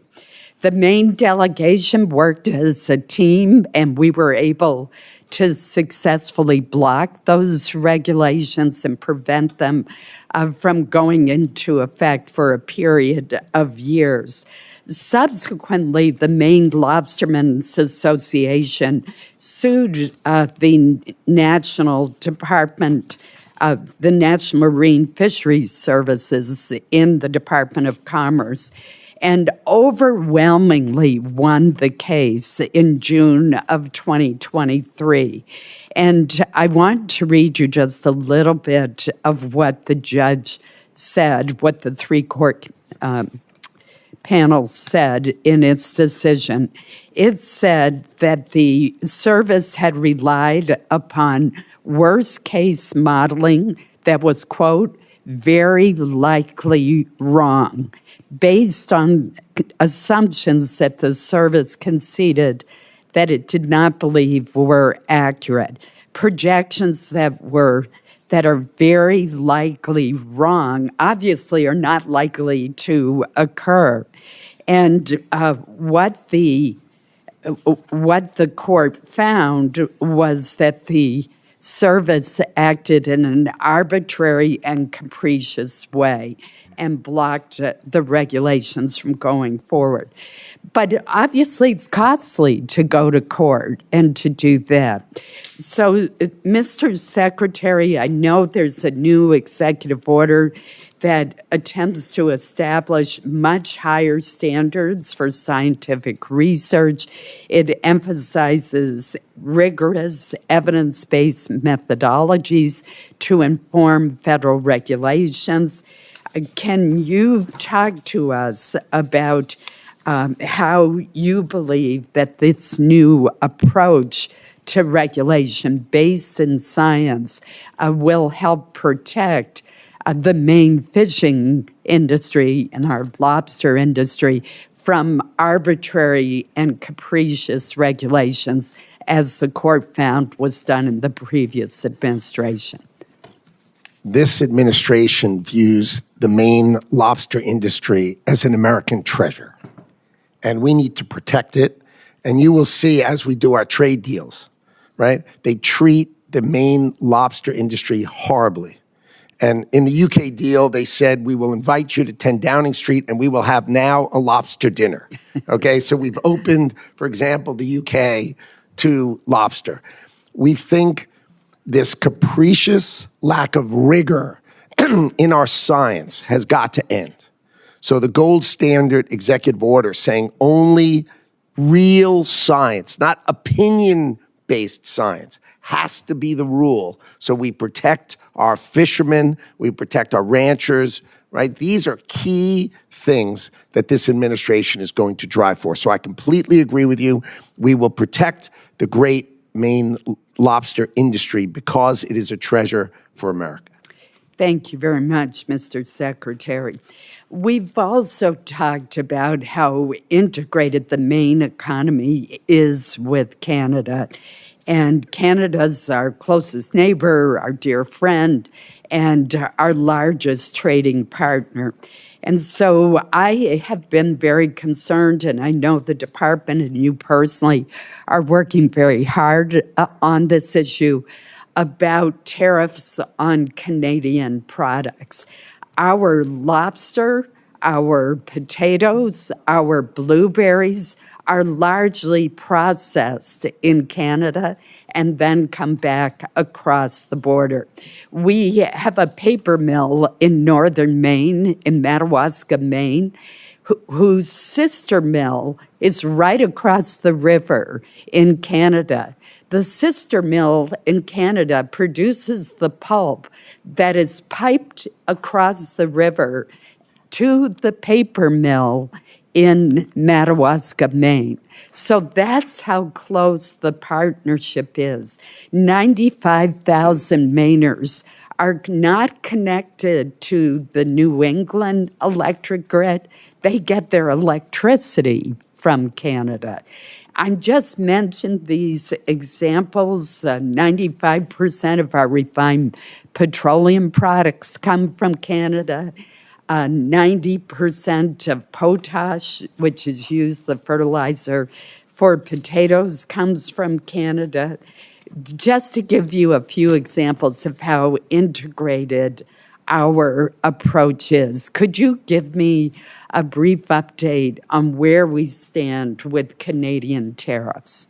Sure. So the overriding principle is USMCA. So if the products are actually made in Canada and actually made in the United States, they come back and forth, and it's easy for them to fall under the USMCA, and that has no tariff. No tariff. Things that are outside of that, where companies chose to be outside of those rules, and those rules, as you know, have been in place quite a long time. If they're outside of those rules, then they have a tariff on them. They have the fentanyl tariffs, right? Because we needed to close the border and make sure fentanyl was not coming into the country. And people say, oh, Canada doesn't do much in fentanyl. But if you look at the fentanyl rings in Canada, they're often manned by Mexican cartels. So we needed to shut that. And so those outside of USMCA do pay a tariff, but those inside of USMCA are free of tariff. Thank you. If you would provide us with a list of which products are under USMCA, that would be very helpful to us. I believe that a lot of the cases that I've mentioned will be under the USMCA Correct. and thus exempt from the tariff. But it would be good to have some certainty in that area. So if we could work with you and your staff to try to get a more definitive list, that would be very Sure, that primarily comes from USTR, but I will call them and I will have it to you. Thank no you problem. so much. Thank you, Mr. Chairman. Chairman Collins, thank you very much. Senator Van Hollen. Thank you.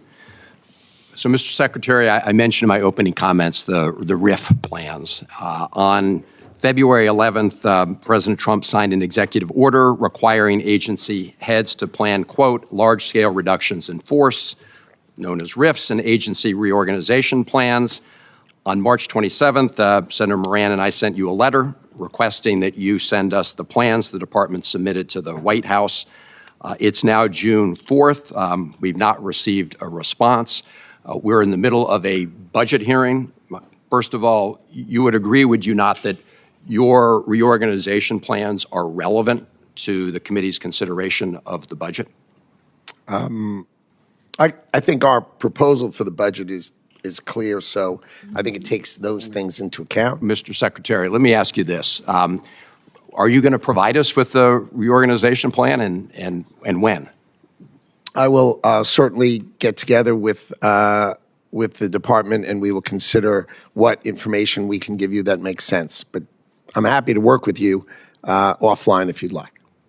Okay, Mr. Secretary, you're aware of the fact that a federal district court ruled that the RIF plans proposed by the Trump administration could not go forward because the judge stated that, quote, agencies may not conduct large-scale reorganizations and reductions in force in blatant disregard of Congress's mandates, and a president may not initiate large-scale executive branch reorganization without partnering with Congress. That decision was upheld by an appellate court just a few days ago. I'm not asking you to opine on that legal decision.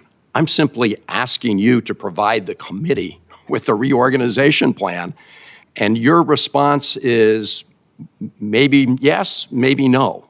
Am I getting that right? I mean, are you going to provide the plan to this committee as we review the budget for the upcoming year? Well, we at the department are going to follow the law. That, of course, is what we're going to do. Okay. Well, the law actually does require that you submit these major changes to the Senate. Let me ask you this.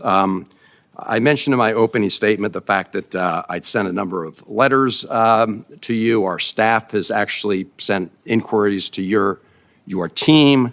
I have a lot of questions today, but they'll be a lot longer unless I can get a commitment that you and your team will respond to the inquiries we've made. These are simple questions. They do, and I'll set aside for now the RIF plan. And Mr. Chairman, I would ask unanimous consent to submit to the record the letters that I've sent to the Secretary and the staff inquiries that my team has made. Without objection. Okay. Mr. Secretary, will you agree, say, within a week to get responses to these inquiries? I can easily agree that I will go through your letters, and to the extent I can answer them, I will happily answer you within a week. Well, when you say... I don't know what the letters say. This is an oversight as I sit here right question. now. So. Well, okay. Mr. Secretary, their question, I'll read through some of them later in the hearing. We can go through them one by one. They're pretty straightforward, simple questions about the implications of the department's actions on certain programs. Let me turn to the National Weather Service for a moment because, as you know, originally 600 staff were eliminated from the National Weather Service. Then all of a sudden, it seems the department realized that this was not really a good idea, as many weather stations around the country, and the chairman referenced some of them, said they couldn't be staffed full-time. We have a headline from just May 15th, Washington Post: NOAA scrambles to fill forecasting jobs as hurricane season looms. I know that we're scrambling to try and rehire about 100 or hire 126 people. But Mr. Secretary, it's my understanding that as of today, offices in Kansas, Alaska, and Oregon are no longer operating 24 hours a day. Is that accurate?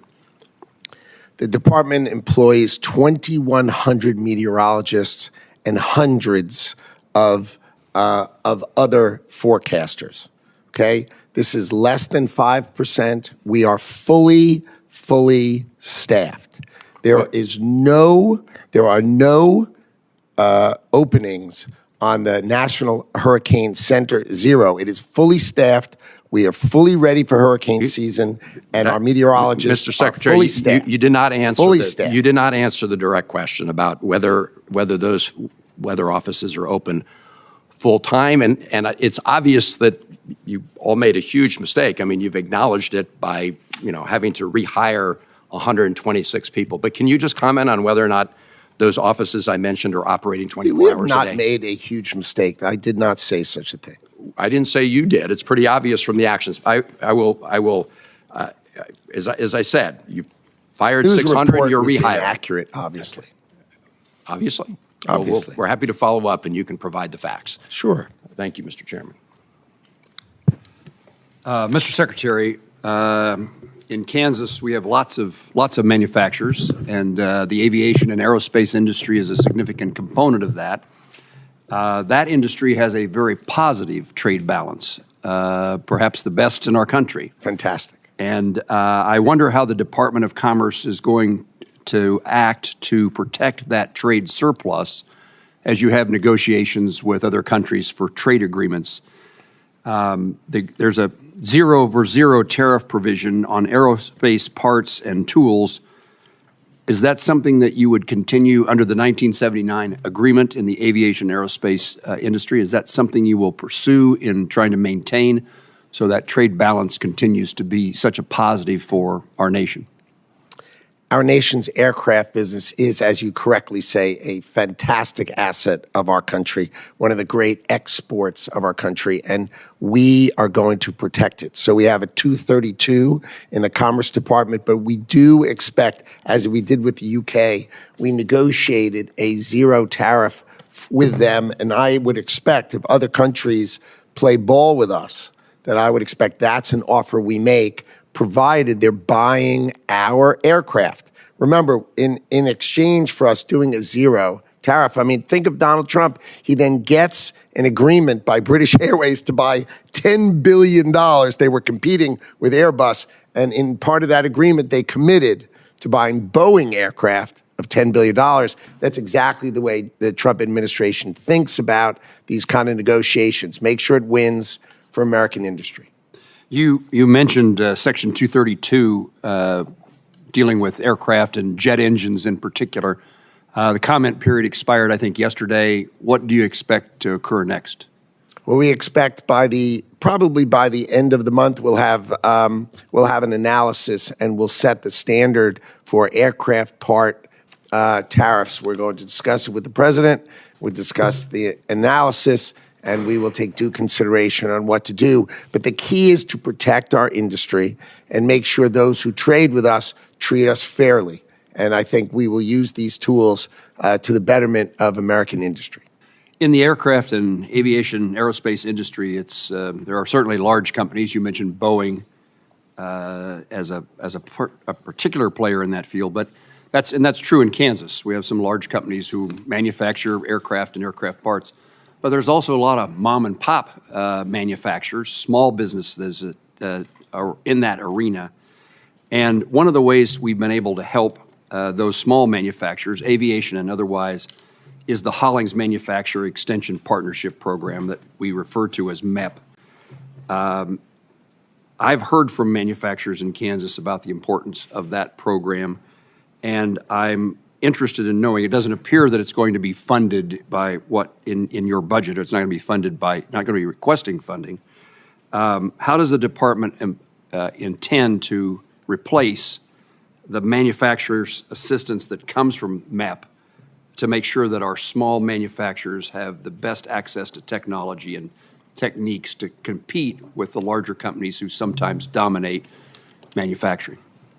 Programs that were set up by the Department of Commerce decades ago to assist in technology for manufacturing tend to be outdated. The new technology is AI-driven, automated. I think we need to re-examine and retool a whole variety of these programs so that we are able to provide the best technological assistance rather than just continuing a program that's decades and decades old. So I'm very focused, and our department is very focused on making sure we're bringing our manufacturers the best tools, and we're examining them, and we will do that. And you know, you have a great plant for Panasonic in Kansas. It's fantastic, and that's exactly the kind of manufacturing we hope to reshore to America. Thank you. Thank you for knowing about the presence of Panasonic in Kansas and its value to our state and to the country. I'm going to conclude my questions and next turn to Senator Kennedy. But I hope your budget that we will see, I hope in the near future, it shows us the path that you intend to take to make certain that the latest technologies are available to small manufacturers. Senator Kennedy. Thank you, Senator Reid. Oh, yes, it is. Senator Reid, I'm sorry, I spent time with you on the Senate floor yesterday and overlooked you today. Easily overlooked. Not intentionally. Senator Reid. Thank you very much, Mr. Chairman. Thank you, Mr. Secretary.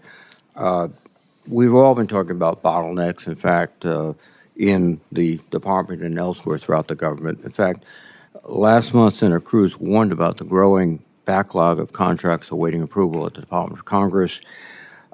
He warned that NOAA alone has 5,700 contracts set to expire this year. And it's been reported in the press that you are insisting on personally reviewing every Commerce contract over $100,000? That is true. Well, that seems to be something that is not particularly efficient, and that results in the 5,700 contracts just in NOAA. So, again, if you can't find reliable support to do those reviews, I think you're wasting your time, frankly. So I am tasked with the responsibility of my department, and contracts over $100,000 should be reviewed by the Secretary. Now, I may have more energy and more time, and if you drive by the Department of Commerce late at night, you're going to see our lights on because I'm going through it. I do it with my team. I do it with the people who run the bureaus, and I teach them how to analyze contracts, not to push forward what was done before. And I'll give you one quick example. They come to me with planes, hurricane hunters, and they said there were $672 million. I said, wow, how many planes do we get? We get two. 2 planes? Wow. Can I see the plane, please? Just show me a picture of the plane we're going to. And they show me this picture of a plane. You remember old planes? They had like mullions in the windscreen. And they show me that, 3 propellers on each side. And I said, my God, when was this plane new? They said, no, you're buying a new plane. I said, no, when was the first one? 1955. Excuse me, Mr. Secretary. These things have to stop. You're talking about a $600 million acquisition. That's Correct. a lot more than a $100,000 contract to do something like cleaning in the buildings that you occupy. Oh, we cancel huge numbers of absurd contracts for software nobody uses. I said, how many people use this software? 0. These are waste, these are fraud, or these are abuse, and it's my job How to many teach my CEOs, staff. how many CEOs of companies, major companies in the United States, are reviewing contracts at the $100,000 level? And if they would, what would the board of directors say to them?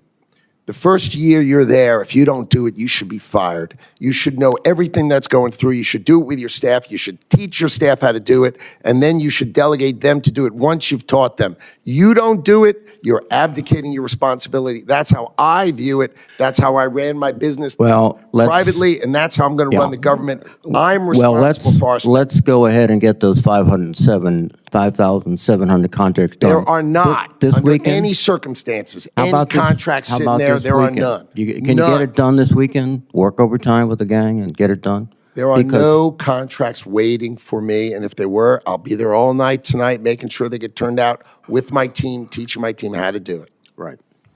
No budget cuts. I'm echoing what's been said before, but NOAA is a key aspect of our whole society. Farmers plant based on NOAA weather. We do research so that we understand changing oceans, et cetera. And this cut, as described by Craig McLean, who was served as NOAA's top scientist during the first Trump administration, has said in his quote, the proposal to slash NOAA funding by nearly 30% would take us back to the 1950s in terms of our scientific footing and the American people. And I'm echoing what's said by many other people. You're going to destroy NOAA. Well, that's consistent. Under no circumstances. We have 2,100 meteorologists, and 120 retired this year, and we hired them back. I was able to have them exempted from the hiring freeze. We care about meteorologists. We care about hydrologists who do the rivers and the ponds. So we are fully staffed with forecasters and scientists. Under no circumstances am I going to let public safety or public forecasting be touched. But I tell you what we did cut. We did cut programs writing children's books for climate anxiety. Yes, that was in NOAA. And you agree with me, that's not part of our mission. Our mission is to forecast. Our mission is to protect. Our mission is to advise. Our mission is to research, not write children's books on climate anxiety. How much money did you save there? We saved tens of millions of dollars On of books for nonsense children? out of NOAA. Nonsense out of NOAA. I want to also associate myself with those comments made by colleagues about the MEP program. We find it to be very effective. And the notion that, oh, we're not going to repeat what we did 10 years ago, et cetera, it's working. In the U.S., it's been estimated in FY24 that MEP secured $5 billion in new investments and created and retained 108,000 jobs. It's worth the investment.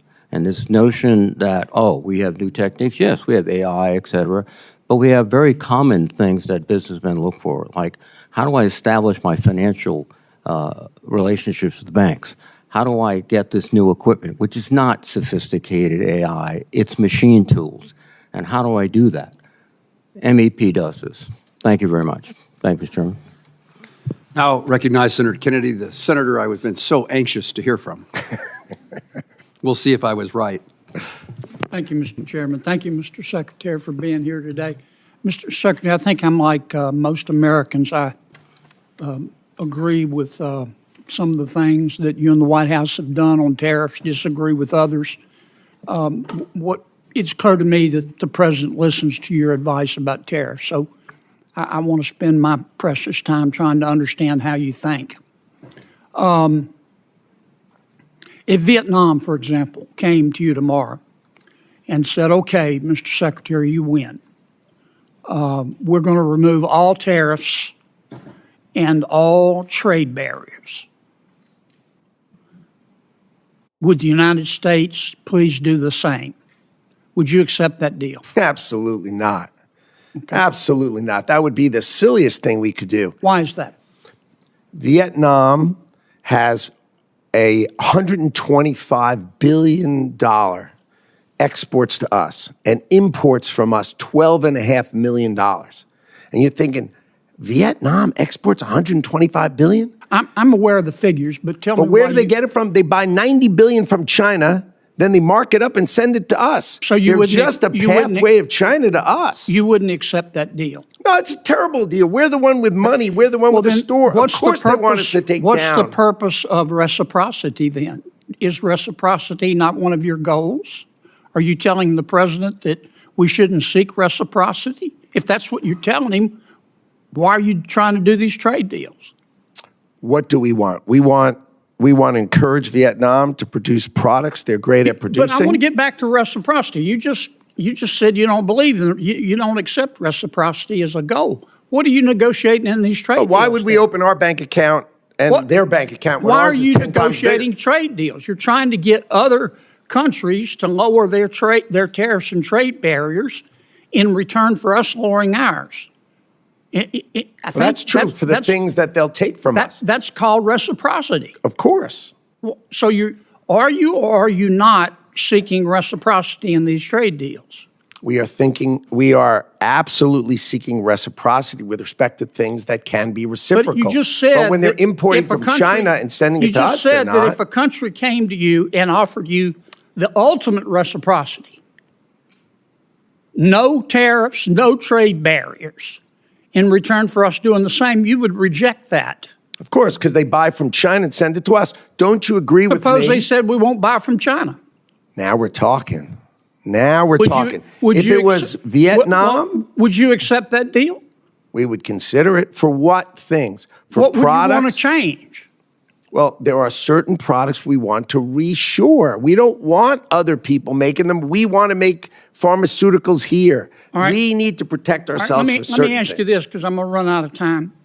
Are trade deficits, are you advising the president that trade deficits are always bad in every situation? No. Okay. When are trade deficits good? Trade deficits, for instance, let's say there was a company that had the cure for cancer. Let's call it Cancer Cure. And we were buying it and it was located in another country. We would obviously have a trade deficit with them because they have the only one of it. An example, our technology companies, our great technology companies, we're the only ones with it. So a trade deficit is okay if they're products we really need. If they're the only ones with it and we can't do it, then of course it's fine. But if we can do it, then we darn well better think about whether we're supposed to do it and whether we want to do it and if it's in our interest as a country to do it. Here's what I'm getting at. I've heard you say that strike that. I'm running out of time. I want to come back to another subject. Tell me your understanding of the Trade Expansion Act. I don't have a really good understanding of the term. I may know the act, but I may not know its title. You're not familiar with the Trade Expansion Act of 1962 that gives the president almost unlimited authority to impose tariffs so long as you conduct an investigation? You don't know about that? Oh, my 232s, of course I do. Okay. Sorry, I just didn't know the title of the plan, but of course I know. Why didn't you advise the White House instead of proceeding under other statutes? Why didn't you advise the White House to proceed under the Trade Expansion Act? The president chose IEEPA because he could do it swiftly and he could do it sweeping in order to address the underlying problems that had created the $1.2 trillion trade deficit that was haunting the United States of America. Have you read the opinion in VOS selections, VUS? I have. What role does the major questions doctrine play in that decision? I am not a lawyer, so I can't speak to it with that kind of precision. That's a litigation that's under current investigation. Are you familiar with the major questions doctrine? Not offhand, but I did, of course, read the decision. Well, about 3/4 of the opinion is on the major questions doctrine. Again, I tend to not know the title. I know the topic and the details of it, but I tend not to focus on titles. Sorry. I'm way over. Thank you for your indulgence, Mr. Chairman. Senator Kennedy, thank you. Senator Shaheen. Thank you, Mr. Chairman, and thank you, Mr. Secretary, for being here today. In your exchange with Senator Kennedy, you were talking about Section 232, which is really supposed to be used to help national security, but it is under the jurisdiction of the Commerce Department, as you pointed out, with respect to tariffs. Well, last month I visited a New Hampshire company that makes ball bearings for the aerospace industry, and I agree we should be protecting the aerospace industry in this country. It's our biggest export in New Hampshire, aerospace parts. They were very concerned about the impact of the steel tariffs on their ability to get ball bearings. They said not only has their cost gone up, but the lead time to get the steel to make the bearings, they only have one domestic supplier, while they had suppliers in the Indo-Pacific and in Canada. Those have been eliminated under the tariffs. They said that their lead times have gone from 20 weeks to 2.5 years because of the tariffs. I think this creates a real challenge with respect to our national security. About a good percentage of the work they do is with the Department of Defense. It's in the defense industry. So before expanding these tariffs, did the Commerce Department work with the President to evaluate the impact to our national security supply chain? And have you coordinated with the Defense Department? This is an issue that I've also raised in the Armed Services Committee with the Department of Defense, because they don't seem to be aware of what the impact is on the defense industry of these tariffs. Of course.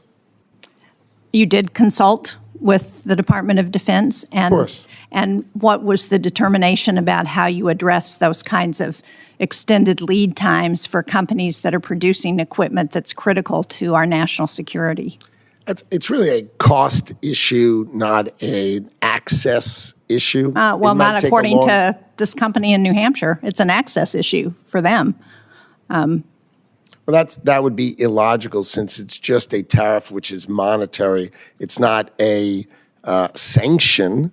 It's just a monetary one. It would be well, more it affects their ability to get the product, though, to get the steel that they need. No, it changes the price point, meaning if you're trying to buy it cheaper, the idea for the administration. Well, they don't think, I'm not going to argue with you. I'm just going to tell you what this company in New Hampshire has told me, and that is that their lead times have gone from 20 weeks to 2.5 years. And at that rate, it's hard for me to understand how we can continue to support our defense industry when we don't have the ability to get the supply chain that they need to operate. The big issue is you can't fight a war without steel and aluminum production in America. You have to be able to make it. If you don't have the ability to make your own steel and aluminum, you can't fight a war. And that is what the president's doing. He's trying to make sure that we make sufficient steel and aluminum to protect our defense industry. Which I certainly support. I'm sure all of us support. Sounds like we exactly agree. But I don't agree on the way it's being done, because we're not going to have the steel that we need immediately to provide the supplies that we need immediately. So we need to do a little better planning before we put in place those kinds of tariffs. But I want to go to another issue. And I can explain offline how the steel works, but it goes to a spot price. It doesn't change supply, it just changes price. But we'll go over that offline. Well, let me just say, the company that I've been talking to in New Hampshire understands how it works. And they have a problem They don't need you to explain it to them. They know because they've been in business for years. But I want to go to the Manufacturing Extension Partnership because you suggested that this is something that has not kept up with the technology. In New Hampshire, they're doing additive manufacturing. They're doing AI. They are providing additional technology to help those companies. And so I just want to register my support with what the chair, the ranking member, and others have said about the importance of this program. For every dollar invested in 2023, it returned to $24.60 in new sales growth and $27.50 in new client investment. This is a program that makes a difference for companies in New Hampshire. And at a time when we've seen the third straight month of manufacturing decline in the U.S., it seems to me that we ought to be looking at how we can continue to support those industries and support a program that's been working. So I hope you'll take another look at that, and given the bipartisan support for it, that you'll decide that this is something that it's worth keeping because it's helping American companies. Thank you, Mr. Chairman. You do know that my Office of the Inspector General cited the MEP as one of the most participating in waste, fraud, and abuse because the leaders of these things were just charging huge salaries for themselves. And one of these offices had like a 90% compensation ratio and others had 60. So the concept is right, but I want you to let our department fix the waste, fraud, and abuse, and let's get back to its core elements, which I think are fine. So we're not arguing about the core elements, but you need to do it correctly.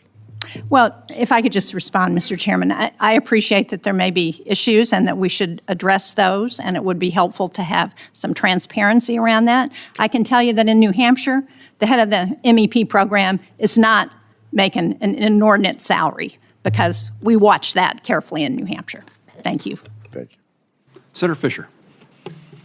Thank you, Mr. Chairman. Welcome, Mr. Secretary. Nice to see you. I appreciate the review that you're doing in the department over the programs that you have there, and as you try to make taxpayer dollars be spent efficiently. Looking at broadband programs, the broadband funding map continues to be a major priority of mine. The map tracks all federal dollars being used for broadband deployment, as you know. And the goal is to avoid redundant overbuilding and wasteful funding. However, we have had issues with agencies that do not collect or report this data consistently, if at all. By law, NTIA has a key role to collect this data from federal agencies in addition to submitting their own program data to the FCC, which houses the maps.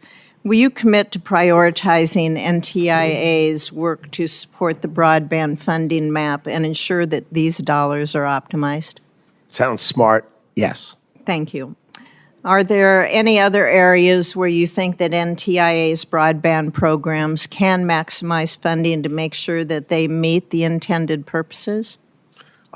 We are hard at work rigorously pursuing the details of NTIA to make sure it can be the most efficient and effective along the lines that you were discussing about telecommunications, both access and capacity for growth in America. You and I have talked about the BEAD program in the past, and I know you have your work cut out for you in reviewing that program, especially with all the red tape that the Biden administration created for that program. Do you have any idea on the timing for revising those BEAD program rules? Yes, so my expectation is we will put out the notice of funding opportunity, the NOFO, shortly. And then we would expect everyone to apply within 90 days. We're going to hold it hard at 90 days, and then I'm going to hold my department firm that within 90 days, if those applications are done without regard to favoring one technology over the other, just make sure we're giving the benefit of the bargain. What's the cheapest way to get broadband to these people, the most efficient way to do it? If they make that application, we will make all awards by the end of this year. So you had the Biden administration sitting on it for 30 months. right? And you're going to watch us distribute the money and get it out the door, provided the applications are, let's say, technologically agnostic. Just do the right thing for the American people. Let's get the broadband to the people for the most efficient way, and we will put out the money. I'm excited to see broadband deployment take place to areas that receive no service. We have a number of companies in Nebraska that are able to do that through the Universal Service Fund, through the BEAD program, to be able to get that connectivity out to these very sparsely populated areas. There's a vastness to my state as to others here.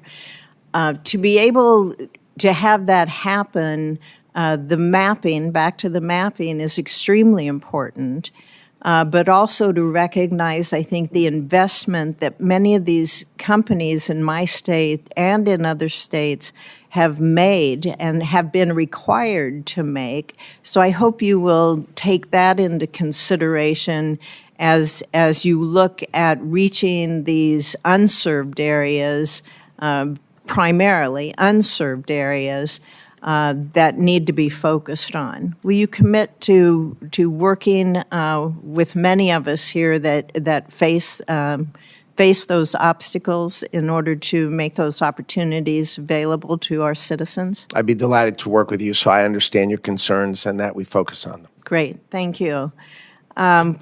You have many bureaus and you have many programs to cover in making sure that the department uses taxpayer dollars efficiently. And among these are key grants that support Nebraska's development districts. I was pleased to see that they all received their grant approvals this week. That greatly assists our rural communities across the state. As we move forward, can these development districts rely on consistent communication from the department about their economic planning grants? Communication should be at the top of our list, so that sounds like an excellent goal and strategy for us to try to achieve. I appreciate the openness you've had with my office. I hope that continues with all members of the Senate, so that we can work together. You have an important job. You cover many, many, many areas. You have a broad jurisdiction, and it's very important that these things get done and happen in a reasonable amount of time. So I thank you, sir. Thank you. Thank you, Mr. Chairman. Fisher, thank you. I'm going to follow up, Mr. Secretary, and just make a point to your response to Senator Fisher's question about the BEAD program. We have many small companies in Kansas and across the country who've applied for BEAD grants. They've done through their state office. Yeah. And I hope they don't have to reapply again, refill out the application that they've spent a lot of time and money preparing and has been filed and approved with the state already. So we certainly need the reforms and changes the criteria, but there's a very expensive process they've been through once before. So please take a look at how you expect a reapplication. That makes sense? Yes. Remember, the key point for me is that the American people get the benefit of the bargain, and we're focused on getting rid of the stuff that's not broadband access, so just all that sort of noise and other things. And then literally, as long as the application is technologically agnostic, meaning does it matter if it's fixed wireless or fiber? The answer should be whatever's the most efficient way to solve that. I want to do that, and we will get the money out the door by the end of the year. Nothing you said do I disagree with. In fact, I agree with fully. Just trying to point out there's a bureaucracy that's taken place in the past that we do not want you to replicate. I will try to reduce it. I promise that is my objective. Thank you. I will definitely try to reduce it. We're joined by the Vice Chairman of the full committee. Senator Murray is recognized. Thank you very much, Chair Moran, Mr. Secretary. Nice to see you. Nice to see you. You know, over the last few months, I am deeply concerned because we have seen mass firings at NOAA that are really seriously jeopardizing the weather forecasting that we all count on. Funds have been frozen, grants and contracts have been abruptly canceled, and agencies that were created by Congress in a bipartisan way have been shuttered unilaterally, really ignoring the law and sweeping thoughtful tariffs that are crunching small businesses and raising costs for our families. And we have seen President Trump illegally block some emergency funding House Republicans included in their year-long CR, which has cut off funding your department counts on for trade fairness, export controls, NOAA satellites, and more. So needless to say, I don't think any of this helps advance the department's mission to spur economic growth and strengthen America's competitiveness, and it does leave me very seriously concerned about whether the department is going to be able to carry out its job. Now, before I turn to my questions, I do want to quickly raise your decision to cancel $48 million in Tech Hub funding for the American Aerospace Materials Manufacturing Center in Eastern Washington and Idaho, alongside several other hubs. We've had a chance to talk about this yesterday, but I want you to know I have a lot more questions than I think you answered. This hub is really a partnership of industry, academia, military, governments at all levels. Canceling that funding and further delaying progress at the Tech Hub really damages our defense industrial base and limits our ability to compete with China, as I told you yesterday. So that is unacceptable, and I look forward to you resolving that as soon as possible. Okay, we have not canceled anything. And just to let you know, I do have, since we discussed it yesterday, I do have the $220 million.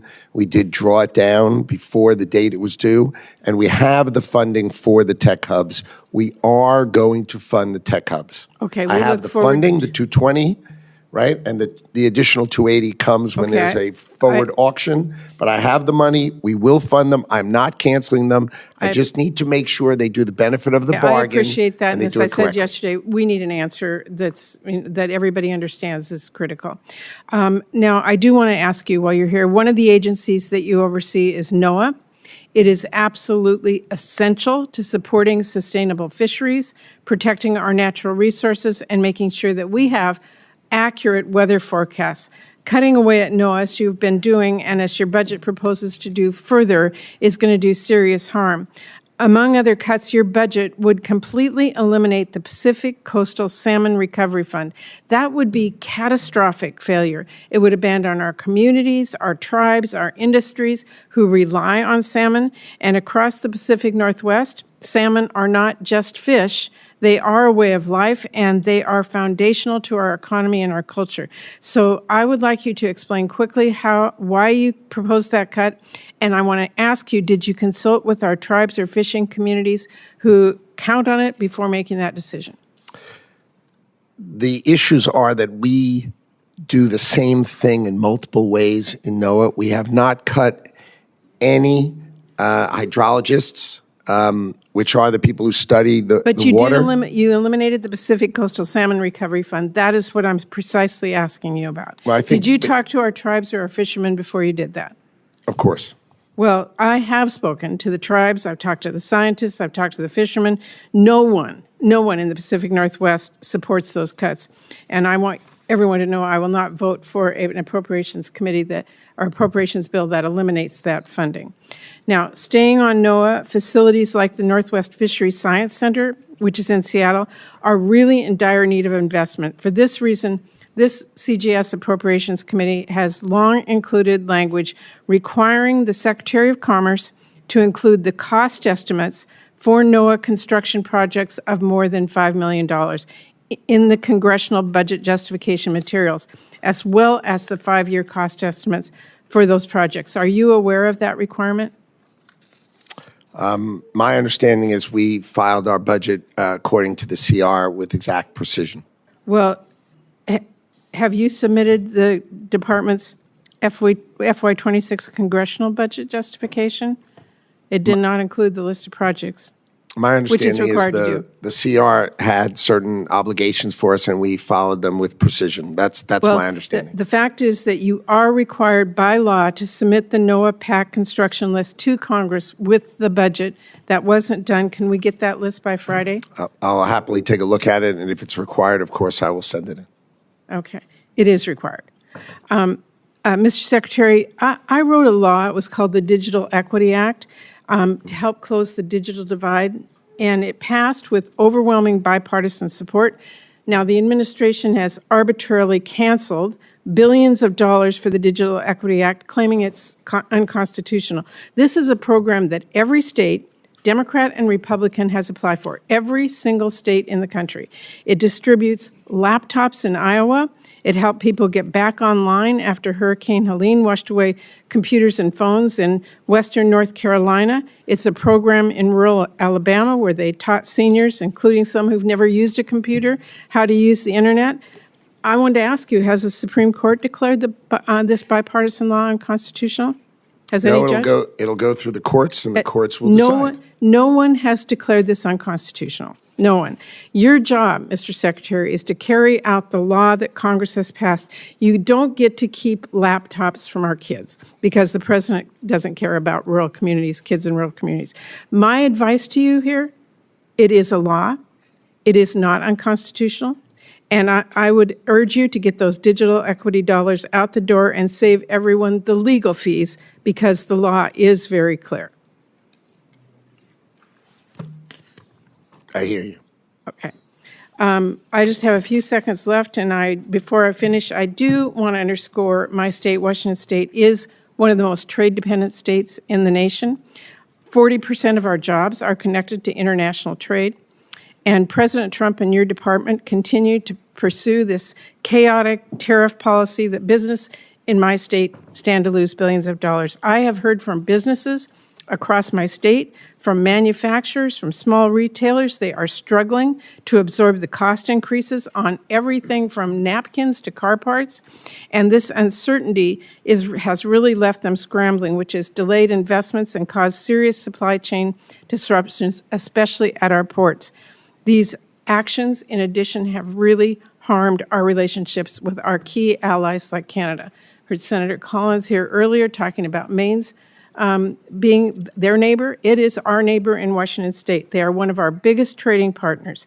And let me be clear, this is causing chaos, disruption, anger, and we have got to get this resolved because farmers, our people and our small businesses and our communities are really hurting. Thank you, Mr. Chair. Thank you, Vice Chairman. Senator Murkowski. Thank you, Mr. Chairman. Mr. Secretary, welcome. I'm glad to follow the ranking member as well as the chairman of the committee in talking about fisheries. You know, I'll never disappoint you. When you come before the committee, we're going to talk about fish, and I appreciate what you have shared with Senator Collins about the administration's desire to protect our fishermen. We're pleased with the executive order relating to American seafood competitiveness. I had an opportunity just yesterday to visit with one of our seafood industry leaders in the state of Alaska. I thought we were going to be talking about some of the tax provisions that are included in the reconciliation package, but he basically said, if we can't deal with the trade issues when it comes to Alaska's seafood, we're not even going to need to worry about the tax pieces because the trade implications are going to kill us. In Alaska, Russia has declared war on Alaska seafood, and they have been very direct and very open about it. They are using their dominance in the seafood market to really help fund their war against Ukraine. And the effort is one that we are looking at and needing to make sure, really desperate to make sure that the administration fully understands the implications of what is happening right now. We've got the largest federal fisheries in the nation, about 60% of America's harvest by volume. Seafood processing is 70% of Alaska's manufacturing employment.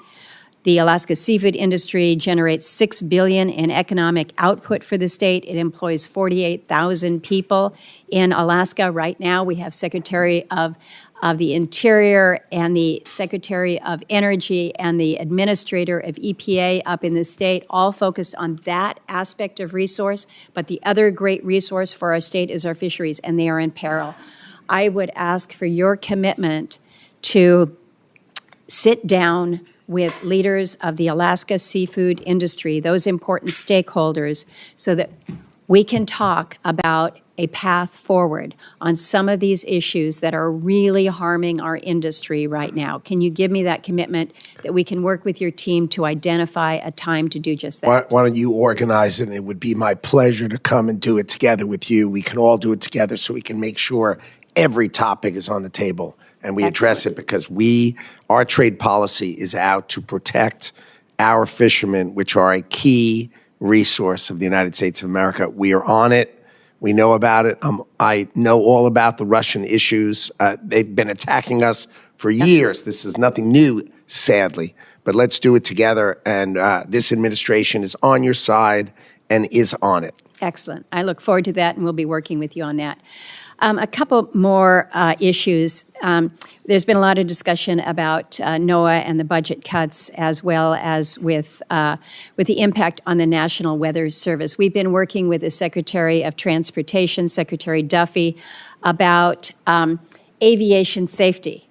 We're going to make some headway. There's good support within the budget now to do that, but we have a connection here with the Department of Commerce in that the automated surface observing systems, the ASOS systems as they are known, which provide for the aviation safety, are managed by the National Weather Service. So right now, we're looking at about a 40% staffing shortage, and I've heard what you've said to other colleagues about, you're not cutting in key areas. I need to make sure that we are looking critically at the National Weather Service staffing in Alaska to make sure that we are not compromising in any way the systems that are vital to transportation, commerce, and safety. We need them to stay operational. So if you can just commit to me that you'll look at that. Sounds sensible to me. Another one that works on the safety side, and again, it ties into our extraordinary oil resources. We have to move that oil by ship out of Valdez. It has to go through Prince William Sound, and they rely on the National Data Buoy Center to manage not only the buoys there in Prince William Sound, but over 1,000 buoys that are operated by both domestic and international partners. Right now, we have a buoy, the Seal Rocks weather buoy, that's right outside of Valdez. But the tankers can't leave Valdez unless they get the wave height information from the buoy, the weather buoy that's sitting out there, right? Mm-hmm. This buoy's been out of commission for months, and we're told it's due to funding for operation and maintenance in NOAA's budget. It's really old. It needs to be replaced. Oh my God, if I showed you what that looked like, you and I would hold our heads in our hands. We all look at them. And the problem is it's not just the buoy out there at Seal Rock. It is this system, this constellation that is designed to be the information source, the protectorate for the safety. So let's work on this. But I highlight how to modernize because we've got some work to do, but it all knits together. So I've highlighted a couple of specific instances. We're in it together. I promise. I won't make you go out there if you'll commit to me that we're going to upgrade these systems. But in the meantime, we're going to get them operational so that we're not compromising safety. Absolutely sensible. Appreciate it. Thank you, Mr. Chairman. Senator Coons. And thank you, Mr. Chairman and Ranking Member. Welcome, Mr. Secretary. I look forward to working with you. You are, I believe, the first Secretary of Commerce to be a patent holder. And I personally am excited to work with you on protecting American innovation and patents. I have 4 different areas I want to touch on: AI chips, patents, the PTO, and IPEC, Manufacturing USA, and the MEP.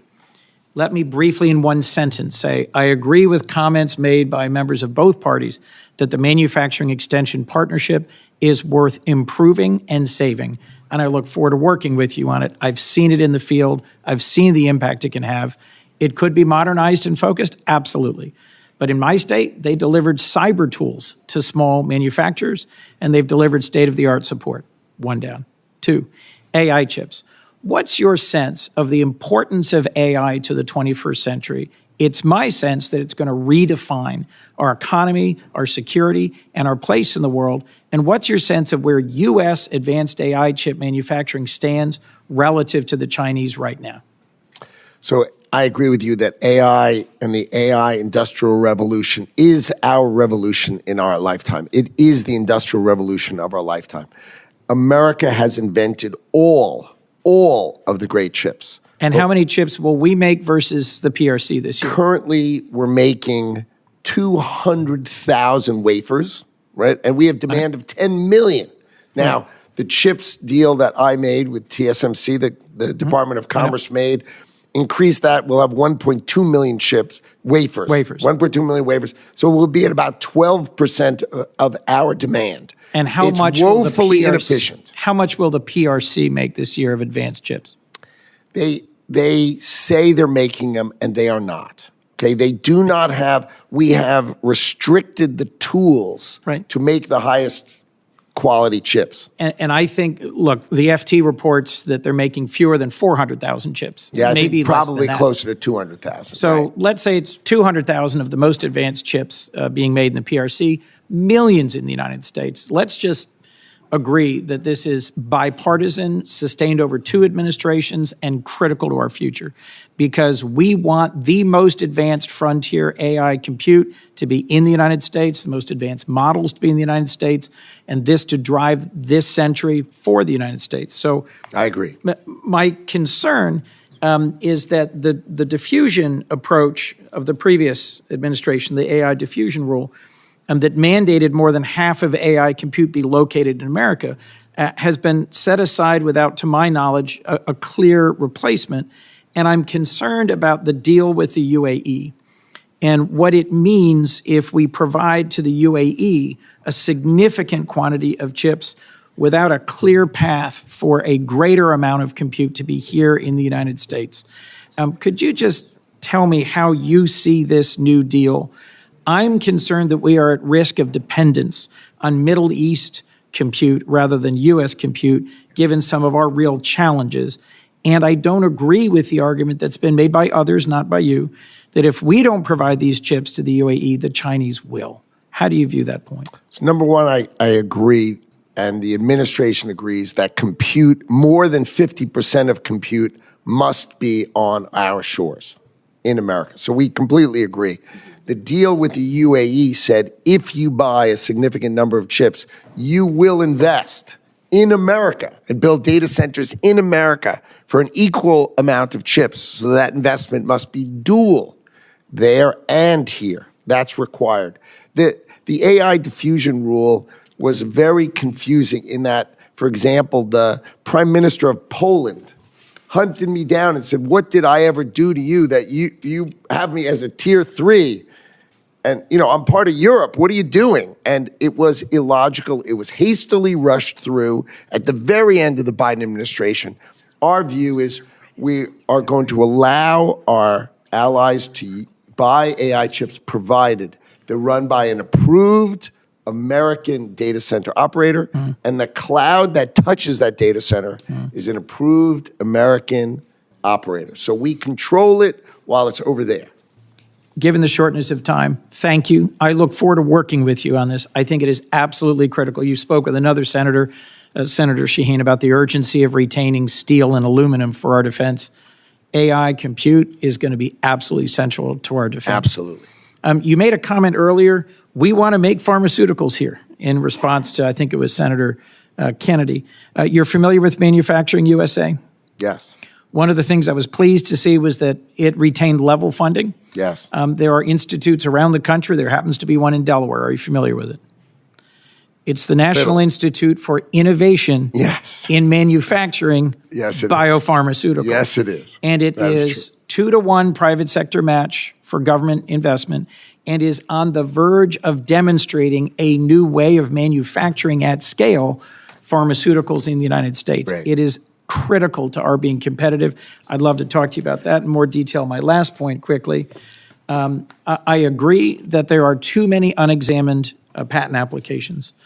PTO fee diversion in the past has robbed the Patent and Trademark Office of critically needed resources to hire more and better examiners, to reduce the backlog, and to improve that speed. I have a bipartisan bill with Senator Tillis that would permanently prevent fee diversion, which increases the backlog. Would you work with me to support that? I'll be glad to work with you. I think the Patent Office is one of the least understood and most incredible value for the United States of America. I think we undercharge. The fact that we have our amazing judicial system, that you can have access to it for $2,000. $2,000, and the U.S. judicial system should just do whatever you want, seems extraordinary. Now, we want the price to be low so that the inventor can come in. But over time, I think we should have more money, and I think that's something that we're going to talk about. So I want to make sure we capture the benefit as well as the cost that's coming from the Patent Office. There is a long-standing but underutilized capacity, the Intellectual Property Enforcement Coordinator, that is meant to corral IP enforcement across the administration. I'd also like to talk to you about why I think that should be funded and why we need some function like that, no matter how configured. I look forward to talking to you about it. Thank you, Mr. Secretary. Senator Merkley. Thank you, Mr. Chairman. And I believe the chairman has already raised the issue of the manufacturing extension partnership. Last week, I met with about 20 small manufacturers in Oregon who had benefited from this, and they were telling me their stories of how much more they'd been able to increase their efficiency due to the expertise brought to bear through MEP. There are 13 MEP centers signed up to recompete their 10-year cooperative agreements. I don't think that process has been initiated yet.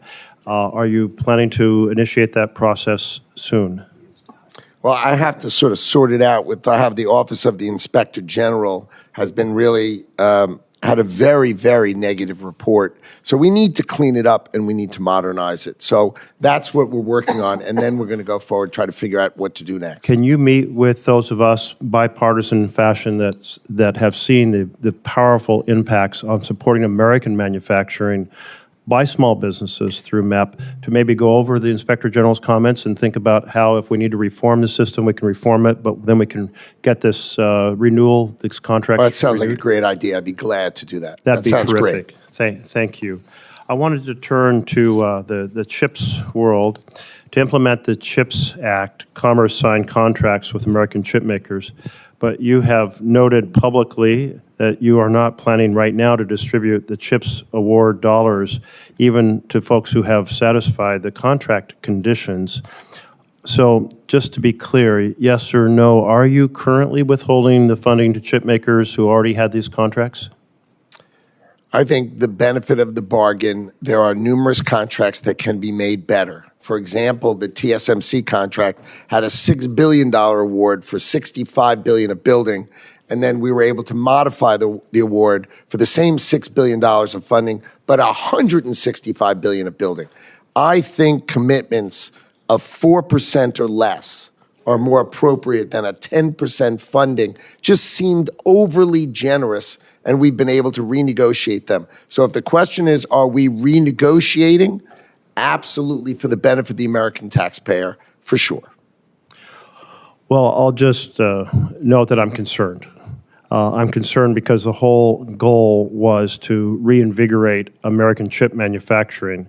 And to some degree, you may be able to strike a better bargain, but at some point it doesn't become a better bargain, and we reduce the acceleration of our re-energizing the chip industry here. I can't be more confident than if you spend time with us, you will see that all the deals are getting better, and the only deals that are not getting done are deals that should have never been done in the first place. But all the deals are getting better. Micron offered to go from $25 billion in commitments to $60 billion in commitments. I mean, the commitments of building in America are going better. We're just getting more value for the same dollars. So we are planning to distribute money only if we get much more building in America, which we both agree is totally in the interest of America.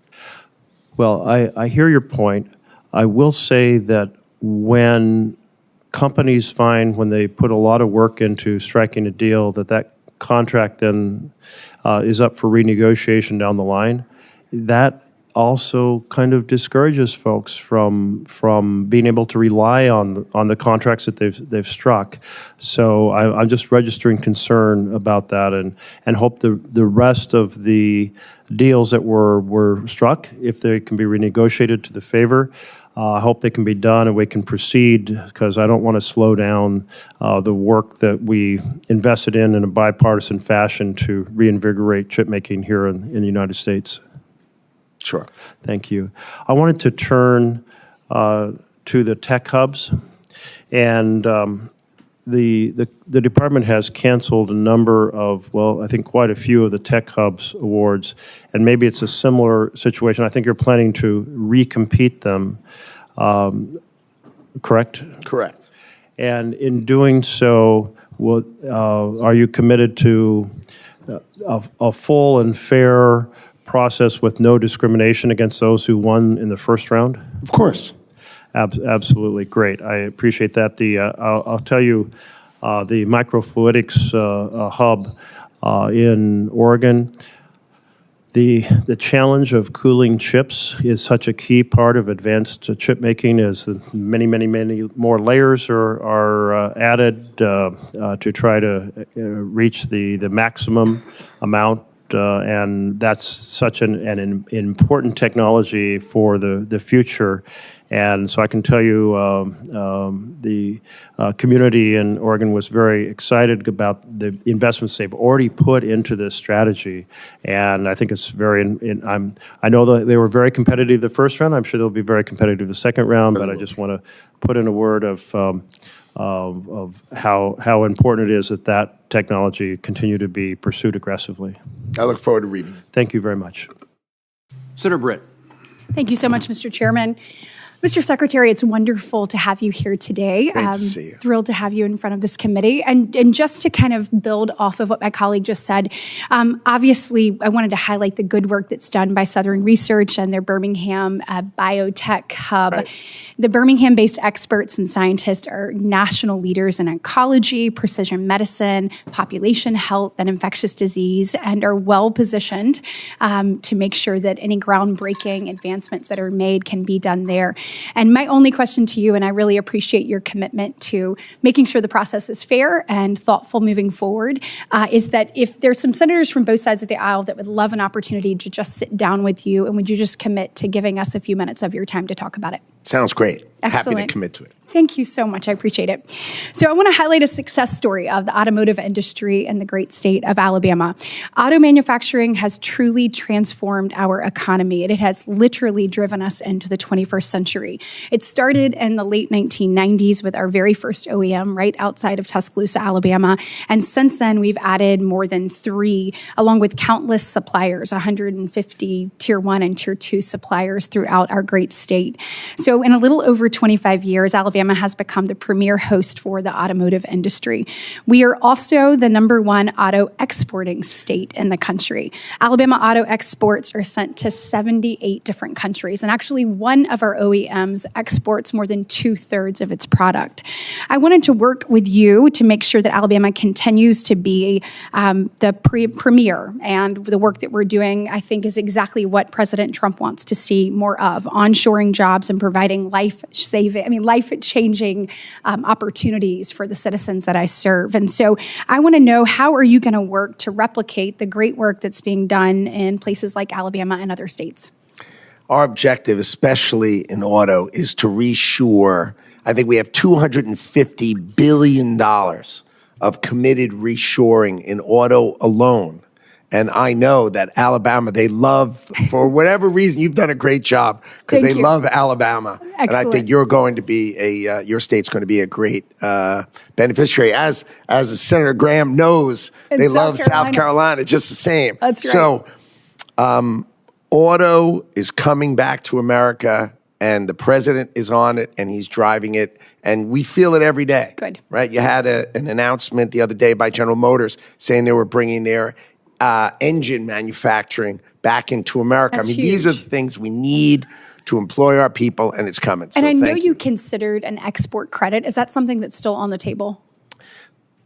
The idea of the export credit comes with a trade deal. Okay. If you're a country and you're willing to open Japan, Korea, who export to us, right? If you're not willing to open your market, why are we giving you anything? But if you're going to open your market, now let's talk. And that's exactly the president's view. If you don't want to open it, you can pay a tariff. If you want to open it, then we're here to talk. Well, we hope to continue to grow the automotive industry in the great state of Alabama, and just want to set the record straight, and I appreciate you saying it as well, but these are jobs that change what is possible for the people in those communities, and they have been able to achieve the American dream as a result of these opportunities, and we want to make sure that they keep coming. So thank you so much.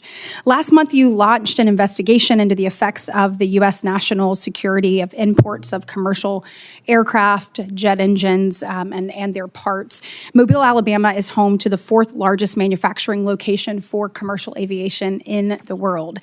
Will you consider the production needs of both Airbus and Boeing to meet the extreme commercial backlog that we've seen? I think it's now over 14,000 aircrafts, in order to make sure that we are doing what we need to meet the needs of our country. Can I say exactly? Yes. Okay, exactly great. the way you've said it. This is a lot easier Exactly. than I thought. Excellent. Thank you so much. Okay, can you help us understand how the administration might address companies that are actively investing and onshoring today so that they can supply domestic customers with their U.S. operations? And when I'm looking at this, I'm talking about aluminum, and we're looking at kind of the president's tariff policy as it continues to work to rebalance the U.S. economy through the onshoring of manufacturing activities and the fortifying of domestic supply chains. So when you're looking at stuff like aluminum and other things, kind of how are you approaching that from your perspective? The steel and aluminum industry are huge. To produce steel and aluminum, you have the biggest input is power. Imagine melting that iron ore, that power. And so what happens is the foreign governments subsidize their utilities, and they provide the electricity just too darn cheaply. And so what happens is the Chinese and these foreign governments, they just dump steel on us. They crush. We've had 40 steel mills, and now we have 10.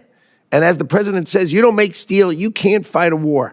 So he's protecting that industry, bringing it back. You're going to see more steel and aluminum furnaces and mills in the history of this country be built over the next 3 years. And they're all committed to it, and they're coming. Yeah, and we're proud to do that in the great state of Alabama as well. Thank you. Senator Peters. Thank you, Chairman Moran. Secretary Letnick, good to see you here. Thank you for being here today. Nice to see you. I know you've talked about this issue a fair amount today, but it's important to me, and I want to bring it up as well. The National Weather Service forecasting offices are absolutely critical to public safety, and I know my colleagues have raised this issue, but I think it's important for me to restate so you just know how important it is for all of us here. The employees in these offices issue weather and flood warnings, as you know, maintain critical observation equipment, protect life and property, and literally for decades, they've always been open 24/7 because weather happens at night too, not just during the day. It happens all the time. However, we have a self-inflicted staffing shortage on the part of your department that has left us with too few employees to ensure round-the-clock operation in a number of locations around the country already. And has also left other offices, such as the one up in Michigan's Upper Peninsula in Marquette, spread so thin that they're concerned that they will not be able to provide the 24/7 coverage. So this is a major concern for us, particularly in a very rural part of the state. And while I was happy to see Monday's announcement that the National Weather Service has been granted an exemption to President Trump's hiring freeze, you never should have allowed things to get to that point in my mind, but I'm happy that that's happening. Certainly it's people's lives we're taking. So I'm going to ask you just a yes or no question. So this will be really short, and then we can get on to another issue. Will you commit to me that the forecasting office in Marquette, Michigan will not cease it's round-the-clock operation? Yes or no would be great. You don't understand it yet because no one's explained it to you. These are hard drive computers, literally, that no one has seen in 25 years with green screens in these offices. They should be on a cloud. Our 2,000 meteorologists should be able to watch them round the clock. The concept that we're talking about, a green screen and a hard drive. So the answer is no, you're saying? No, we were going to modernize it. We are going to staff those offices. I can commit that we're going to staff those offices, but I will commit to you that the next time you see me, the concept of having 3 people at some regional office will be laughable because our 2,000 meteorologists and our hundreds of hydrologists will be able to stay and forecast and protect us in a modern way instead of these green screens and hard drives, and it's hard-coded and it's absurd. Okay, so a no answer, a no answer. One of Congress's biggest bipartisan achievements, I think, over the past few years was the passage of the BEAD program, which gives funds to individual states to connect every citizen to the fastest, the most reliable internet that's possible. Right now, your department is slowing down these broadband projects and has a 90-day freeze. States are ready to move forward. Michigan's ready to move forward. Broadband providers are standing by. And the summer construction season is already underway, and it's a short season in Michigan, particularly in the northern parts. Unfortunately, you've indicated your department is planning to release new rules that would force states to restart their bidding process and tell states that they can't choose which are the best performing broadband technologies for their individual community. You said that you care about efficiency. I appreciate that. But let's be clear, forcing states to start a process over would waste millions of dollars, add months, potentially years of delays to shovel-ready broadband projects that are ready to go this summer, especially in states like Michigan with a short building season. Millions of Americans, including over 250,000 Michigan households, are on the brink of receiving low-cost, high-speed internet. And your department, I believe, shouldn't stand in the way of this. So again, another yes or no question. Do you agree that it would be a huge waste of money and a disservice to Americans who need reliable internet service to restart a bidding and proposal process? No, the Biden administration had 30 months and they did nothing. We are going to say within the next 90 days, as long as you are technologically agnostic and you agree to provide the broadband at the cheapest price per user, then we will get it 90 days for application and out the door by the end of calendar year 2025. 30 months under Biden, no funding. 100% under Trump administration by the end of 2025. That's impressive, and you should at least agree if we get it all out by the end of 2025, that'd be super. Well, we'd like to have a faster than a 90-day process. The states have been working on this for some time. The state of Michigan is there. It is technology neutral, so that is something that you've talked about. Well, then it should be easy. And it should be easy. Right. If they're technologically neutral, it'll go like that. Well, can I work with you to get that done for Michigan? Sounds great. I'm happy to do that for you. Great. Thank you. That's super. Thank you, Mr. Chairman. Senator Graham. Howdy. Nice to see you. All right. We're going to do this real quick. President Trump's decided that whatever you charge us in tariffs, we're going to charge you. Has he decided that? To a point. Yeah. Okay. To a point. All right. Well, that's more You of the can't point. use my bank account if I can use yours. If mine is 100 times bigger than yours, that's not fair. Reciprocity. Logical reciprocity for sure. Okay. Well, that makes sense to me. Whatever you do to us, we're going to do to you, and we'll reach out. Maybe we'll go to zero. That'd be great. But the idea of pushing back against people who have higher tariffs than we do makes sense. I'm glad you're doing it. And that's what you're doing, right? Of course. Okay. I'm also glad you're using tariffs to change people's behavior.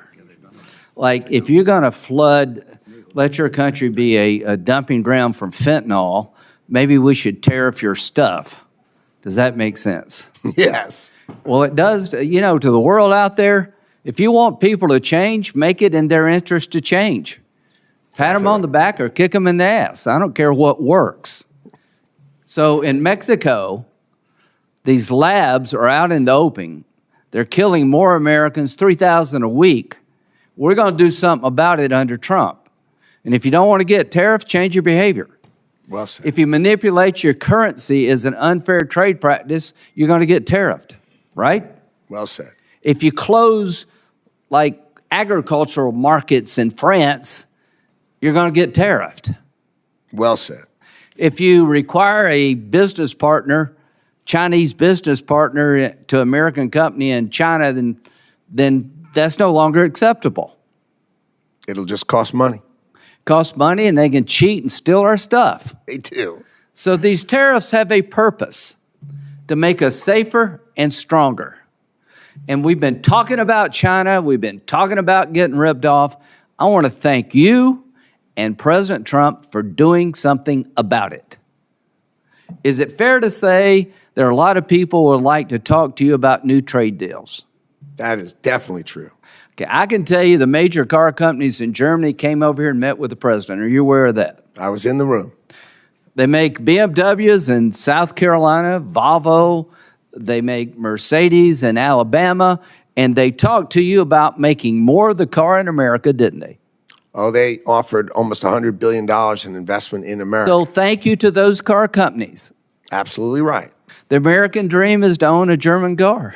As long as it's made in South Carolina, that sounds fine to me. I own one. Bubba makes wheels, BMW. So what you've done is you've got people to come here and talk to us differently. They're talking about making the engine now in South Carolina, right? That is correct. They're talking about more content in South Carolina. That is correct. And this export credit makes sense to me.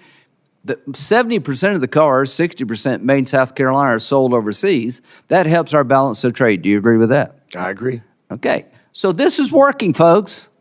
Some agree. of the tariffs, maybe I'll have a problem with, but what you're doing, good. You're telling people, if you rip us off, you're going to pay a price. Stop poisoning America. Stop cheating. Stop closing your markets. Now, do you know that China and India buy 70% of oil from Russia? I do. Do you think it is helpful for China to buy cheap Russian oil to keep the Putin war machine going? Is that a good thing for China to be doing? Doesn't sound good to me. Good. I'm going to give you another example of how we can use tariffs. We want peace. We're not out to humiliate Putin, but we want to stop the killing. To China, you're propping up Putin's war machine. You're the largest purchaser of his cheap oil. You're providing component parts to his military. You want to be normal? Act normal. We have legislation in the Senate that would have put a 500, make you look weak, Howard, 500% tariff on any country that props up Putin's war machine. And we'll have a carve-out for any country helping Ukraine. You're good to go. So China, if you want to avoid tariffs, help Ukraine. This is coming, Howard. We've had it with this war. I appreciate President Trump talking to Putin, sending Witkoff over, trying to make it a win-win. He ain't interested in peace, so the Senate is ready to roll. And to our friends in China, if you keep helping Putin and propping up his war machine, we're going to hit you hard because you're destabilizing the world, you're putting our nation at risk, you're rewarding bad behavior, and we're going to extend the concept President Trump started. If you're screwing America and you're making the world an unsafe place, we're coming after you. Thank you, Howard, for all you do. Thank you. Senator Van Hollen, we have votes at 11:45, which is fast approaching. We'll have a second round of, as soon as Lindsay leaves, only the people in this room. Thank you, Mr. Chairman, Mr. Secretary. Thank you, and I do hope we will vote soon if we don't see any progress toward peace on the Graham-Blumenthal legislation. So I want to follow up on Senator Kuhn's questions with respect to the deal with the UAE, NAI. Sure. Because I know you share our concerns about diffusion of technology to China. In fact, you're doing a number of things in your department to try to crack down on exports of very sensitive items. I think we need to go into this very clear-eyed. I mean, the UAE has conducted recently the Falcon Shield exercises with China. They've hailed a, quote, golden era in UAE-China relations. I think it would be helpful, Mr. Secretary, if you could provide, if you haven't already, and I don't think you have, if the administration could transmit the text of the agreement with the UAE, including the side letters and security annexes to Congress before any licenses are issued. Can you commit to doing that? I'll just follow whatever the rules of the State Department are. But I'd be happy to go over it with you privately. But if you want it to be public, I'll just let the State Department decide how they play those things. That's for them to decide, not me. Yeah, I think it would hopefully allay some concerns, and I have some very big concerns about the agreement as I currently understand it. But I look forward to seeing it. I just want to point out that the Republican-led Select Committee on the Chinese Communist Party said last year about a much smaller deal that was contemplated by the previous administration involving UAE, and I'm quoting from that Republican-led Select Committee, quote, an agreement of this significance must be properly vetted by both Congress and the executive branch. They also called on the National Intelligence Council to provide Congress with an official assessment of the risks posed by the deal between Microsoft and G42. And they went on to say only once the agreement has received this level of scrutiny should the U.S. government allow it to move forward. Do you think that was good advice from the Republican-led Select Committee, Mr. I don't know what the topic they were addressing was, but this was done in the whole of the administration, talking through it, and it's not a legally binding commitment. It's a framework on which to pursue things. I understand that. I think the concern is that we make sure that we lock down the terms, at least that we understand the terms, or Congress has some information about the terms as we go forward. That's not unreasonable, is it? No, as I said, I'd be glad to go over it with you, but if it's that you want me to transmit it, I think the State Department would have to say that's okay, and that's just their prerogative. Understood. Quick question on the Patent Office. And I agree with Senator Kuhn's comments and yours as well about the importance of the Patent Office.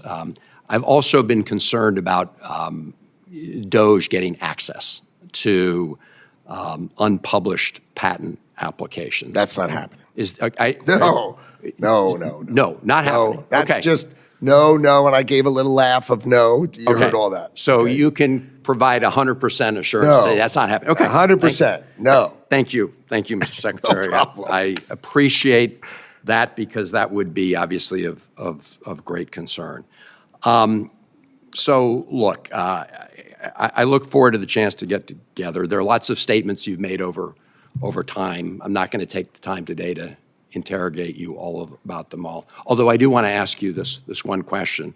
I assume after yesterday you're no longer advocating that people buy Tesla stock.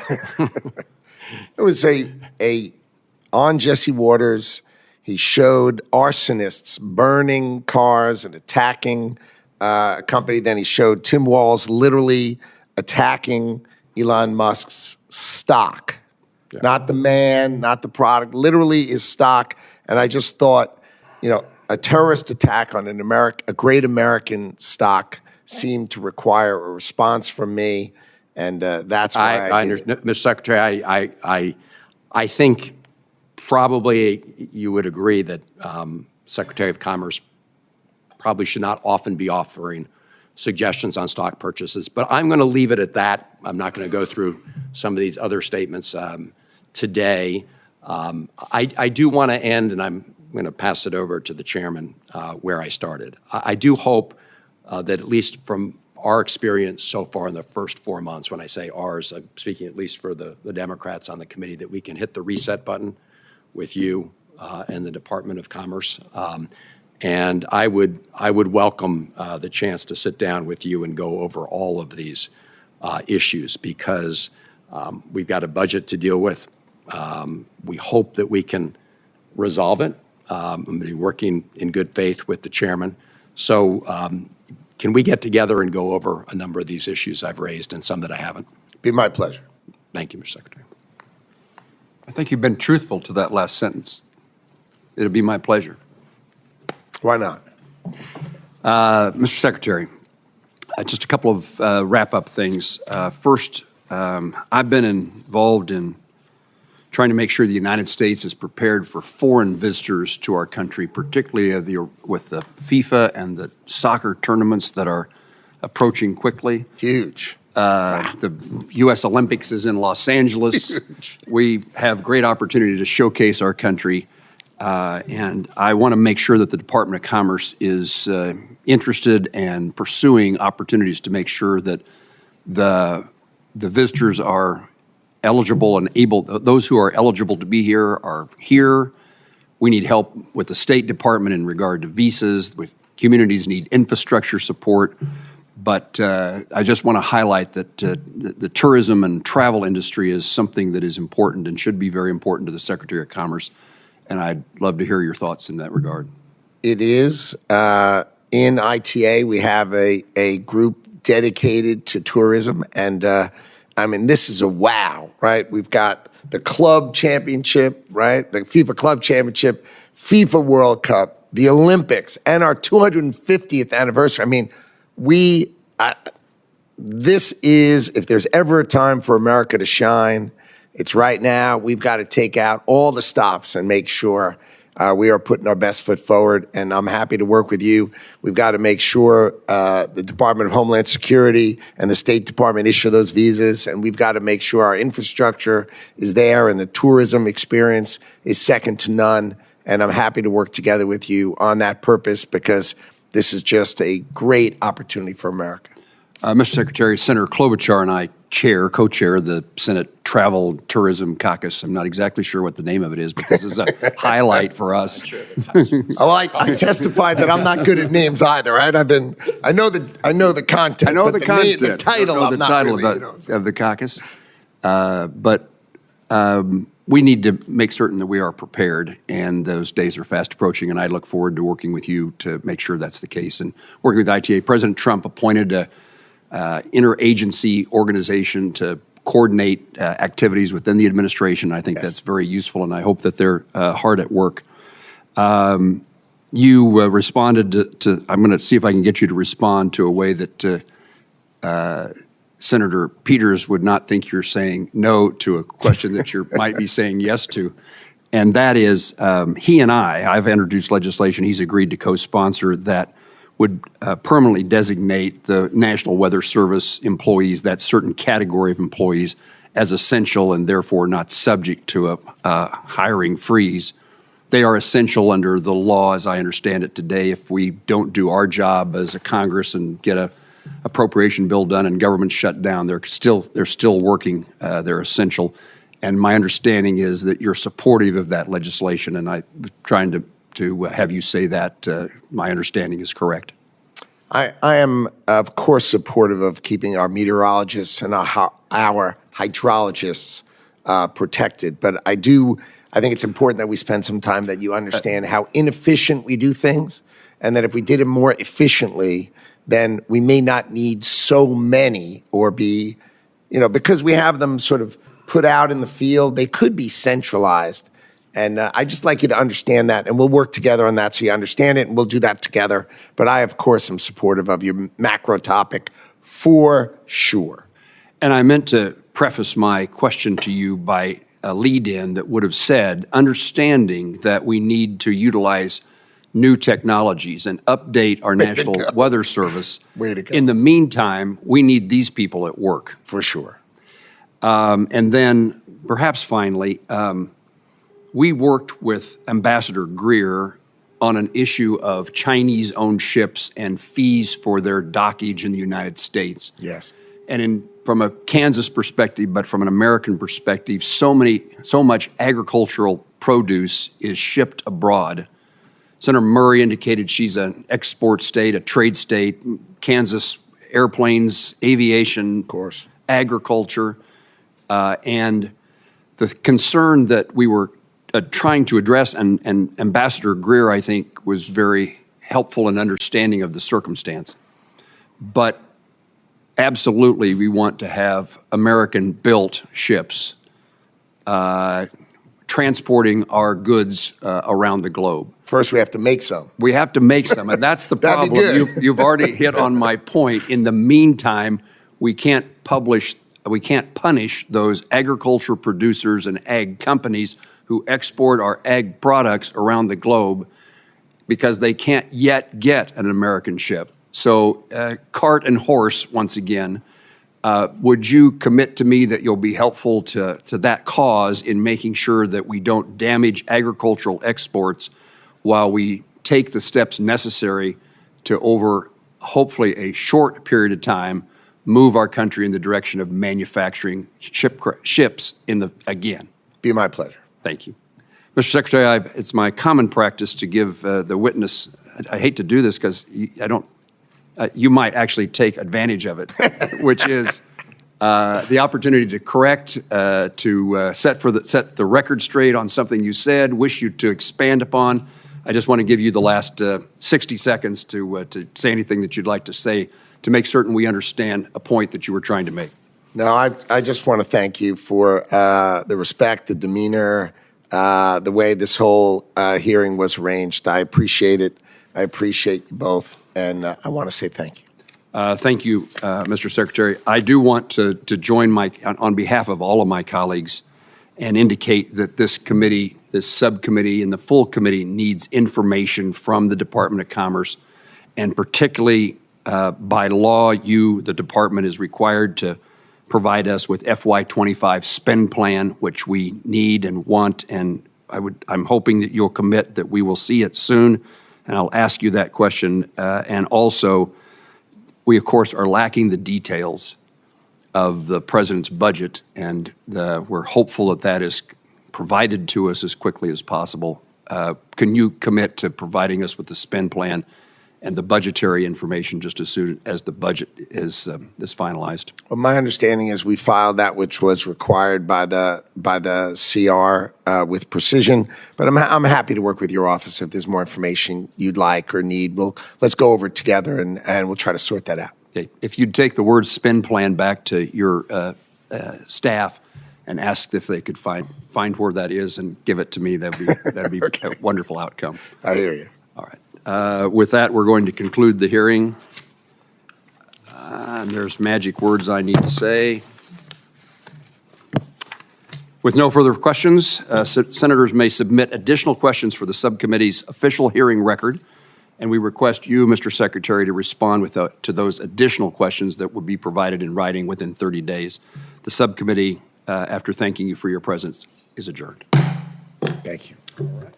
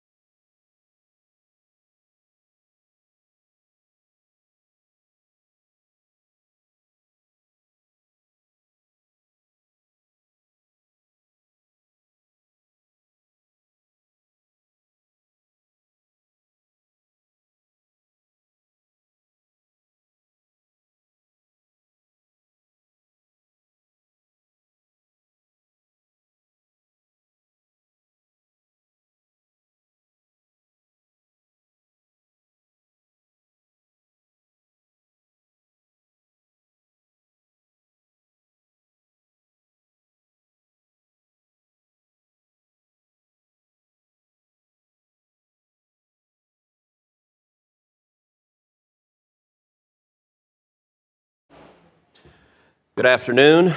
The hearing of the Senate Foreign Relations, Africa, and Global Health Policy Subcommittee will come to order. Welcome to our witness. Thank you all for joining us today. There is a consensus emerging. First, that for decades the United States has been disregarding acute national security challenges and critical opportunities in Africa. And second, that for the safety and prosperity of Americans, we can no longer afford to do so.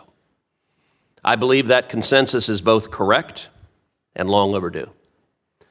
The emphasis and attention that President Trump has already given to Africa is a demonstration of that consensus. Those challenges and opportunities are vast. They include threats posed by China, Russia, and Iran, as well as an array of regional crises. There are also wide-ranging options for cooperation on everything from critical minerals to technology and even space development.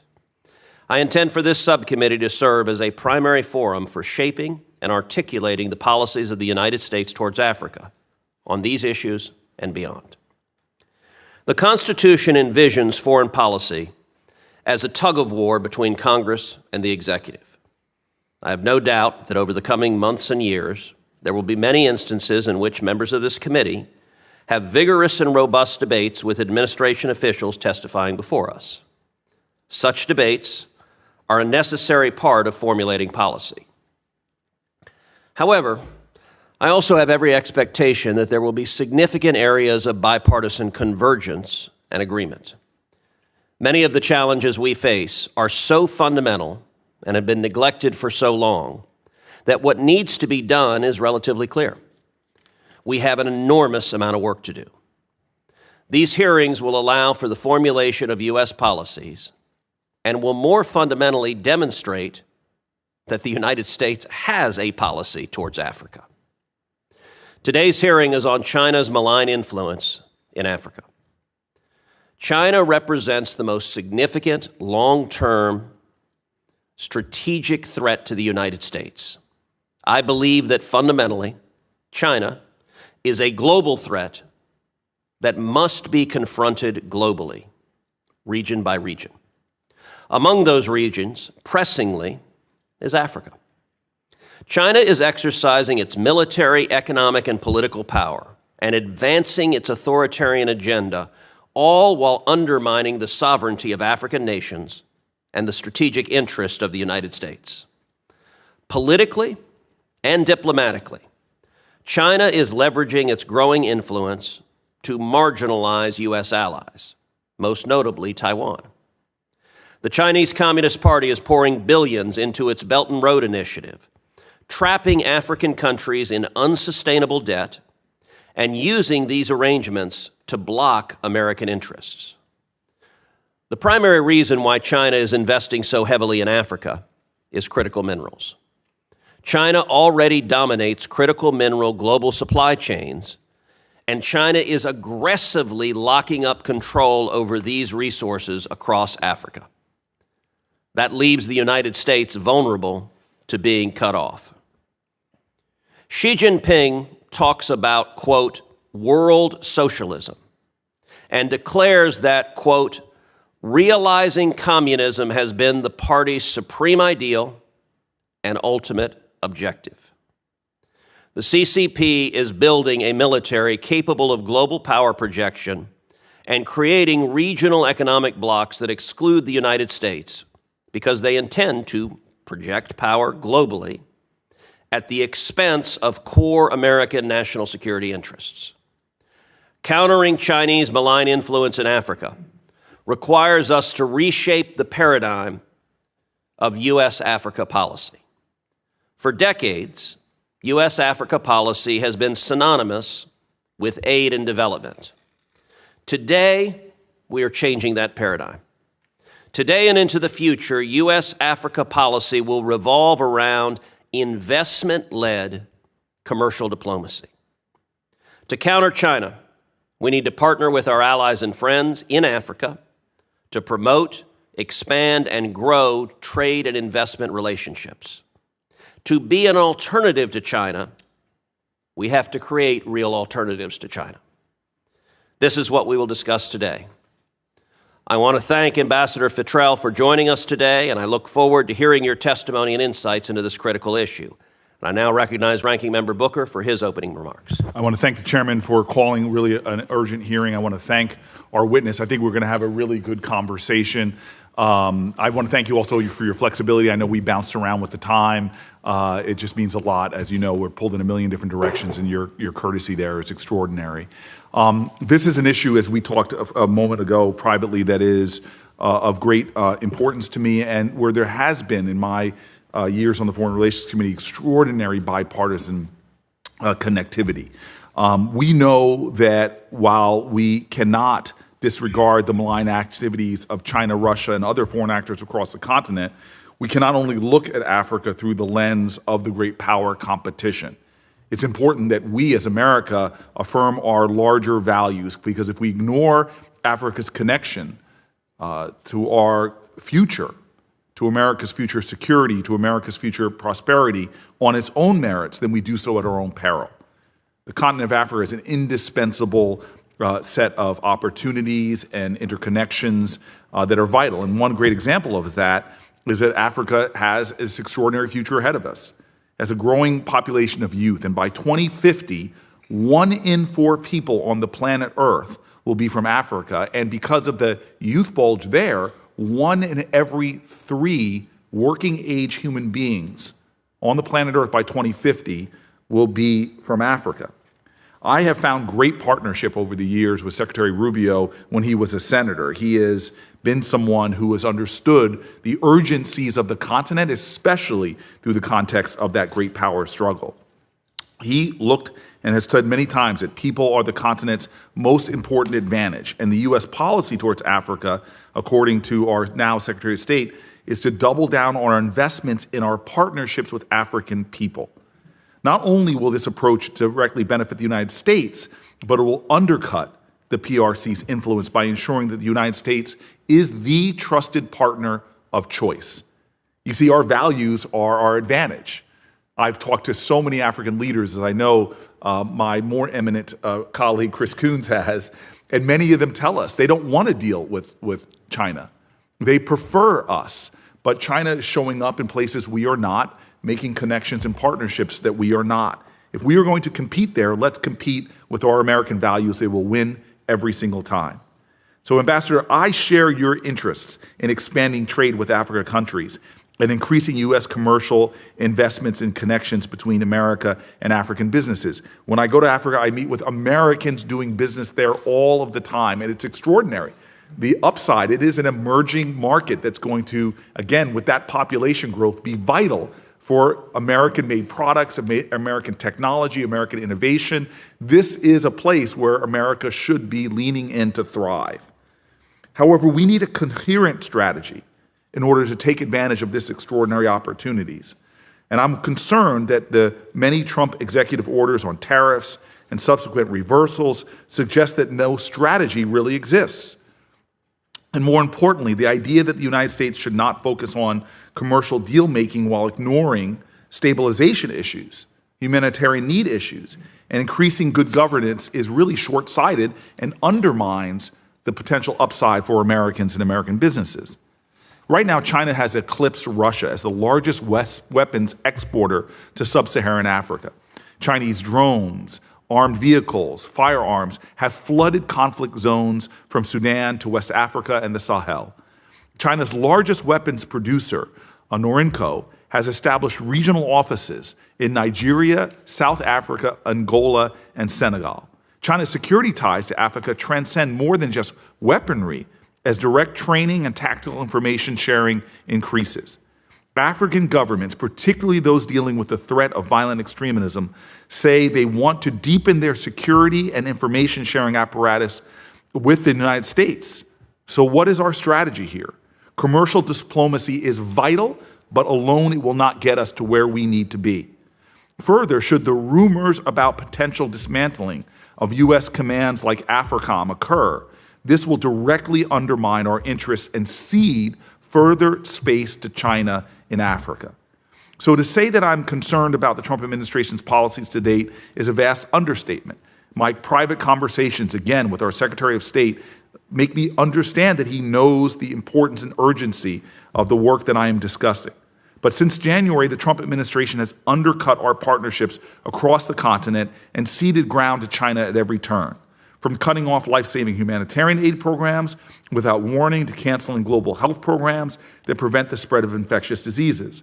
From terminating programs that feed the hungry and prevent conflict to canceling programs that lift people up out of poverty and keep children in school and prevent the recruitment into extremist groups, all things that inure to the benefit of our business interests as well as the moral values that guide our country. And despite claiming to want to increase economic opportunities, the administration has terminated the bipartisan programs that build democratic reliance and a healthy workforce, foster good governments, and level the playing field for American businesses trying to find new local partners and access new markets. One way to ensure deeper ties with African communities was through the President's Advisory Council on the African Diaspora Engagement. I see my nods from my colleague here that we know that that actual work, that affirming good faith ties for business, it has so assisted the United States in identifying public and private sector exchanges and investments across Africa. It deepens our dialogue, our connection, and our shared values. But here are some examples of bipartisan programs that have either been terminated or paused. PEPFAR, HIV prevention programs that would help eliminate HIV and AIDS as a public health threat by 2030 if continued, while China aid takes over early childhood development and global health programs that the United States used to fund. They're filling our void. The MCC compacts that build critical infrastructure in Africa and partner countries. This is an extraordinary bipartisan work that we've done. The chairman of the Foreign Relations Committee was one of its big champions. Now, unfortunately, China expands its Belt and Road Initiative with surveillance-wired buildings and infrastructure, debt-level leveraged aid, and values that are antithetical to a real democratic partnership. Democracy and good governance programs are vital. While China increases CCP trainings and engagement with Africa policymakers, we are seeing democratic slippage, which ultimately threatens our way of life as well as our ability to establish a world-based rules order. People-to-people educational and cultural exchanges, such as the Young African Leadership Initiative. This we know, how many African leaders we meet when we're abroad that say, I was educated in the United States, and the value of that alone in advantaging the United States. But unfortunately now we see China increasing their educational, commercial, and diplomatic exchange programs. Life-saving humanitarian aid programs like in Sudan that I witnessed with my own eyes, where a child is dying every 2 hours due to malnutrition. We are stepping out, China is stepping in to increase its humanitarian response. The United States right now is taking a sledgehammer not only to these vital programs that have been supported in a bipartisan way that have unified our Foreign Relations Committee, it is also taking a sledgehammer to U.S. credibility. This is something that is vital. In business, reputation is everything. The Trump administration has dealt a double blow now, ceding moral ground and losing strategic influence on top of undermining America's values and how they are embraced by by African nations. We've created a vacuum that our competitors are showing they're willing to fill. In fact, they're racing to fill it. Not just China, but Russia, Iran, and others are stepping up on their Africa engagement and investments. These regimes do not bring hope. They bring surveillance, coercion, instability, and greater threats to the United States' security, safety, and prosperity. The United States strategy across Africa has never been perfect. We can do better. We can do better than we did in the past, better than what Trump is doing now, better than what previous administrations have done. Certainly, though, with China and their plans and their investments, we need to step up. I look forward to hearing from your testimony today, and again, I'm grateful that we're holding this hearing. Thank you. Thank you, Senator Booker. Ambassador Futrell, you're now recognized for your opening statement. All right, thank you, Chairman Cruz and Ranking Member Booker, and thank you, Senator Coons, for being here. And thank you for your interest in this subject. This is something I've dedicated most of the 30 years of my career to, and I find it incredibly fulfilling and a positive task. For all the challenges we have in Africa, these are absolutely exciting times. And I think the strategy we're going to put forward to that is going to be extremely helpful in advancing American interests and priorities while countering China's interests. As the Senior Bureau Official for Africa, I'm honored to discuss our strategic priorities and the measures we're taking to ensure that our engagement furthers the Trump administration's goal of making America safer, stronger, and more prosperous. Africa's growing economies and population provide extraordinary opportunities for Americans and U.S. businesses. I think Senator Booker expressed most of those statistics pretty accurately, so I'll skip those. But new sectors are also gaining ground. The region's digital economy, valued at $180 billion in 2024, has quadrupled in the last 10 years. These are opportunities. And in the face of these opportunities, the U.S. share of exports to sub-Saharan Africa has been in decline for decades. In 2000, the U.S. was the second largest exporter to sub-Saharan Africa, but Beijing's government-backed strategies to capture African market share have led China to export $137 billion just in the last year, more than 7 times what the United States has exported. This underscores a fundamental point. The opportunity in sub-Saharan Africa is not theoretical. It's already being seized by our adversaries. For too long, the United States has prioritized development assistance over commercial engagement. And this has already begun to change under the Trump administration. We're now focusing on investment-led growth, which is more sustainable. Trade over aid is now truly America's policy for Africa.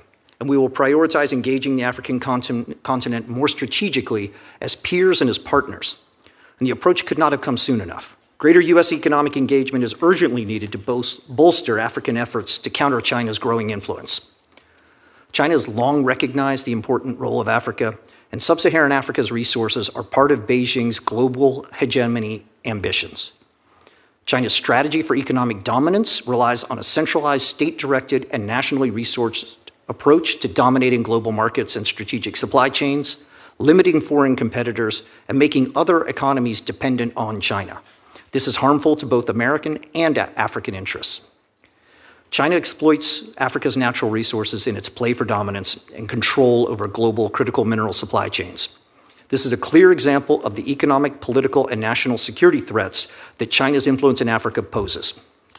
As Secretary Rubio stated during his confirmation hearing, it is in the interest of global peace and stability that we speak with China, but we cannot allow Beijing to continue to flout the rules, undermine us economically, or allow it to damage or weaken our alliances and our presence in the world. It is imperative for the United States and Africa to be free of Beijing's corrupt monopoly, especially in these supply chains we rely on for defense and innovation. African markets need to diversify, empowering the continent as it progresses and grows. So as I said, we're fundamentally shifting our approach to Africa to a strategy that prioritizes robust commercial engagement, recognizing African nations as equal partners in trade and investment. By focusing on private sector-led growth and empowering American companies to compete more effectively, the administration is responding to these long-standing gaps.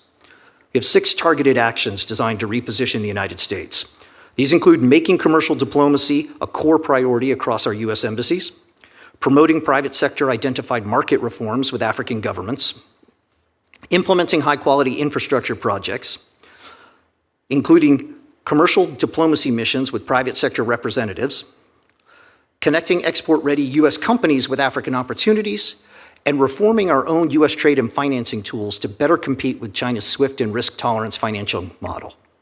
Together, these efforts reflect an action-oriented vision to increase U.S. exports and joint ventures with African partners.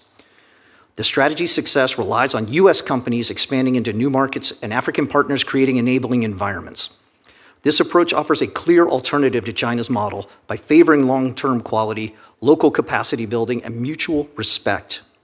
The stakes are high, but we are steadfast in our commitment to champion transparency, openness, and fair competition. So again, thank you very much for your interest in this subject. I'd also like to, before I stop, to just simply say that as a former Hill staffer myself, I'd like to thank all of your staffers. I know how hard they work and how well they represent you and your constituents, especially over in the African continent. Thank you. Well, that's some damn fine kissing up to the staff. And given that mine provided Diet Dr. Pepper to me, I echo that sentiment for keeping me well caffeinated.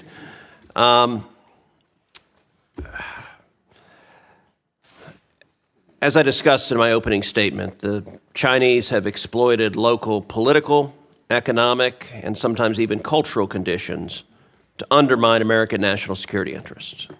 Sometimes they do it by securing bilateral and multilateral agreements that block American goals. Other times they do it by creating instability. But they are actively doing it, and I want to hear from you how they do it. Could you walk us through, region by region, how China is exploiting these conditions to undermine U.S. interests? You bet, Mr. Chairman. Thank you for the opportunity to just jump right into that. As we run around the continent, most of the playbook that China uses occurs everywhere around the continent. But there are some regional trends. So as I roll around, everything is true everywhere in Africa, but there are some focuses that change a little bit.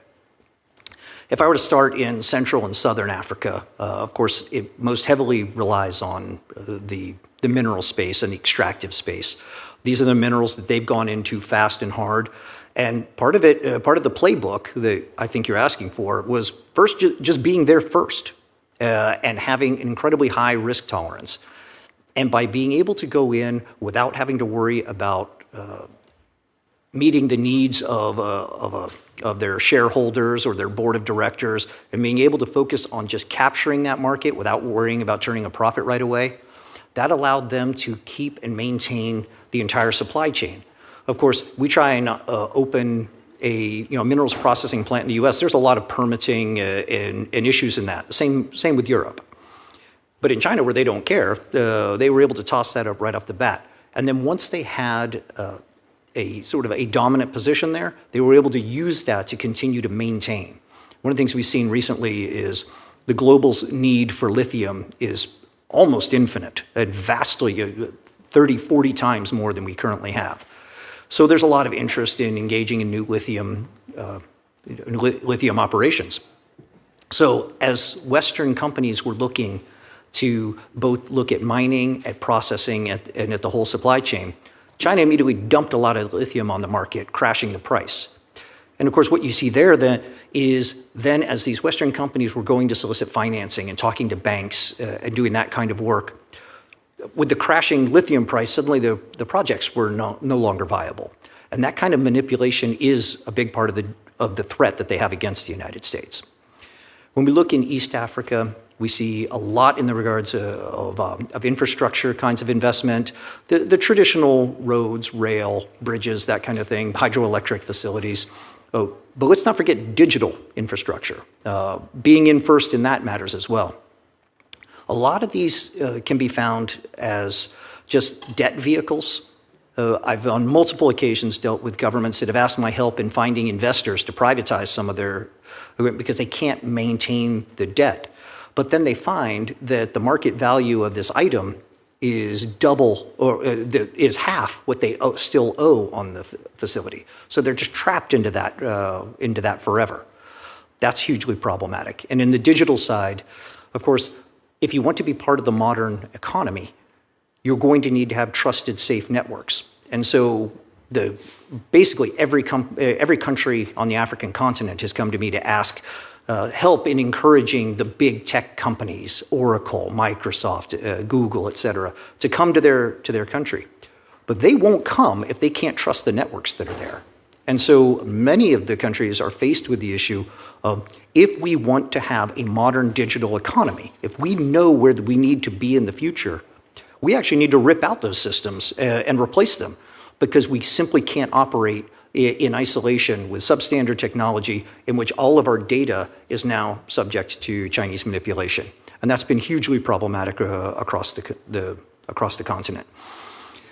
In West Africa, it's often kind of a mix of the two. But one thing I would add to that that's not frequently mentioned is, in addition to this insatiable desire for minerals, it's all sorts of extractives, including timber, the deforestation, but especially fishing.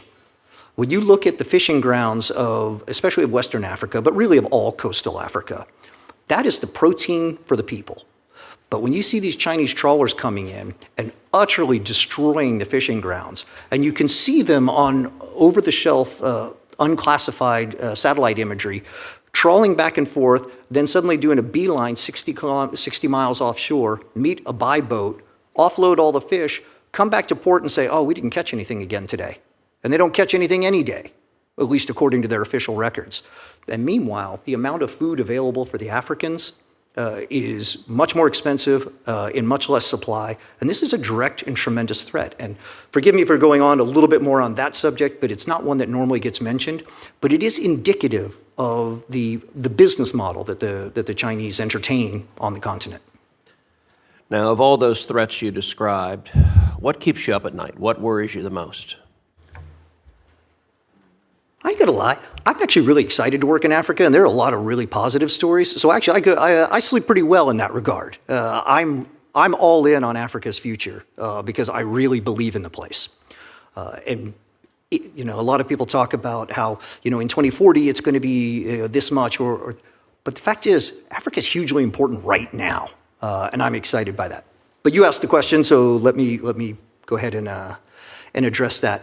Part of it is the kind of irreparable damage that a lot of these operations can have. I'd say probably the number one example was just recently when a Chinese tailings dam collapsed and they dumped something like 40 million gallons of sulfuric acid into the Kafue River, just potentially destroying the livelihoods of 6 million people.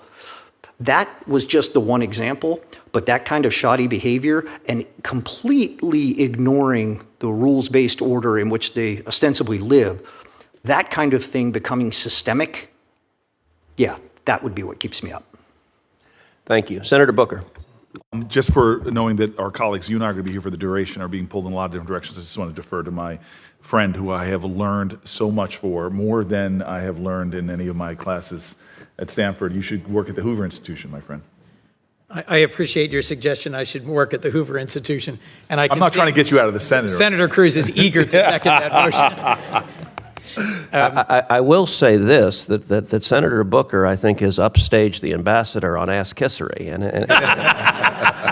it's a damn fine demonstration. Thank you for a deference to my diplomatic skills. I really appreciate that. You should teach a class there, not leave the Senate, of course, my esteemed colleague. Thank you, Senator. I may wait for your questions nonetheless, and I'll take the opportunity to ask a couple of questions at the outset, if I might.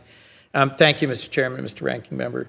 14 years ago, when I chaired this subcommittee with Johnny Isakson, we held an identical hearing. It was on the same subject. We issued a report afterwards. I could not agree with you more that Africa is the continent of the 21st century.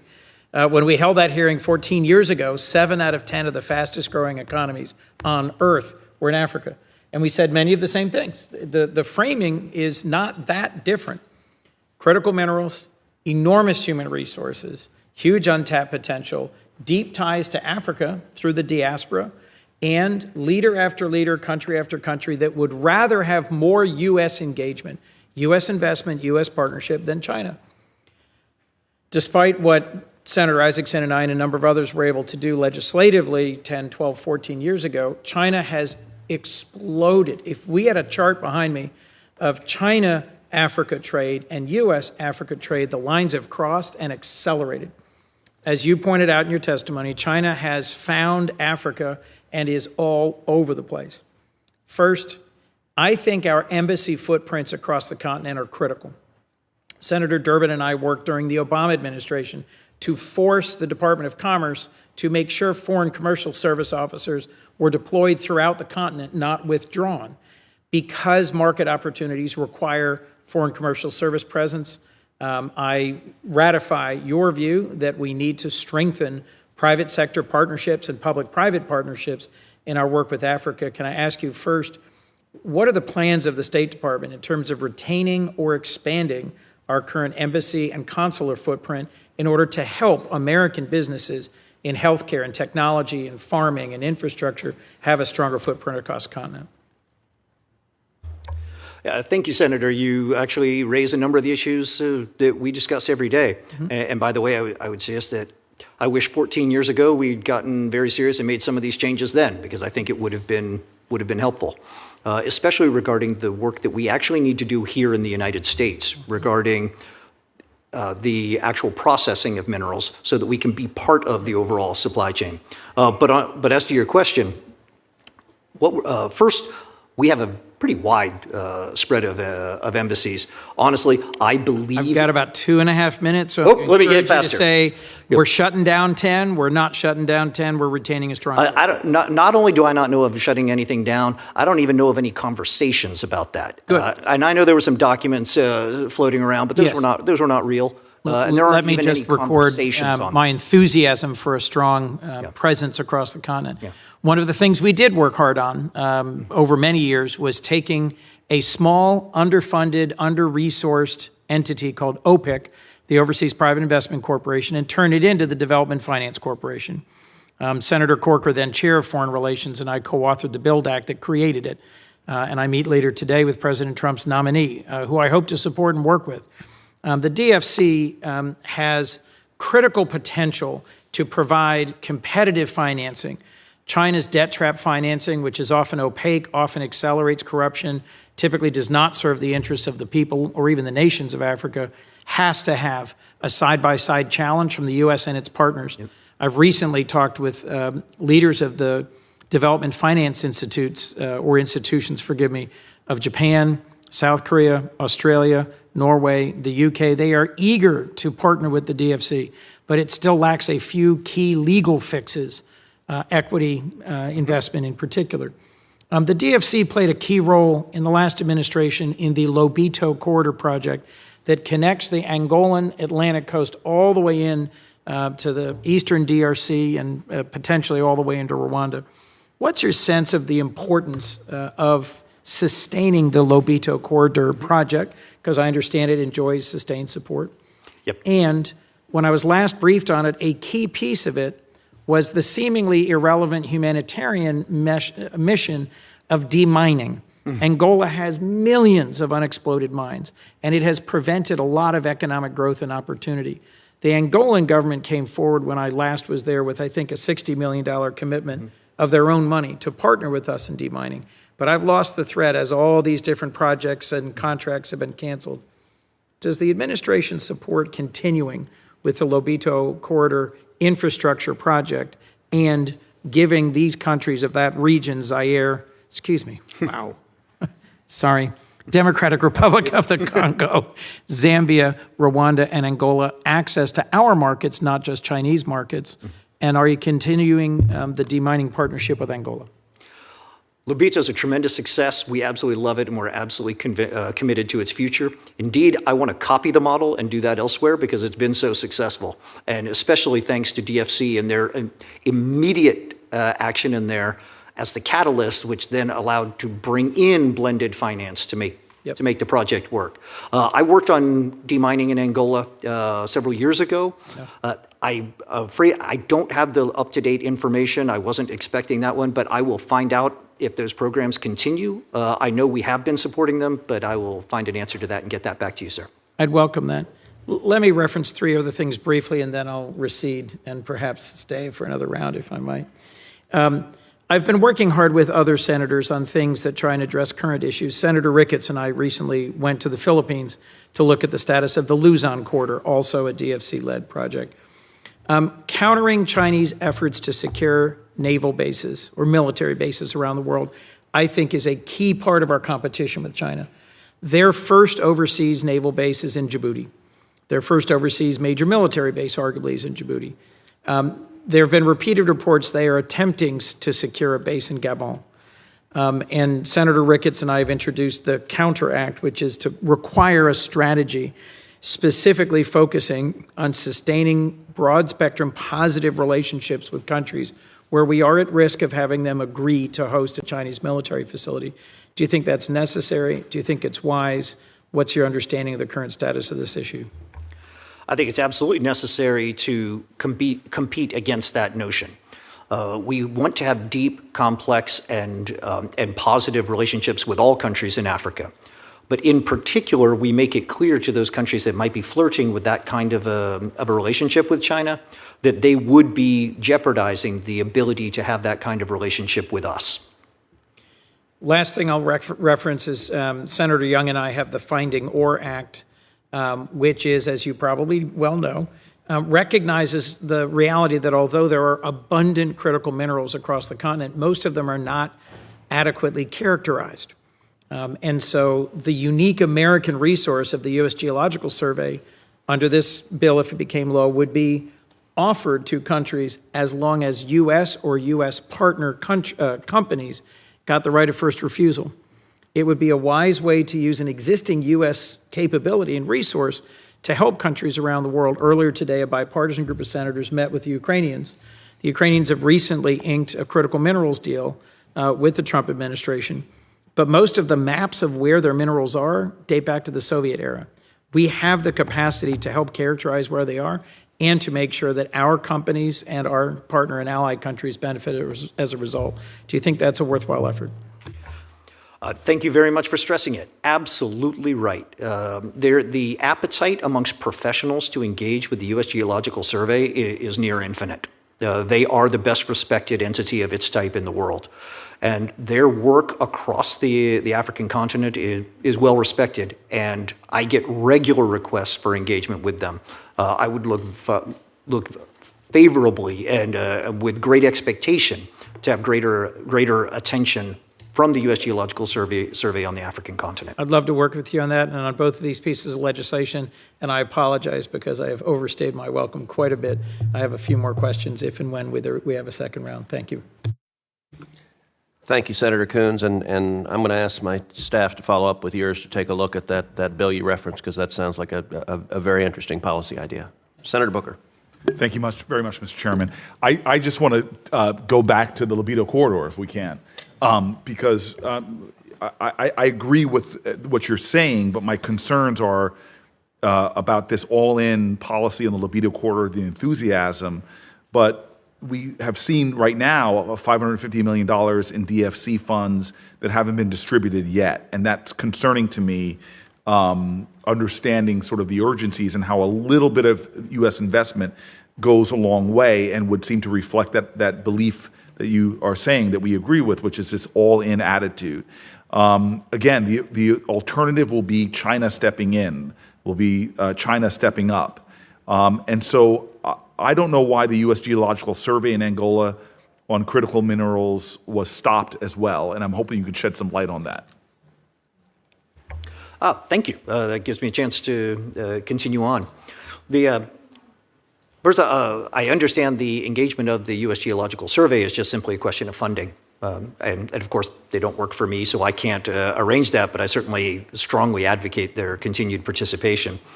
Regarding Lobito and the potential on that, of course, DFC was the tremendous catalyst. As it happens, I'm going to be in Luanda in about 2 weeks because the Corporate Council on Africa is doing their U.S.-Africa Business Summit there, where I will be engaging with the President and the Foreign Minister, and especially their Minister of Mines, to discuss a number of these issues. In fact, the whole point of my going is a commercial advocacy trip, and there's a number of U.S. companies who have ongoing issues. The fact is, throughout the African continent, trade can be complicated, it can be difficult. It's not an easy business environment. If it was, anybody could do it. And so it requires a lot of advocacy, and that's what we're committed to doing. So in regard to getting the proper disbursements, not just for Lobito, but also for solar power and other forms of transportation that are existing, that are projects in Angola right now, we're going to engage on those. And that's particularly why I will be there. Thank you very much. It's really critical that we continue those linkages, and I know your expertise and the sort of esteem with which you're held, for you to be making the call for that disbursement, I think it would be really helpful. I know something dear to my colleagues is AGOA, and I just think that the renewal of AGOA is vital. Would you agree? Thank you. I actually spent a good bit of time today discussing that. I was hoping to get an administration position on AGOA to bring to this hearing. There are still some discussions going on, but there's no question that the last 25 years we have seen some spectacular successes, but also some spectacular needs for reform. So we hope to have an administration position on AGOA for you. I'm hoping within hours, possibly within days. But so I can't answer that right this second. But another reflection of who you are and your I think, frankly, very informed opinion is the fact that you went and talked to the administration, pushing to get us, knowing this would be discussed. That encourages me. Are you thinking a little bit, I'm sure you are, thinking more nuanced about how AGOA could be a really great piece, like linking AGOA with building out the Libido corridor? Those could be related as a means to benefit the African communities that are really along the corridor and increasing opportunities for U.S. businesses. Is this like another possible way that we can increase that momentum within the corridor and provide alternatives to the Chinese investment model? Yeah, thank you, Senator. I tend to use every tool that we have available to us, but that is certainly one of them. I think one thing has become clear that when we established AGOA 25 years ago, the world was a very different place. When I was talking about how excited I am about the opportunities in Africa right now, they're different than they were 25 years ago. And thus, for me, the need to have a real conversation about what a modern AGOA should look like is important. And it should be linked to the types of things that facilitate projects like Libido and other truly open society types of investment. And so that's something that we're absolutely committed to doing. Great, and I really feel bad for a lot of the young people that have packed this hearing room, have no idea all the letters that we're throwing out there, but so maybe you can help with MCC and explaining it, but telling me, is this something else? Because it's one of the best tools we have in competing. I'm very concerned about the modest funds that we invest. We know they have an outsized return, and they've always seemed to garner bipartisan support. But the MCC, its impact that I've witnessed myself in some of my visits, we know last year Congress on a bipartisan basis expanded the number of countries MCC could work in because we understood of its vital. Rish, who I want to quote, has said very strongly we want to work with you, speaking to Secretary Rubio, to ensure that we have the tools to counter Chinese influence through the Development Finance Corporation and the MCC. But again, I just see MCC being targeted by DOGE and others, which really undermines what we're doing. There's at least 7 MCC compacts with African countries that are currently paused. While paused, the U.S. and our African government partners are incurring costs because of project delays, which is extraordinary. Time is money. These compacts include road improvements, agriculture improvements, energy security, all that makes for a better platform for investment, for expanded economic opportunity for our African partners and for the United States. If the U.S. pulls out of these MCC compacts, how can African governments and businesses feel secure to enter into commercial diplomacy deals with the United States when the government doesn't follow through on its own commitments, when Congress, who's allocated money in a bipartisan way, has that money impounded by the administration? It seems not only to undermine what I would think is important rules of law of this government, but it burns through a lot of trust, increasing project costs, not making any kind of rational business sense whatsoever. Okay, thank you. I do stick my nose in where it doesn't belong on many an occasion and across the investment and economic tools that the U.S. government has. I don't have oversight on the MCC, but I can say that internally we've had discussions during this review of all assistance programming and have advocated for the types of programs, like you said, where we need to continue the funding just so that the project wasn't at any natural stopping point. We've been quite successful on that so far, but the overall responsibility for the future of the MCC is not something that's in my purview. I would tell you if I knew. I just don't know where that's going.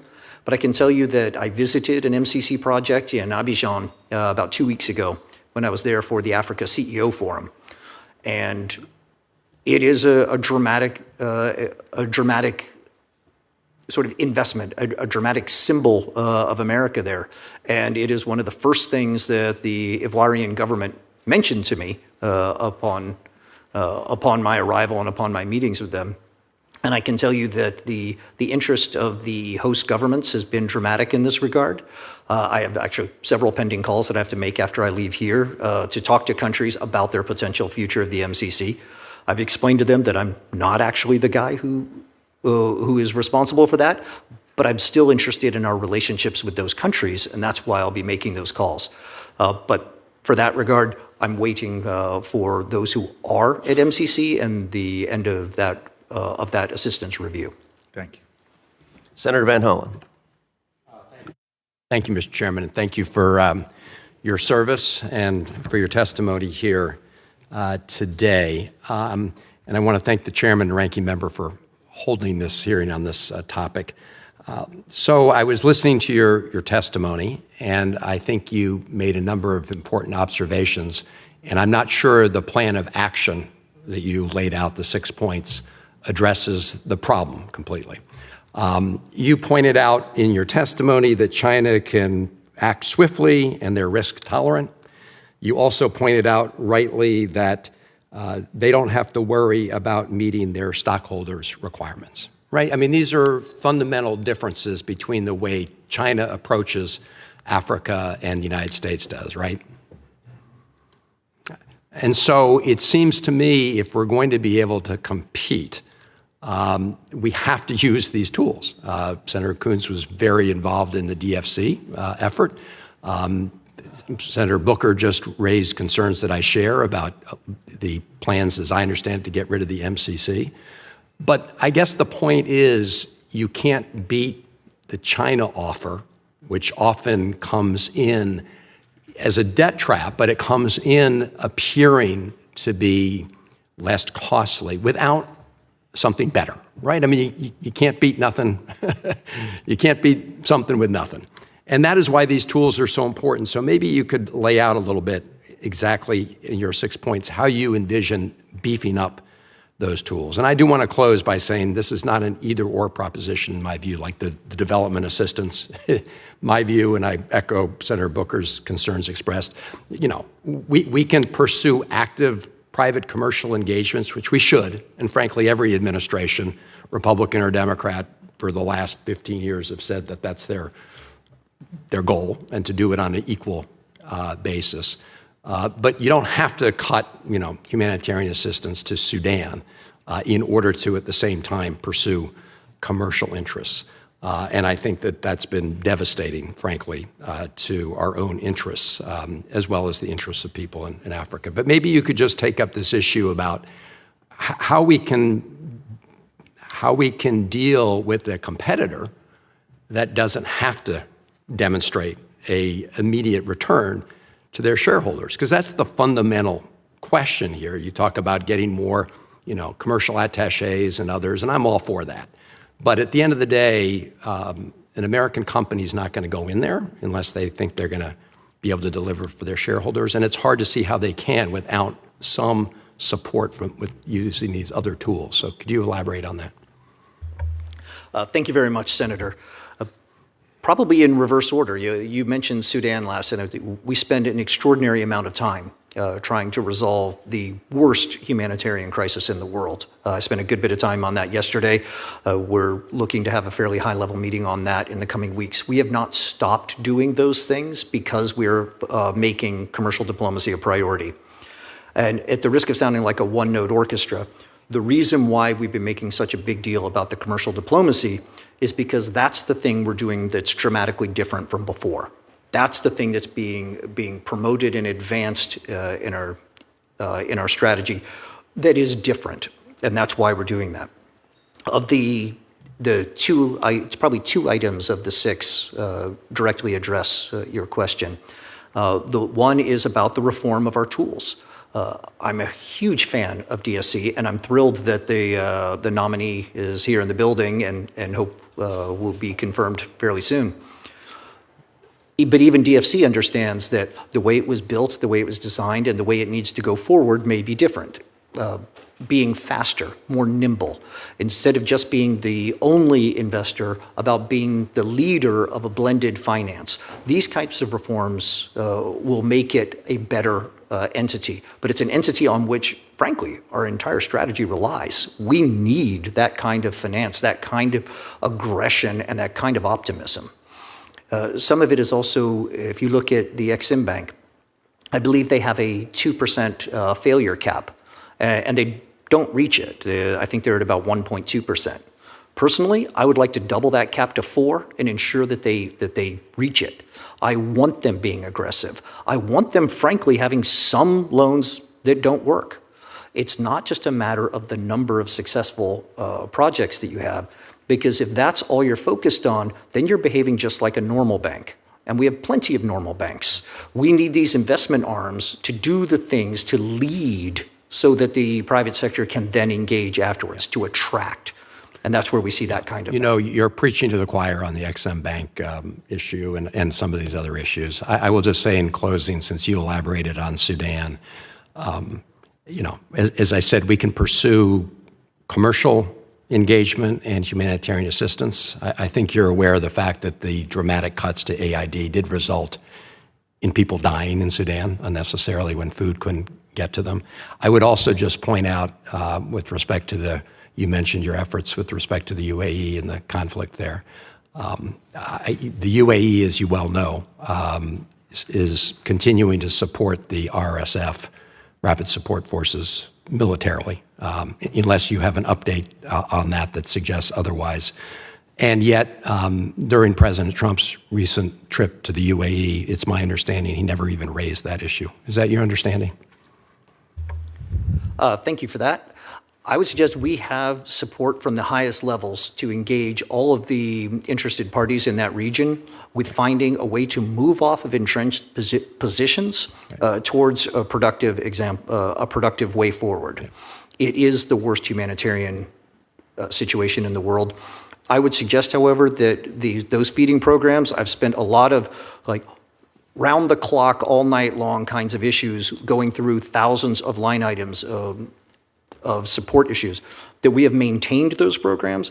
And I would say that people are surviving in Sudan because of the support that the United States has provided there.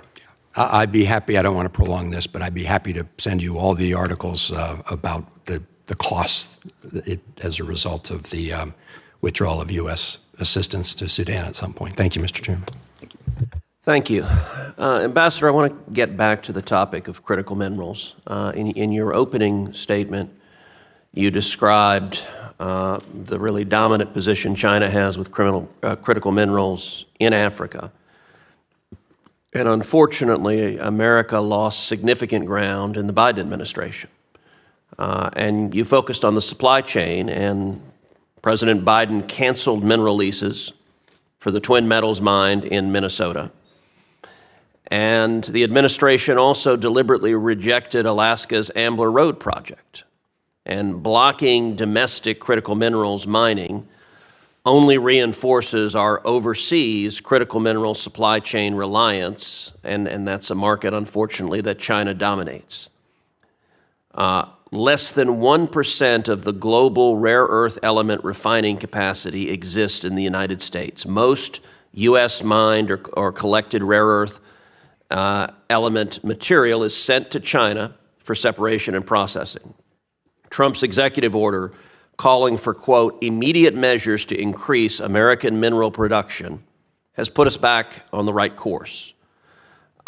We need your leadership to marshal resources to cultivate partnerships in the critical mineral sector in Africa. And for the United States to be an alternative to China in Africa, we need to create real alternatives in Africa. We need to translate the talk and policy into tangible action and impact. Could you please describe the efforts underway within the department to work with our international partners across Africa and U.S. companies to build a more resilient, transparent, and diversified supply chain of critical minerals from Africa to the United States? Thank you very much for raising that. I spend more time working with the American private sector than I do with government officials because they're the ones who are going to be key to solving this issue. It would be easy and cheap and ultimately disastrous to continue to rely on China for these sorts of things. We do have to have our own domestic capacity. I'm not the one who does domestic work, but there are people across this government that do, and we engage on a regular basis. When it comes to making sure our allies and partners are involved as well, I spent a good bit of time this morning with the European Union's Peace and Security Committee because they're concerned about these issues as well, and they also have a challenge that they need to invest in minerals processing and usage. Quite simply, it's my job to get the throughput for that processing. As we have operations in Houston for developing critical minerals processing, we have new operations also coming up the Mississippi Valley, particularly in Arkansas, I believe. It's my job to get the throughput for that, and that's where I'm engaging with the mining companies and with the transportation companies and the power companies to make sure that that's doable. China has also been leveraging its power to advance its diplomatic goals and undermine American diplomacy. And it uses its relationship to undermine, in particular, the diplomatic status of Taiwan. In April, Somalia banned Taiwanese passport holders from entering the country in response to deepening ties between Somaliland and Taiwan. This action by Somalia prevented Taiwan's foreign minister from undertaking a planned visit to Somaliland. As if the Chinese Communist Party's political interference wasn't enough, there are reports that the support China provides to the Somali government makes its way to anti-Somaliland groups opposing Somaliland. Let me be clear. China is leveraging Somalia against the pro-U.S., pro-Israel, pro-West Somaliland because of Somaliland's relationship with Taiwan. How should the United States approach this challenge and similar efforts by China to undermine Taiwan's diplomatic status in Africa and the Horn specifically? Thank you very much. The question of Taiwan across Africa is hugely important. Taiwan is an extremely productive, positive, and responsible member of the international community. And so our engagements with them and cooperative engagements with them across the continent matter. And in the countries where they're finding problematic issues, where we believe at the behest of China, they're receiving harassment from those governments. For us, it's critical to make clear to those governments that when they harass Taiwan like that, they're also making it clear their own lack of commitment to a positive kind of engagement with an open society. And for that reason, they would be putting in jeopardy or calling into question their relationship with us. And so those are the kinds of conversations we need to keep having. We need to make sure are understood. It's best to be able to stave these off before they become public, but diplomacy is often operates in an imperfect information environment, but making sure that people understand afterward that this is going to affect the relationship with us. And that's why we were happy that the government of Somalia actually rescinded that order and started respecting the Taiwanese passports again. Tell us a bit about how the United States should be assisting and strengthening partners like Somaliland to counter China. We engage with partners like that, the ones who are looking to go in a positive direction, who have that positive trajectory. We'll meet them where they are and find ways to engage. And we do have extensive engagement with Somaliland. We do currently respect the territorial integrity of Somalia, and the decision of its construction is a question for Somalians, including Somalilanders. But for us, it's vastly more important that all of these different groups and these different states recognize the greater threat of ISIS and al-Shabaab, which are causing just traumatic attacks and mayhem in their country, that's the real enemy, and that they need to work together against that rather than spending their efforts with political infighting amongst themselves. Okay, so one more question. I'm deeply concerned about our posture in Africa regarding space development. This is an area where the United States must lead. We already have a NASA presence in South Africa, Angola, Rwanda, and Nigeria. are all signatories to the Artemis Accords. Several other countries, including Kenya, are also emerging as leaders in developing space capabilities. Africa's space industry is ripe for U.S. commercial diplomacy. The department should be working hand in hand with the private sector to help our partners in Africa develop their own space capabilities. Last month, I met with 11 members of Botswana's National Assembly, and I have since learned in March, Botswana launched its first satellite into space in partnership with SpaceX. This is the type of commercial partnerships we need to see more of. What are your thoughts on commercial space diplomacy, and how can we push back on China through building space partnerships in Africa? Thank you for that. Space is an exciting new opportunity for the continent, for everyone in the world. The African Union just established its African Space Agency with a founding engagement in Cairo. We were there in force because this is where we can accomplish a lot of interesting things. So we hit on that.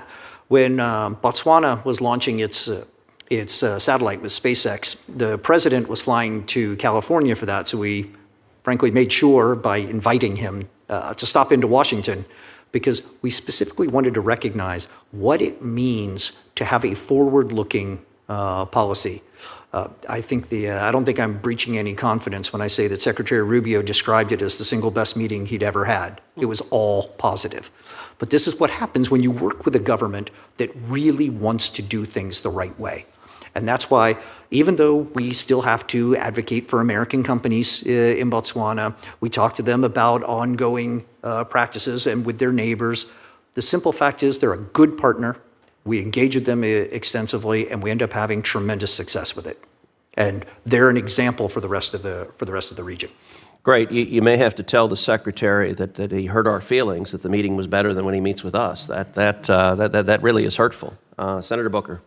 I again will defer to the more senior senator from Delaware. I again will express embarrassment and yet take advantage of the opportunity of your kindness. I'll just ask two more questions, if I might.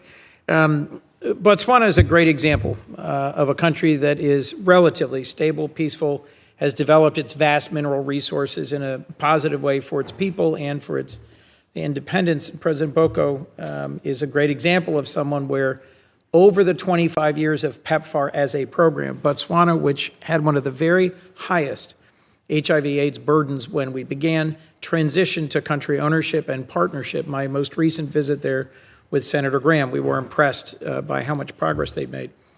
Over 25 years, PEPFAR has saved 25 million lives. I respect and understand why the administration is prioritizing commercial diplomacy, something I also have long championed. It's the way that we will move forward in this century with the vast majority of African countries. But we cannot neglect some of the foundational public health needs that still are central to our relations with dozens of countries. The Secretary recently testified that 85% of PEPFAR funding was still being delivered and only 15% had been canceled due to corruption. One of the things I disagreed with publicly about someone who's no longer with the department was his characterization that the termination of a contract for male circumcision was because it was either DEI or corrupt, when in fact public health documents show it's the most effective way to reduce transmission. Can you give us any sense? What is the actual plan and path forward for PEPFAR? The administration has just submitted a rescission that would claw back significant amounts of funding that was authorized and appropriated by Congress for PEPFAR. What do you view as the path forward, and how can we get a specific update on what's actually the intention of the administration with regards to PEPFAR? Thank you for raising an incredibly important issue. As I had mentioned before, the reason why I'd spent so much time talking about commercial diplomacy is because that was the fundamental change, the difference in what we were doing. But that doesn't mean the critical things we were doing in other spheres don't also matter. As somebody who spent most of his time in Africa, and almost every one of the countries in which I've served are PEPFAR countries, I have a deep and abiding love and respect for the program. As Secretary Rubio had said, 85% of that is continuing. The shifting with the change in how our government is structured, has been something we're focused on right now. And so the Global Health Security Bureau is absorbing the tasks that USAID used to do in regard to PEPFAR, and working out our staffing and especially our overseas posture is all predicated on making sure this continues to happen. I am afraid that I don't have any information on a response to the rescission, because that would be our F Bureau and the Global Health Security Bureau, but I will absolutely find out about that and get back to you, sir. If you could convey an intense interest and enthusiasm for clarity on that, I think governing by rescission, by full year CR, reconciliation, and rescission renders the appropriations role of Congress irrelevant and is a very dangerous precedent to be setting. My hope is that instead, the administration will accept the repeated offers of members of both parties to work together to reform, sustain, and improve foreign assistance, because whether it's the Millennium Challenge Corporation or it's PEPFAR previously delivered exclusively through USAID and CDC, there are long-standing bilateral relationships with dozens of countries on the continent where I'm getting the calls I'm sure you're getting: confusion, alarm, and question about what is our future together. Senator Graham and I have worked hard to introduce and pass legislation that creates public-private foundations to advance food security and to advance conservation. Examples from Africa were the principal reason, but it's not exclusive to Africa. The Conservation Foundation is law and is funded. The Food Security Foundation, Senator Graham's continuing to work to advance, and it'll soon be on a market for this committee. Are you familiar with these at all? Do you see the idea of doubling public money with private partnership money, whether foundation or corporate, as being a positive model for moving forward together? Thank you. While I know of these programs, I do know the idea of public-private partnerships has proven effective throughout. Wherever it's possible to involve the private sector, it generally improves the opportunities. It's one of the reasons why I'm such a supporter of the blended finance with DFC. It's bringing that in, which allows that dynamism, that vibrancy that the private sector can bring to that. So I think that's an appropriate way to address both of those concerns. And I would also say that when it comes to feeding programs, anything that engages the American farmer is probably going to be a good investment. Thank you, Mr. Futrell, and thank you again, Senator Booker, for your decency, your compassion, and your forbearance, and to the chairman for tolerating my many questions. Thank you. Senator Booker. Thank you very much. A vote's been called, so I'm going to try to do speed round. If you can get me I'll try to get my questions shorter if you get your responses shorter. So South Africa produces 75% of the world's platinum. So many critical minerals flow through it. I'm worried about our policy towards South Africa limiting our critical mineral acquisition. They've been left out of some now key consortium. Could you just comment on that really quickly and cogently? Actually, the South Africans' main points when they came to visit just a few weeks ago were that this is the area in which we can find great opportunities for cooperation. Again, we have something like 600 American companies active in South Africa.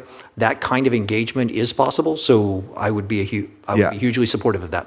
I'm concerned about the president's executive order undermining that effort, but I do know, having spent a lot of time on these issues, the complications of the South Africans' governmental posture, but also the opportunities. It's important diplomacy, but I'm going to continue really quickly. I agree that we need to do a better job on commercial diplomacy. You're such the right champion for that. But to say that that has not been previously a focus is concerning me, because one of the things, the legacy things out there is Prosperity Africa, which since 2019, as you know, has facilitated over 1,000 deals across 49 African countries with an estimated value of $65 billion. What's the status of one of those legacy good works, Prosper Africa? My understanding is the real future for that is coming through in legislation from the Hill, and I would be excited to welcome Prosper Africa into the Africa Bureau, which is something I've been trying to. I will be mimicking if I cannot absorb, because I believe in the task. And I should say that when I was saying that it wasn't the focus before, we had specific people that were focused on it before. We had foreign commercial service officers where they are present doing amazing work. But we also need to be active where they're not present. And so the idea that ambassadors need to lead this and that entire country teams need to work on the commercial diplomacy, that's where this approach is going. But I'm a big fan of what Prosper Africa did. And one way or another, that task is coming to the African. Next issue. So when I was mayor of the city of Newark, it was a city that was known for legendary corruption. This is not a brag, but I'm the first mayor since the early 60s that wasn't indicted of something. And when we got there, I wanted to bring in new ethics laws, new transparency, really clean it up to let people know that we were doing things differently, and benefited from a lot of ethics groups helping me come in to pass legislation, executive orders on myself, really making it, and that worked. We had companies come to us. The city said, I swore I would never come back, but seeing what you're doing on the governance reforms makes me know that I can do business here. And after 60 years, almost the same period of which we saw monumental corruption, suddenly our economy was booming, the biggest it had in decades, and the population started growing again. And so that's why I want to make sure that we at least can share some agreement here that it's not just our business relationships. The resources we were investing in the support of governance, civil society, helping with democratization is so vital. And so I'm wondering what you're thinking about those investments, many of which we're turning our back on, that are helping to create an environment that's critical for our businesses to be able to operate. Yeah, thank you. The overall business environment is exactly what we're trying to do, what we're trying to work with, especially using the local business communities, the American Chambers of Commerce in particular, about making sure. I agree with all those things, but you see what the PRC is doing. You know this with the Confucius, the 61 Confucius. They're investing in ways that we're not. In other words, isn't this an area that, yes, businesses, chambers of commerce can do a lot of good, but the extraordinary investments we were making on governance, on civil society sectors that were helping the reforms happen, aren't those critical investments as well, beyond what the business community is doing? I would argue that the business community is very good at making those kinds of investments, and getting their collective behavior instead of their individual behaviors is how we can address that. Because every government asks me to help encourage greater investment in their country, and I always say the way to get greater investment is to take care of the ones you have now, and that means addressing that business climate. And you see that success works. You see the more successful. So you're telling me businesses, because I was in numerous African countries where we were investing in how to clean up corruption from your elections, investing in creating more transparency. Let me give you another great example. It's just the media landscape, encountering propaganda, the Voice of America. There's so many of these things that are going to create an environment where democracy is more secure, where there's anti-corruption efforts, because I can go through Nigeria, Ghana, that they're battling sort of corruption within their government. Just the businesses advising them, as opposed to putting people there that could help to create more transparency and more accountability. Are you saying those investments are not needed? I'm saying that what the embassies and what the private sector do, including with the training of journalism through the embassies, we do a lot of that. I'm not saying that we're not going to do those other types of programs. That's just what the overall Foreign Assistance Review is looking at. Well, I would say, mindful of time, and the conclusion is that you and I have so much agreement, and I'm actually grateful not only that you're here, but that you're doing so much of the work. But we are competing with a country, and this is the core of the hearing, that is not just investing in their business relationships, where they have literally say up front, we don't care how you run your government, we don't care about the corruption, we don't care about any of that stuff, which often blocks. When I was in West Africa, I was hearing from major American corporations that were not investing because of the corruption that they were encountering in some West African countries.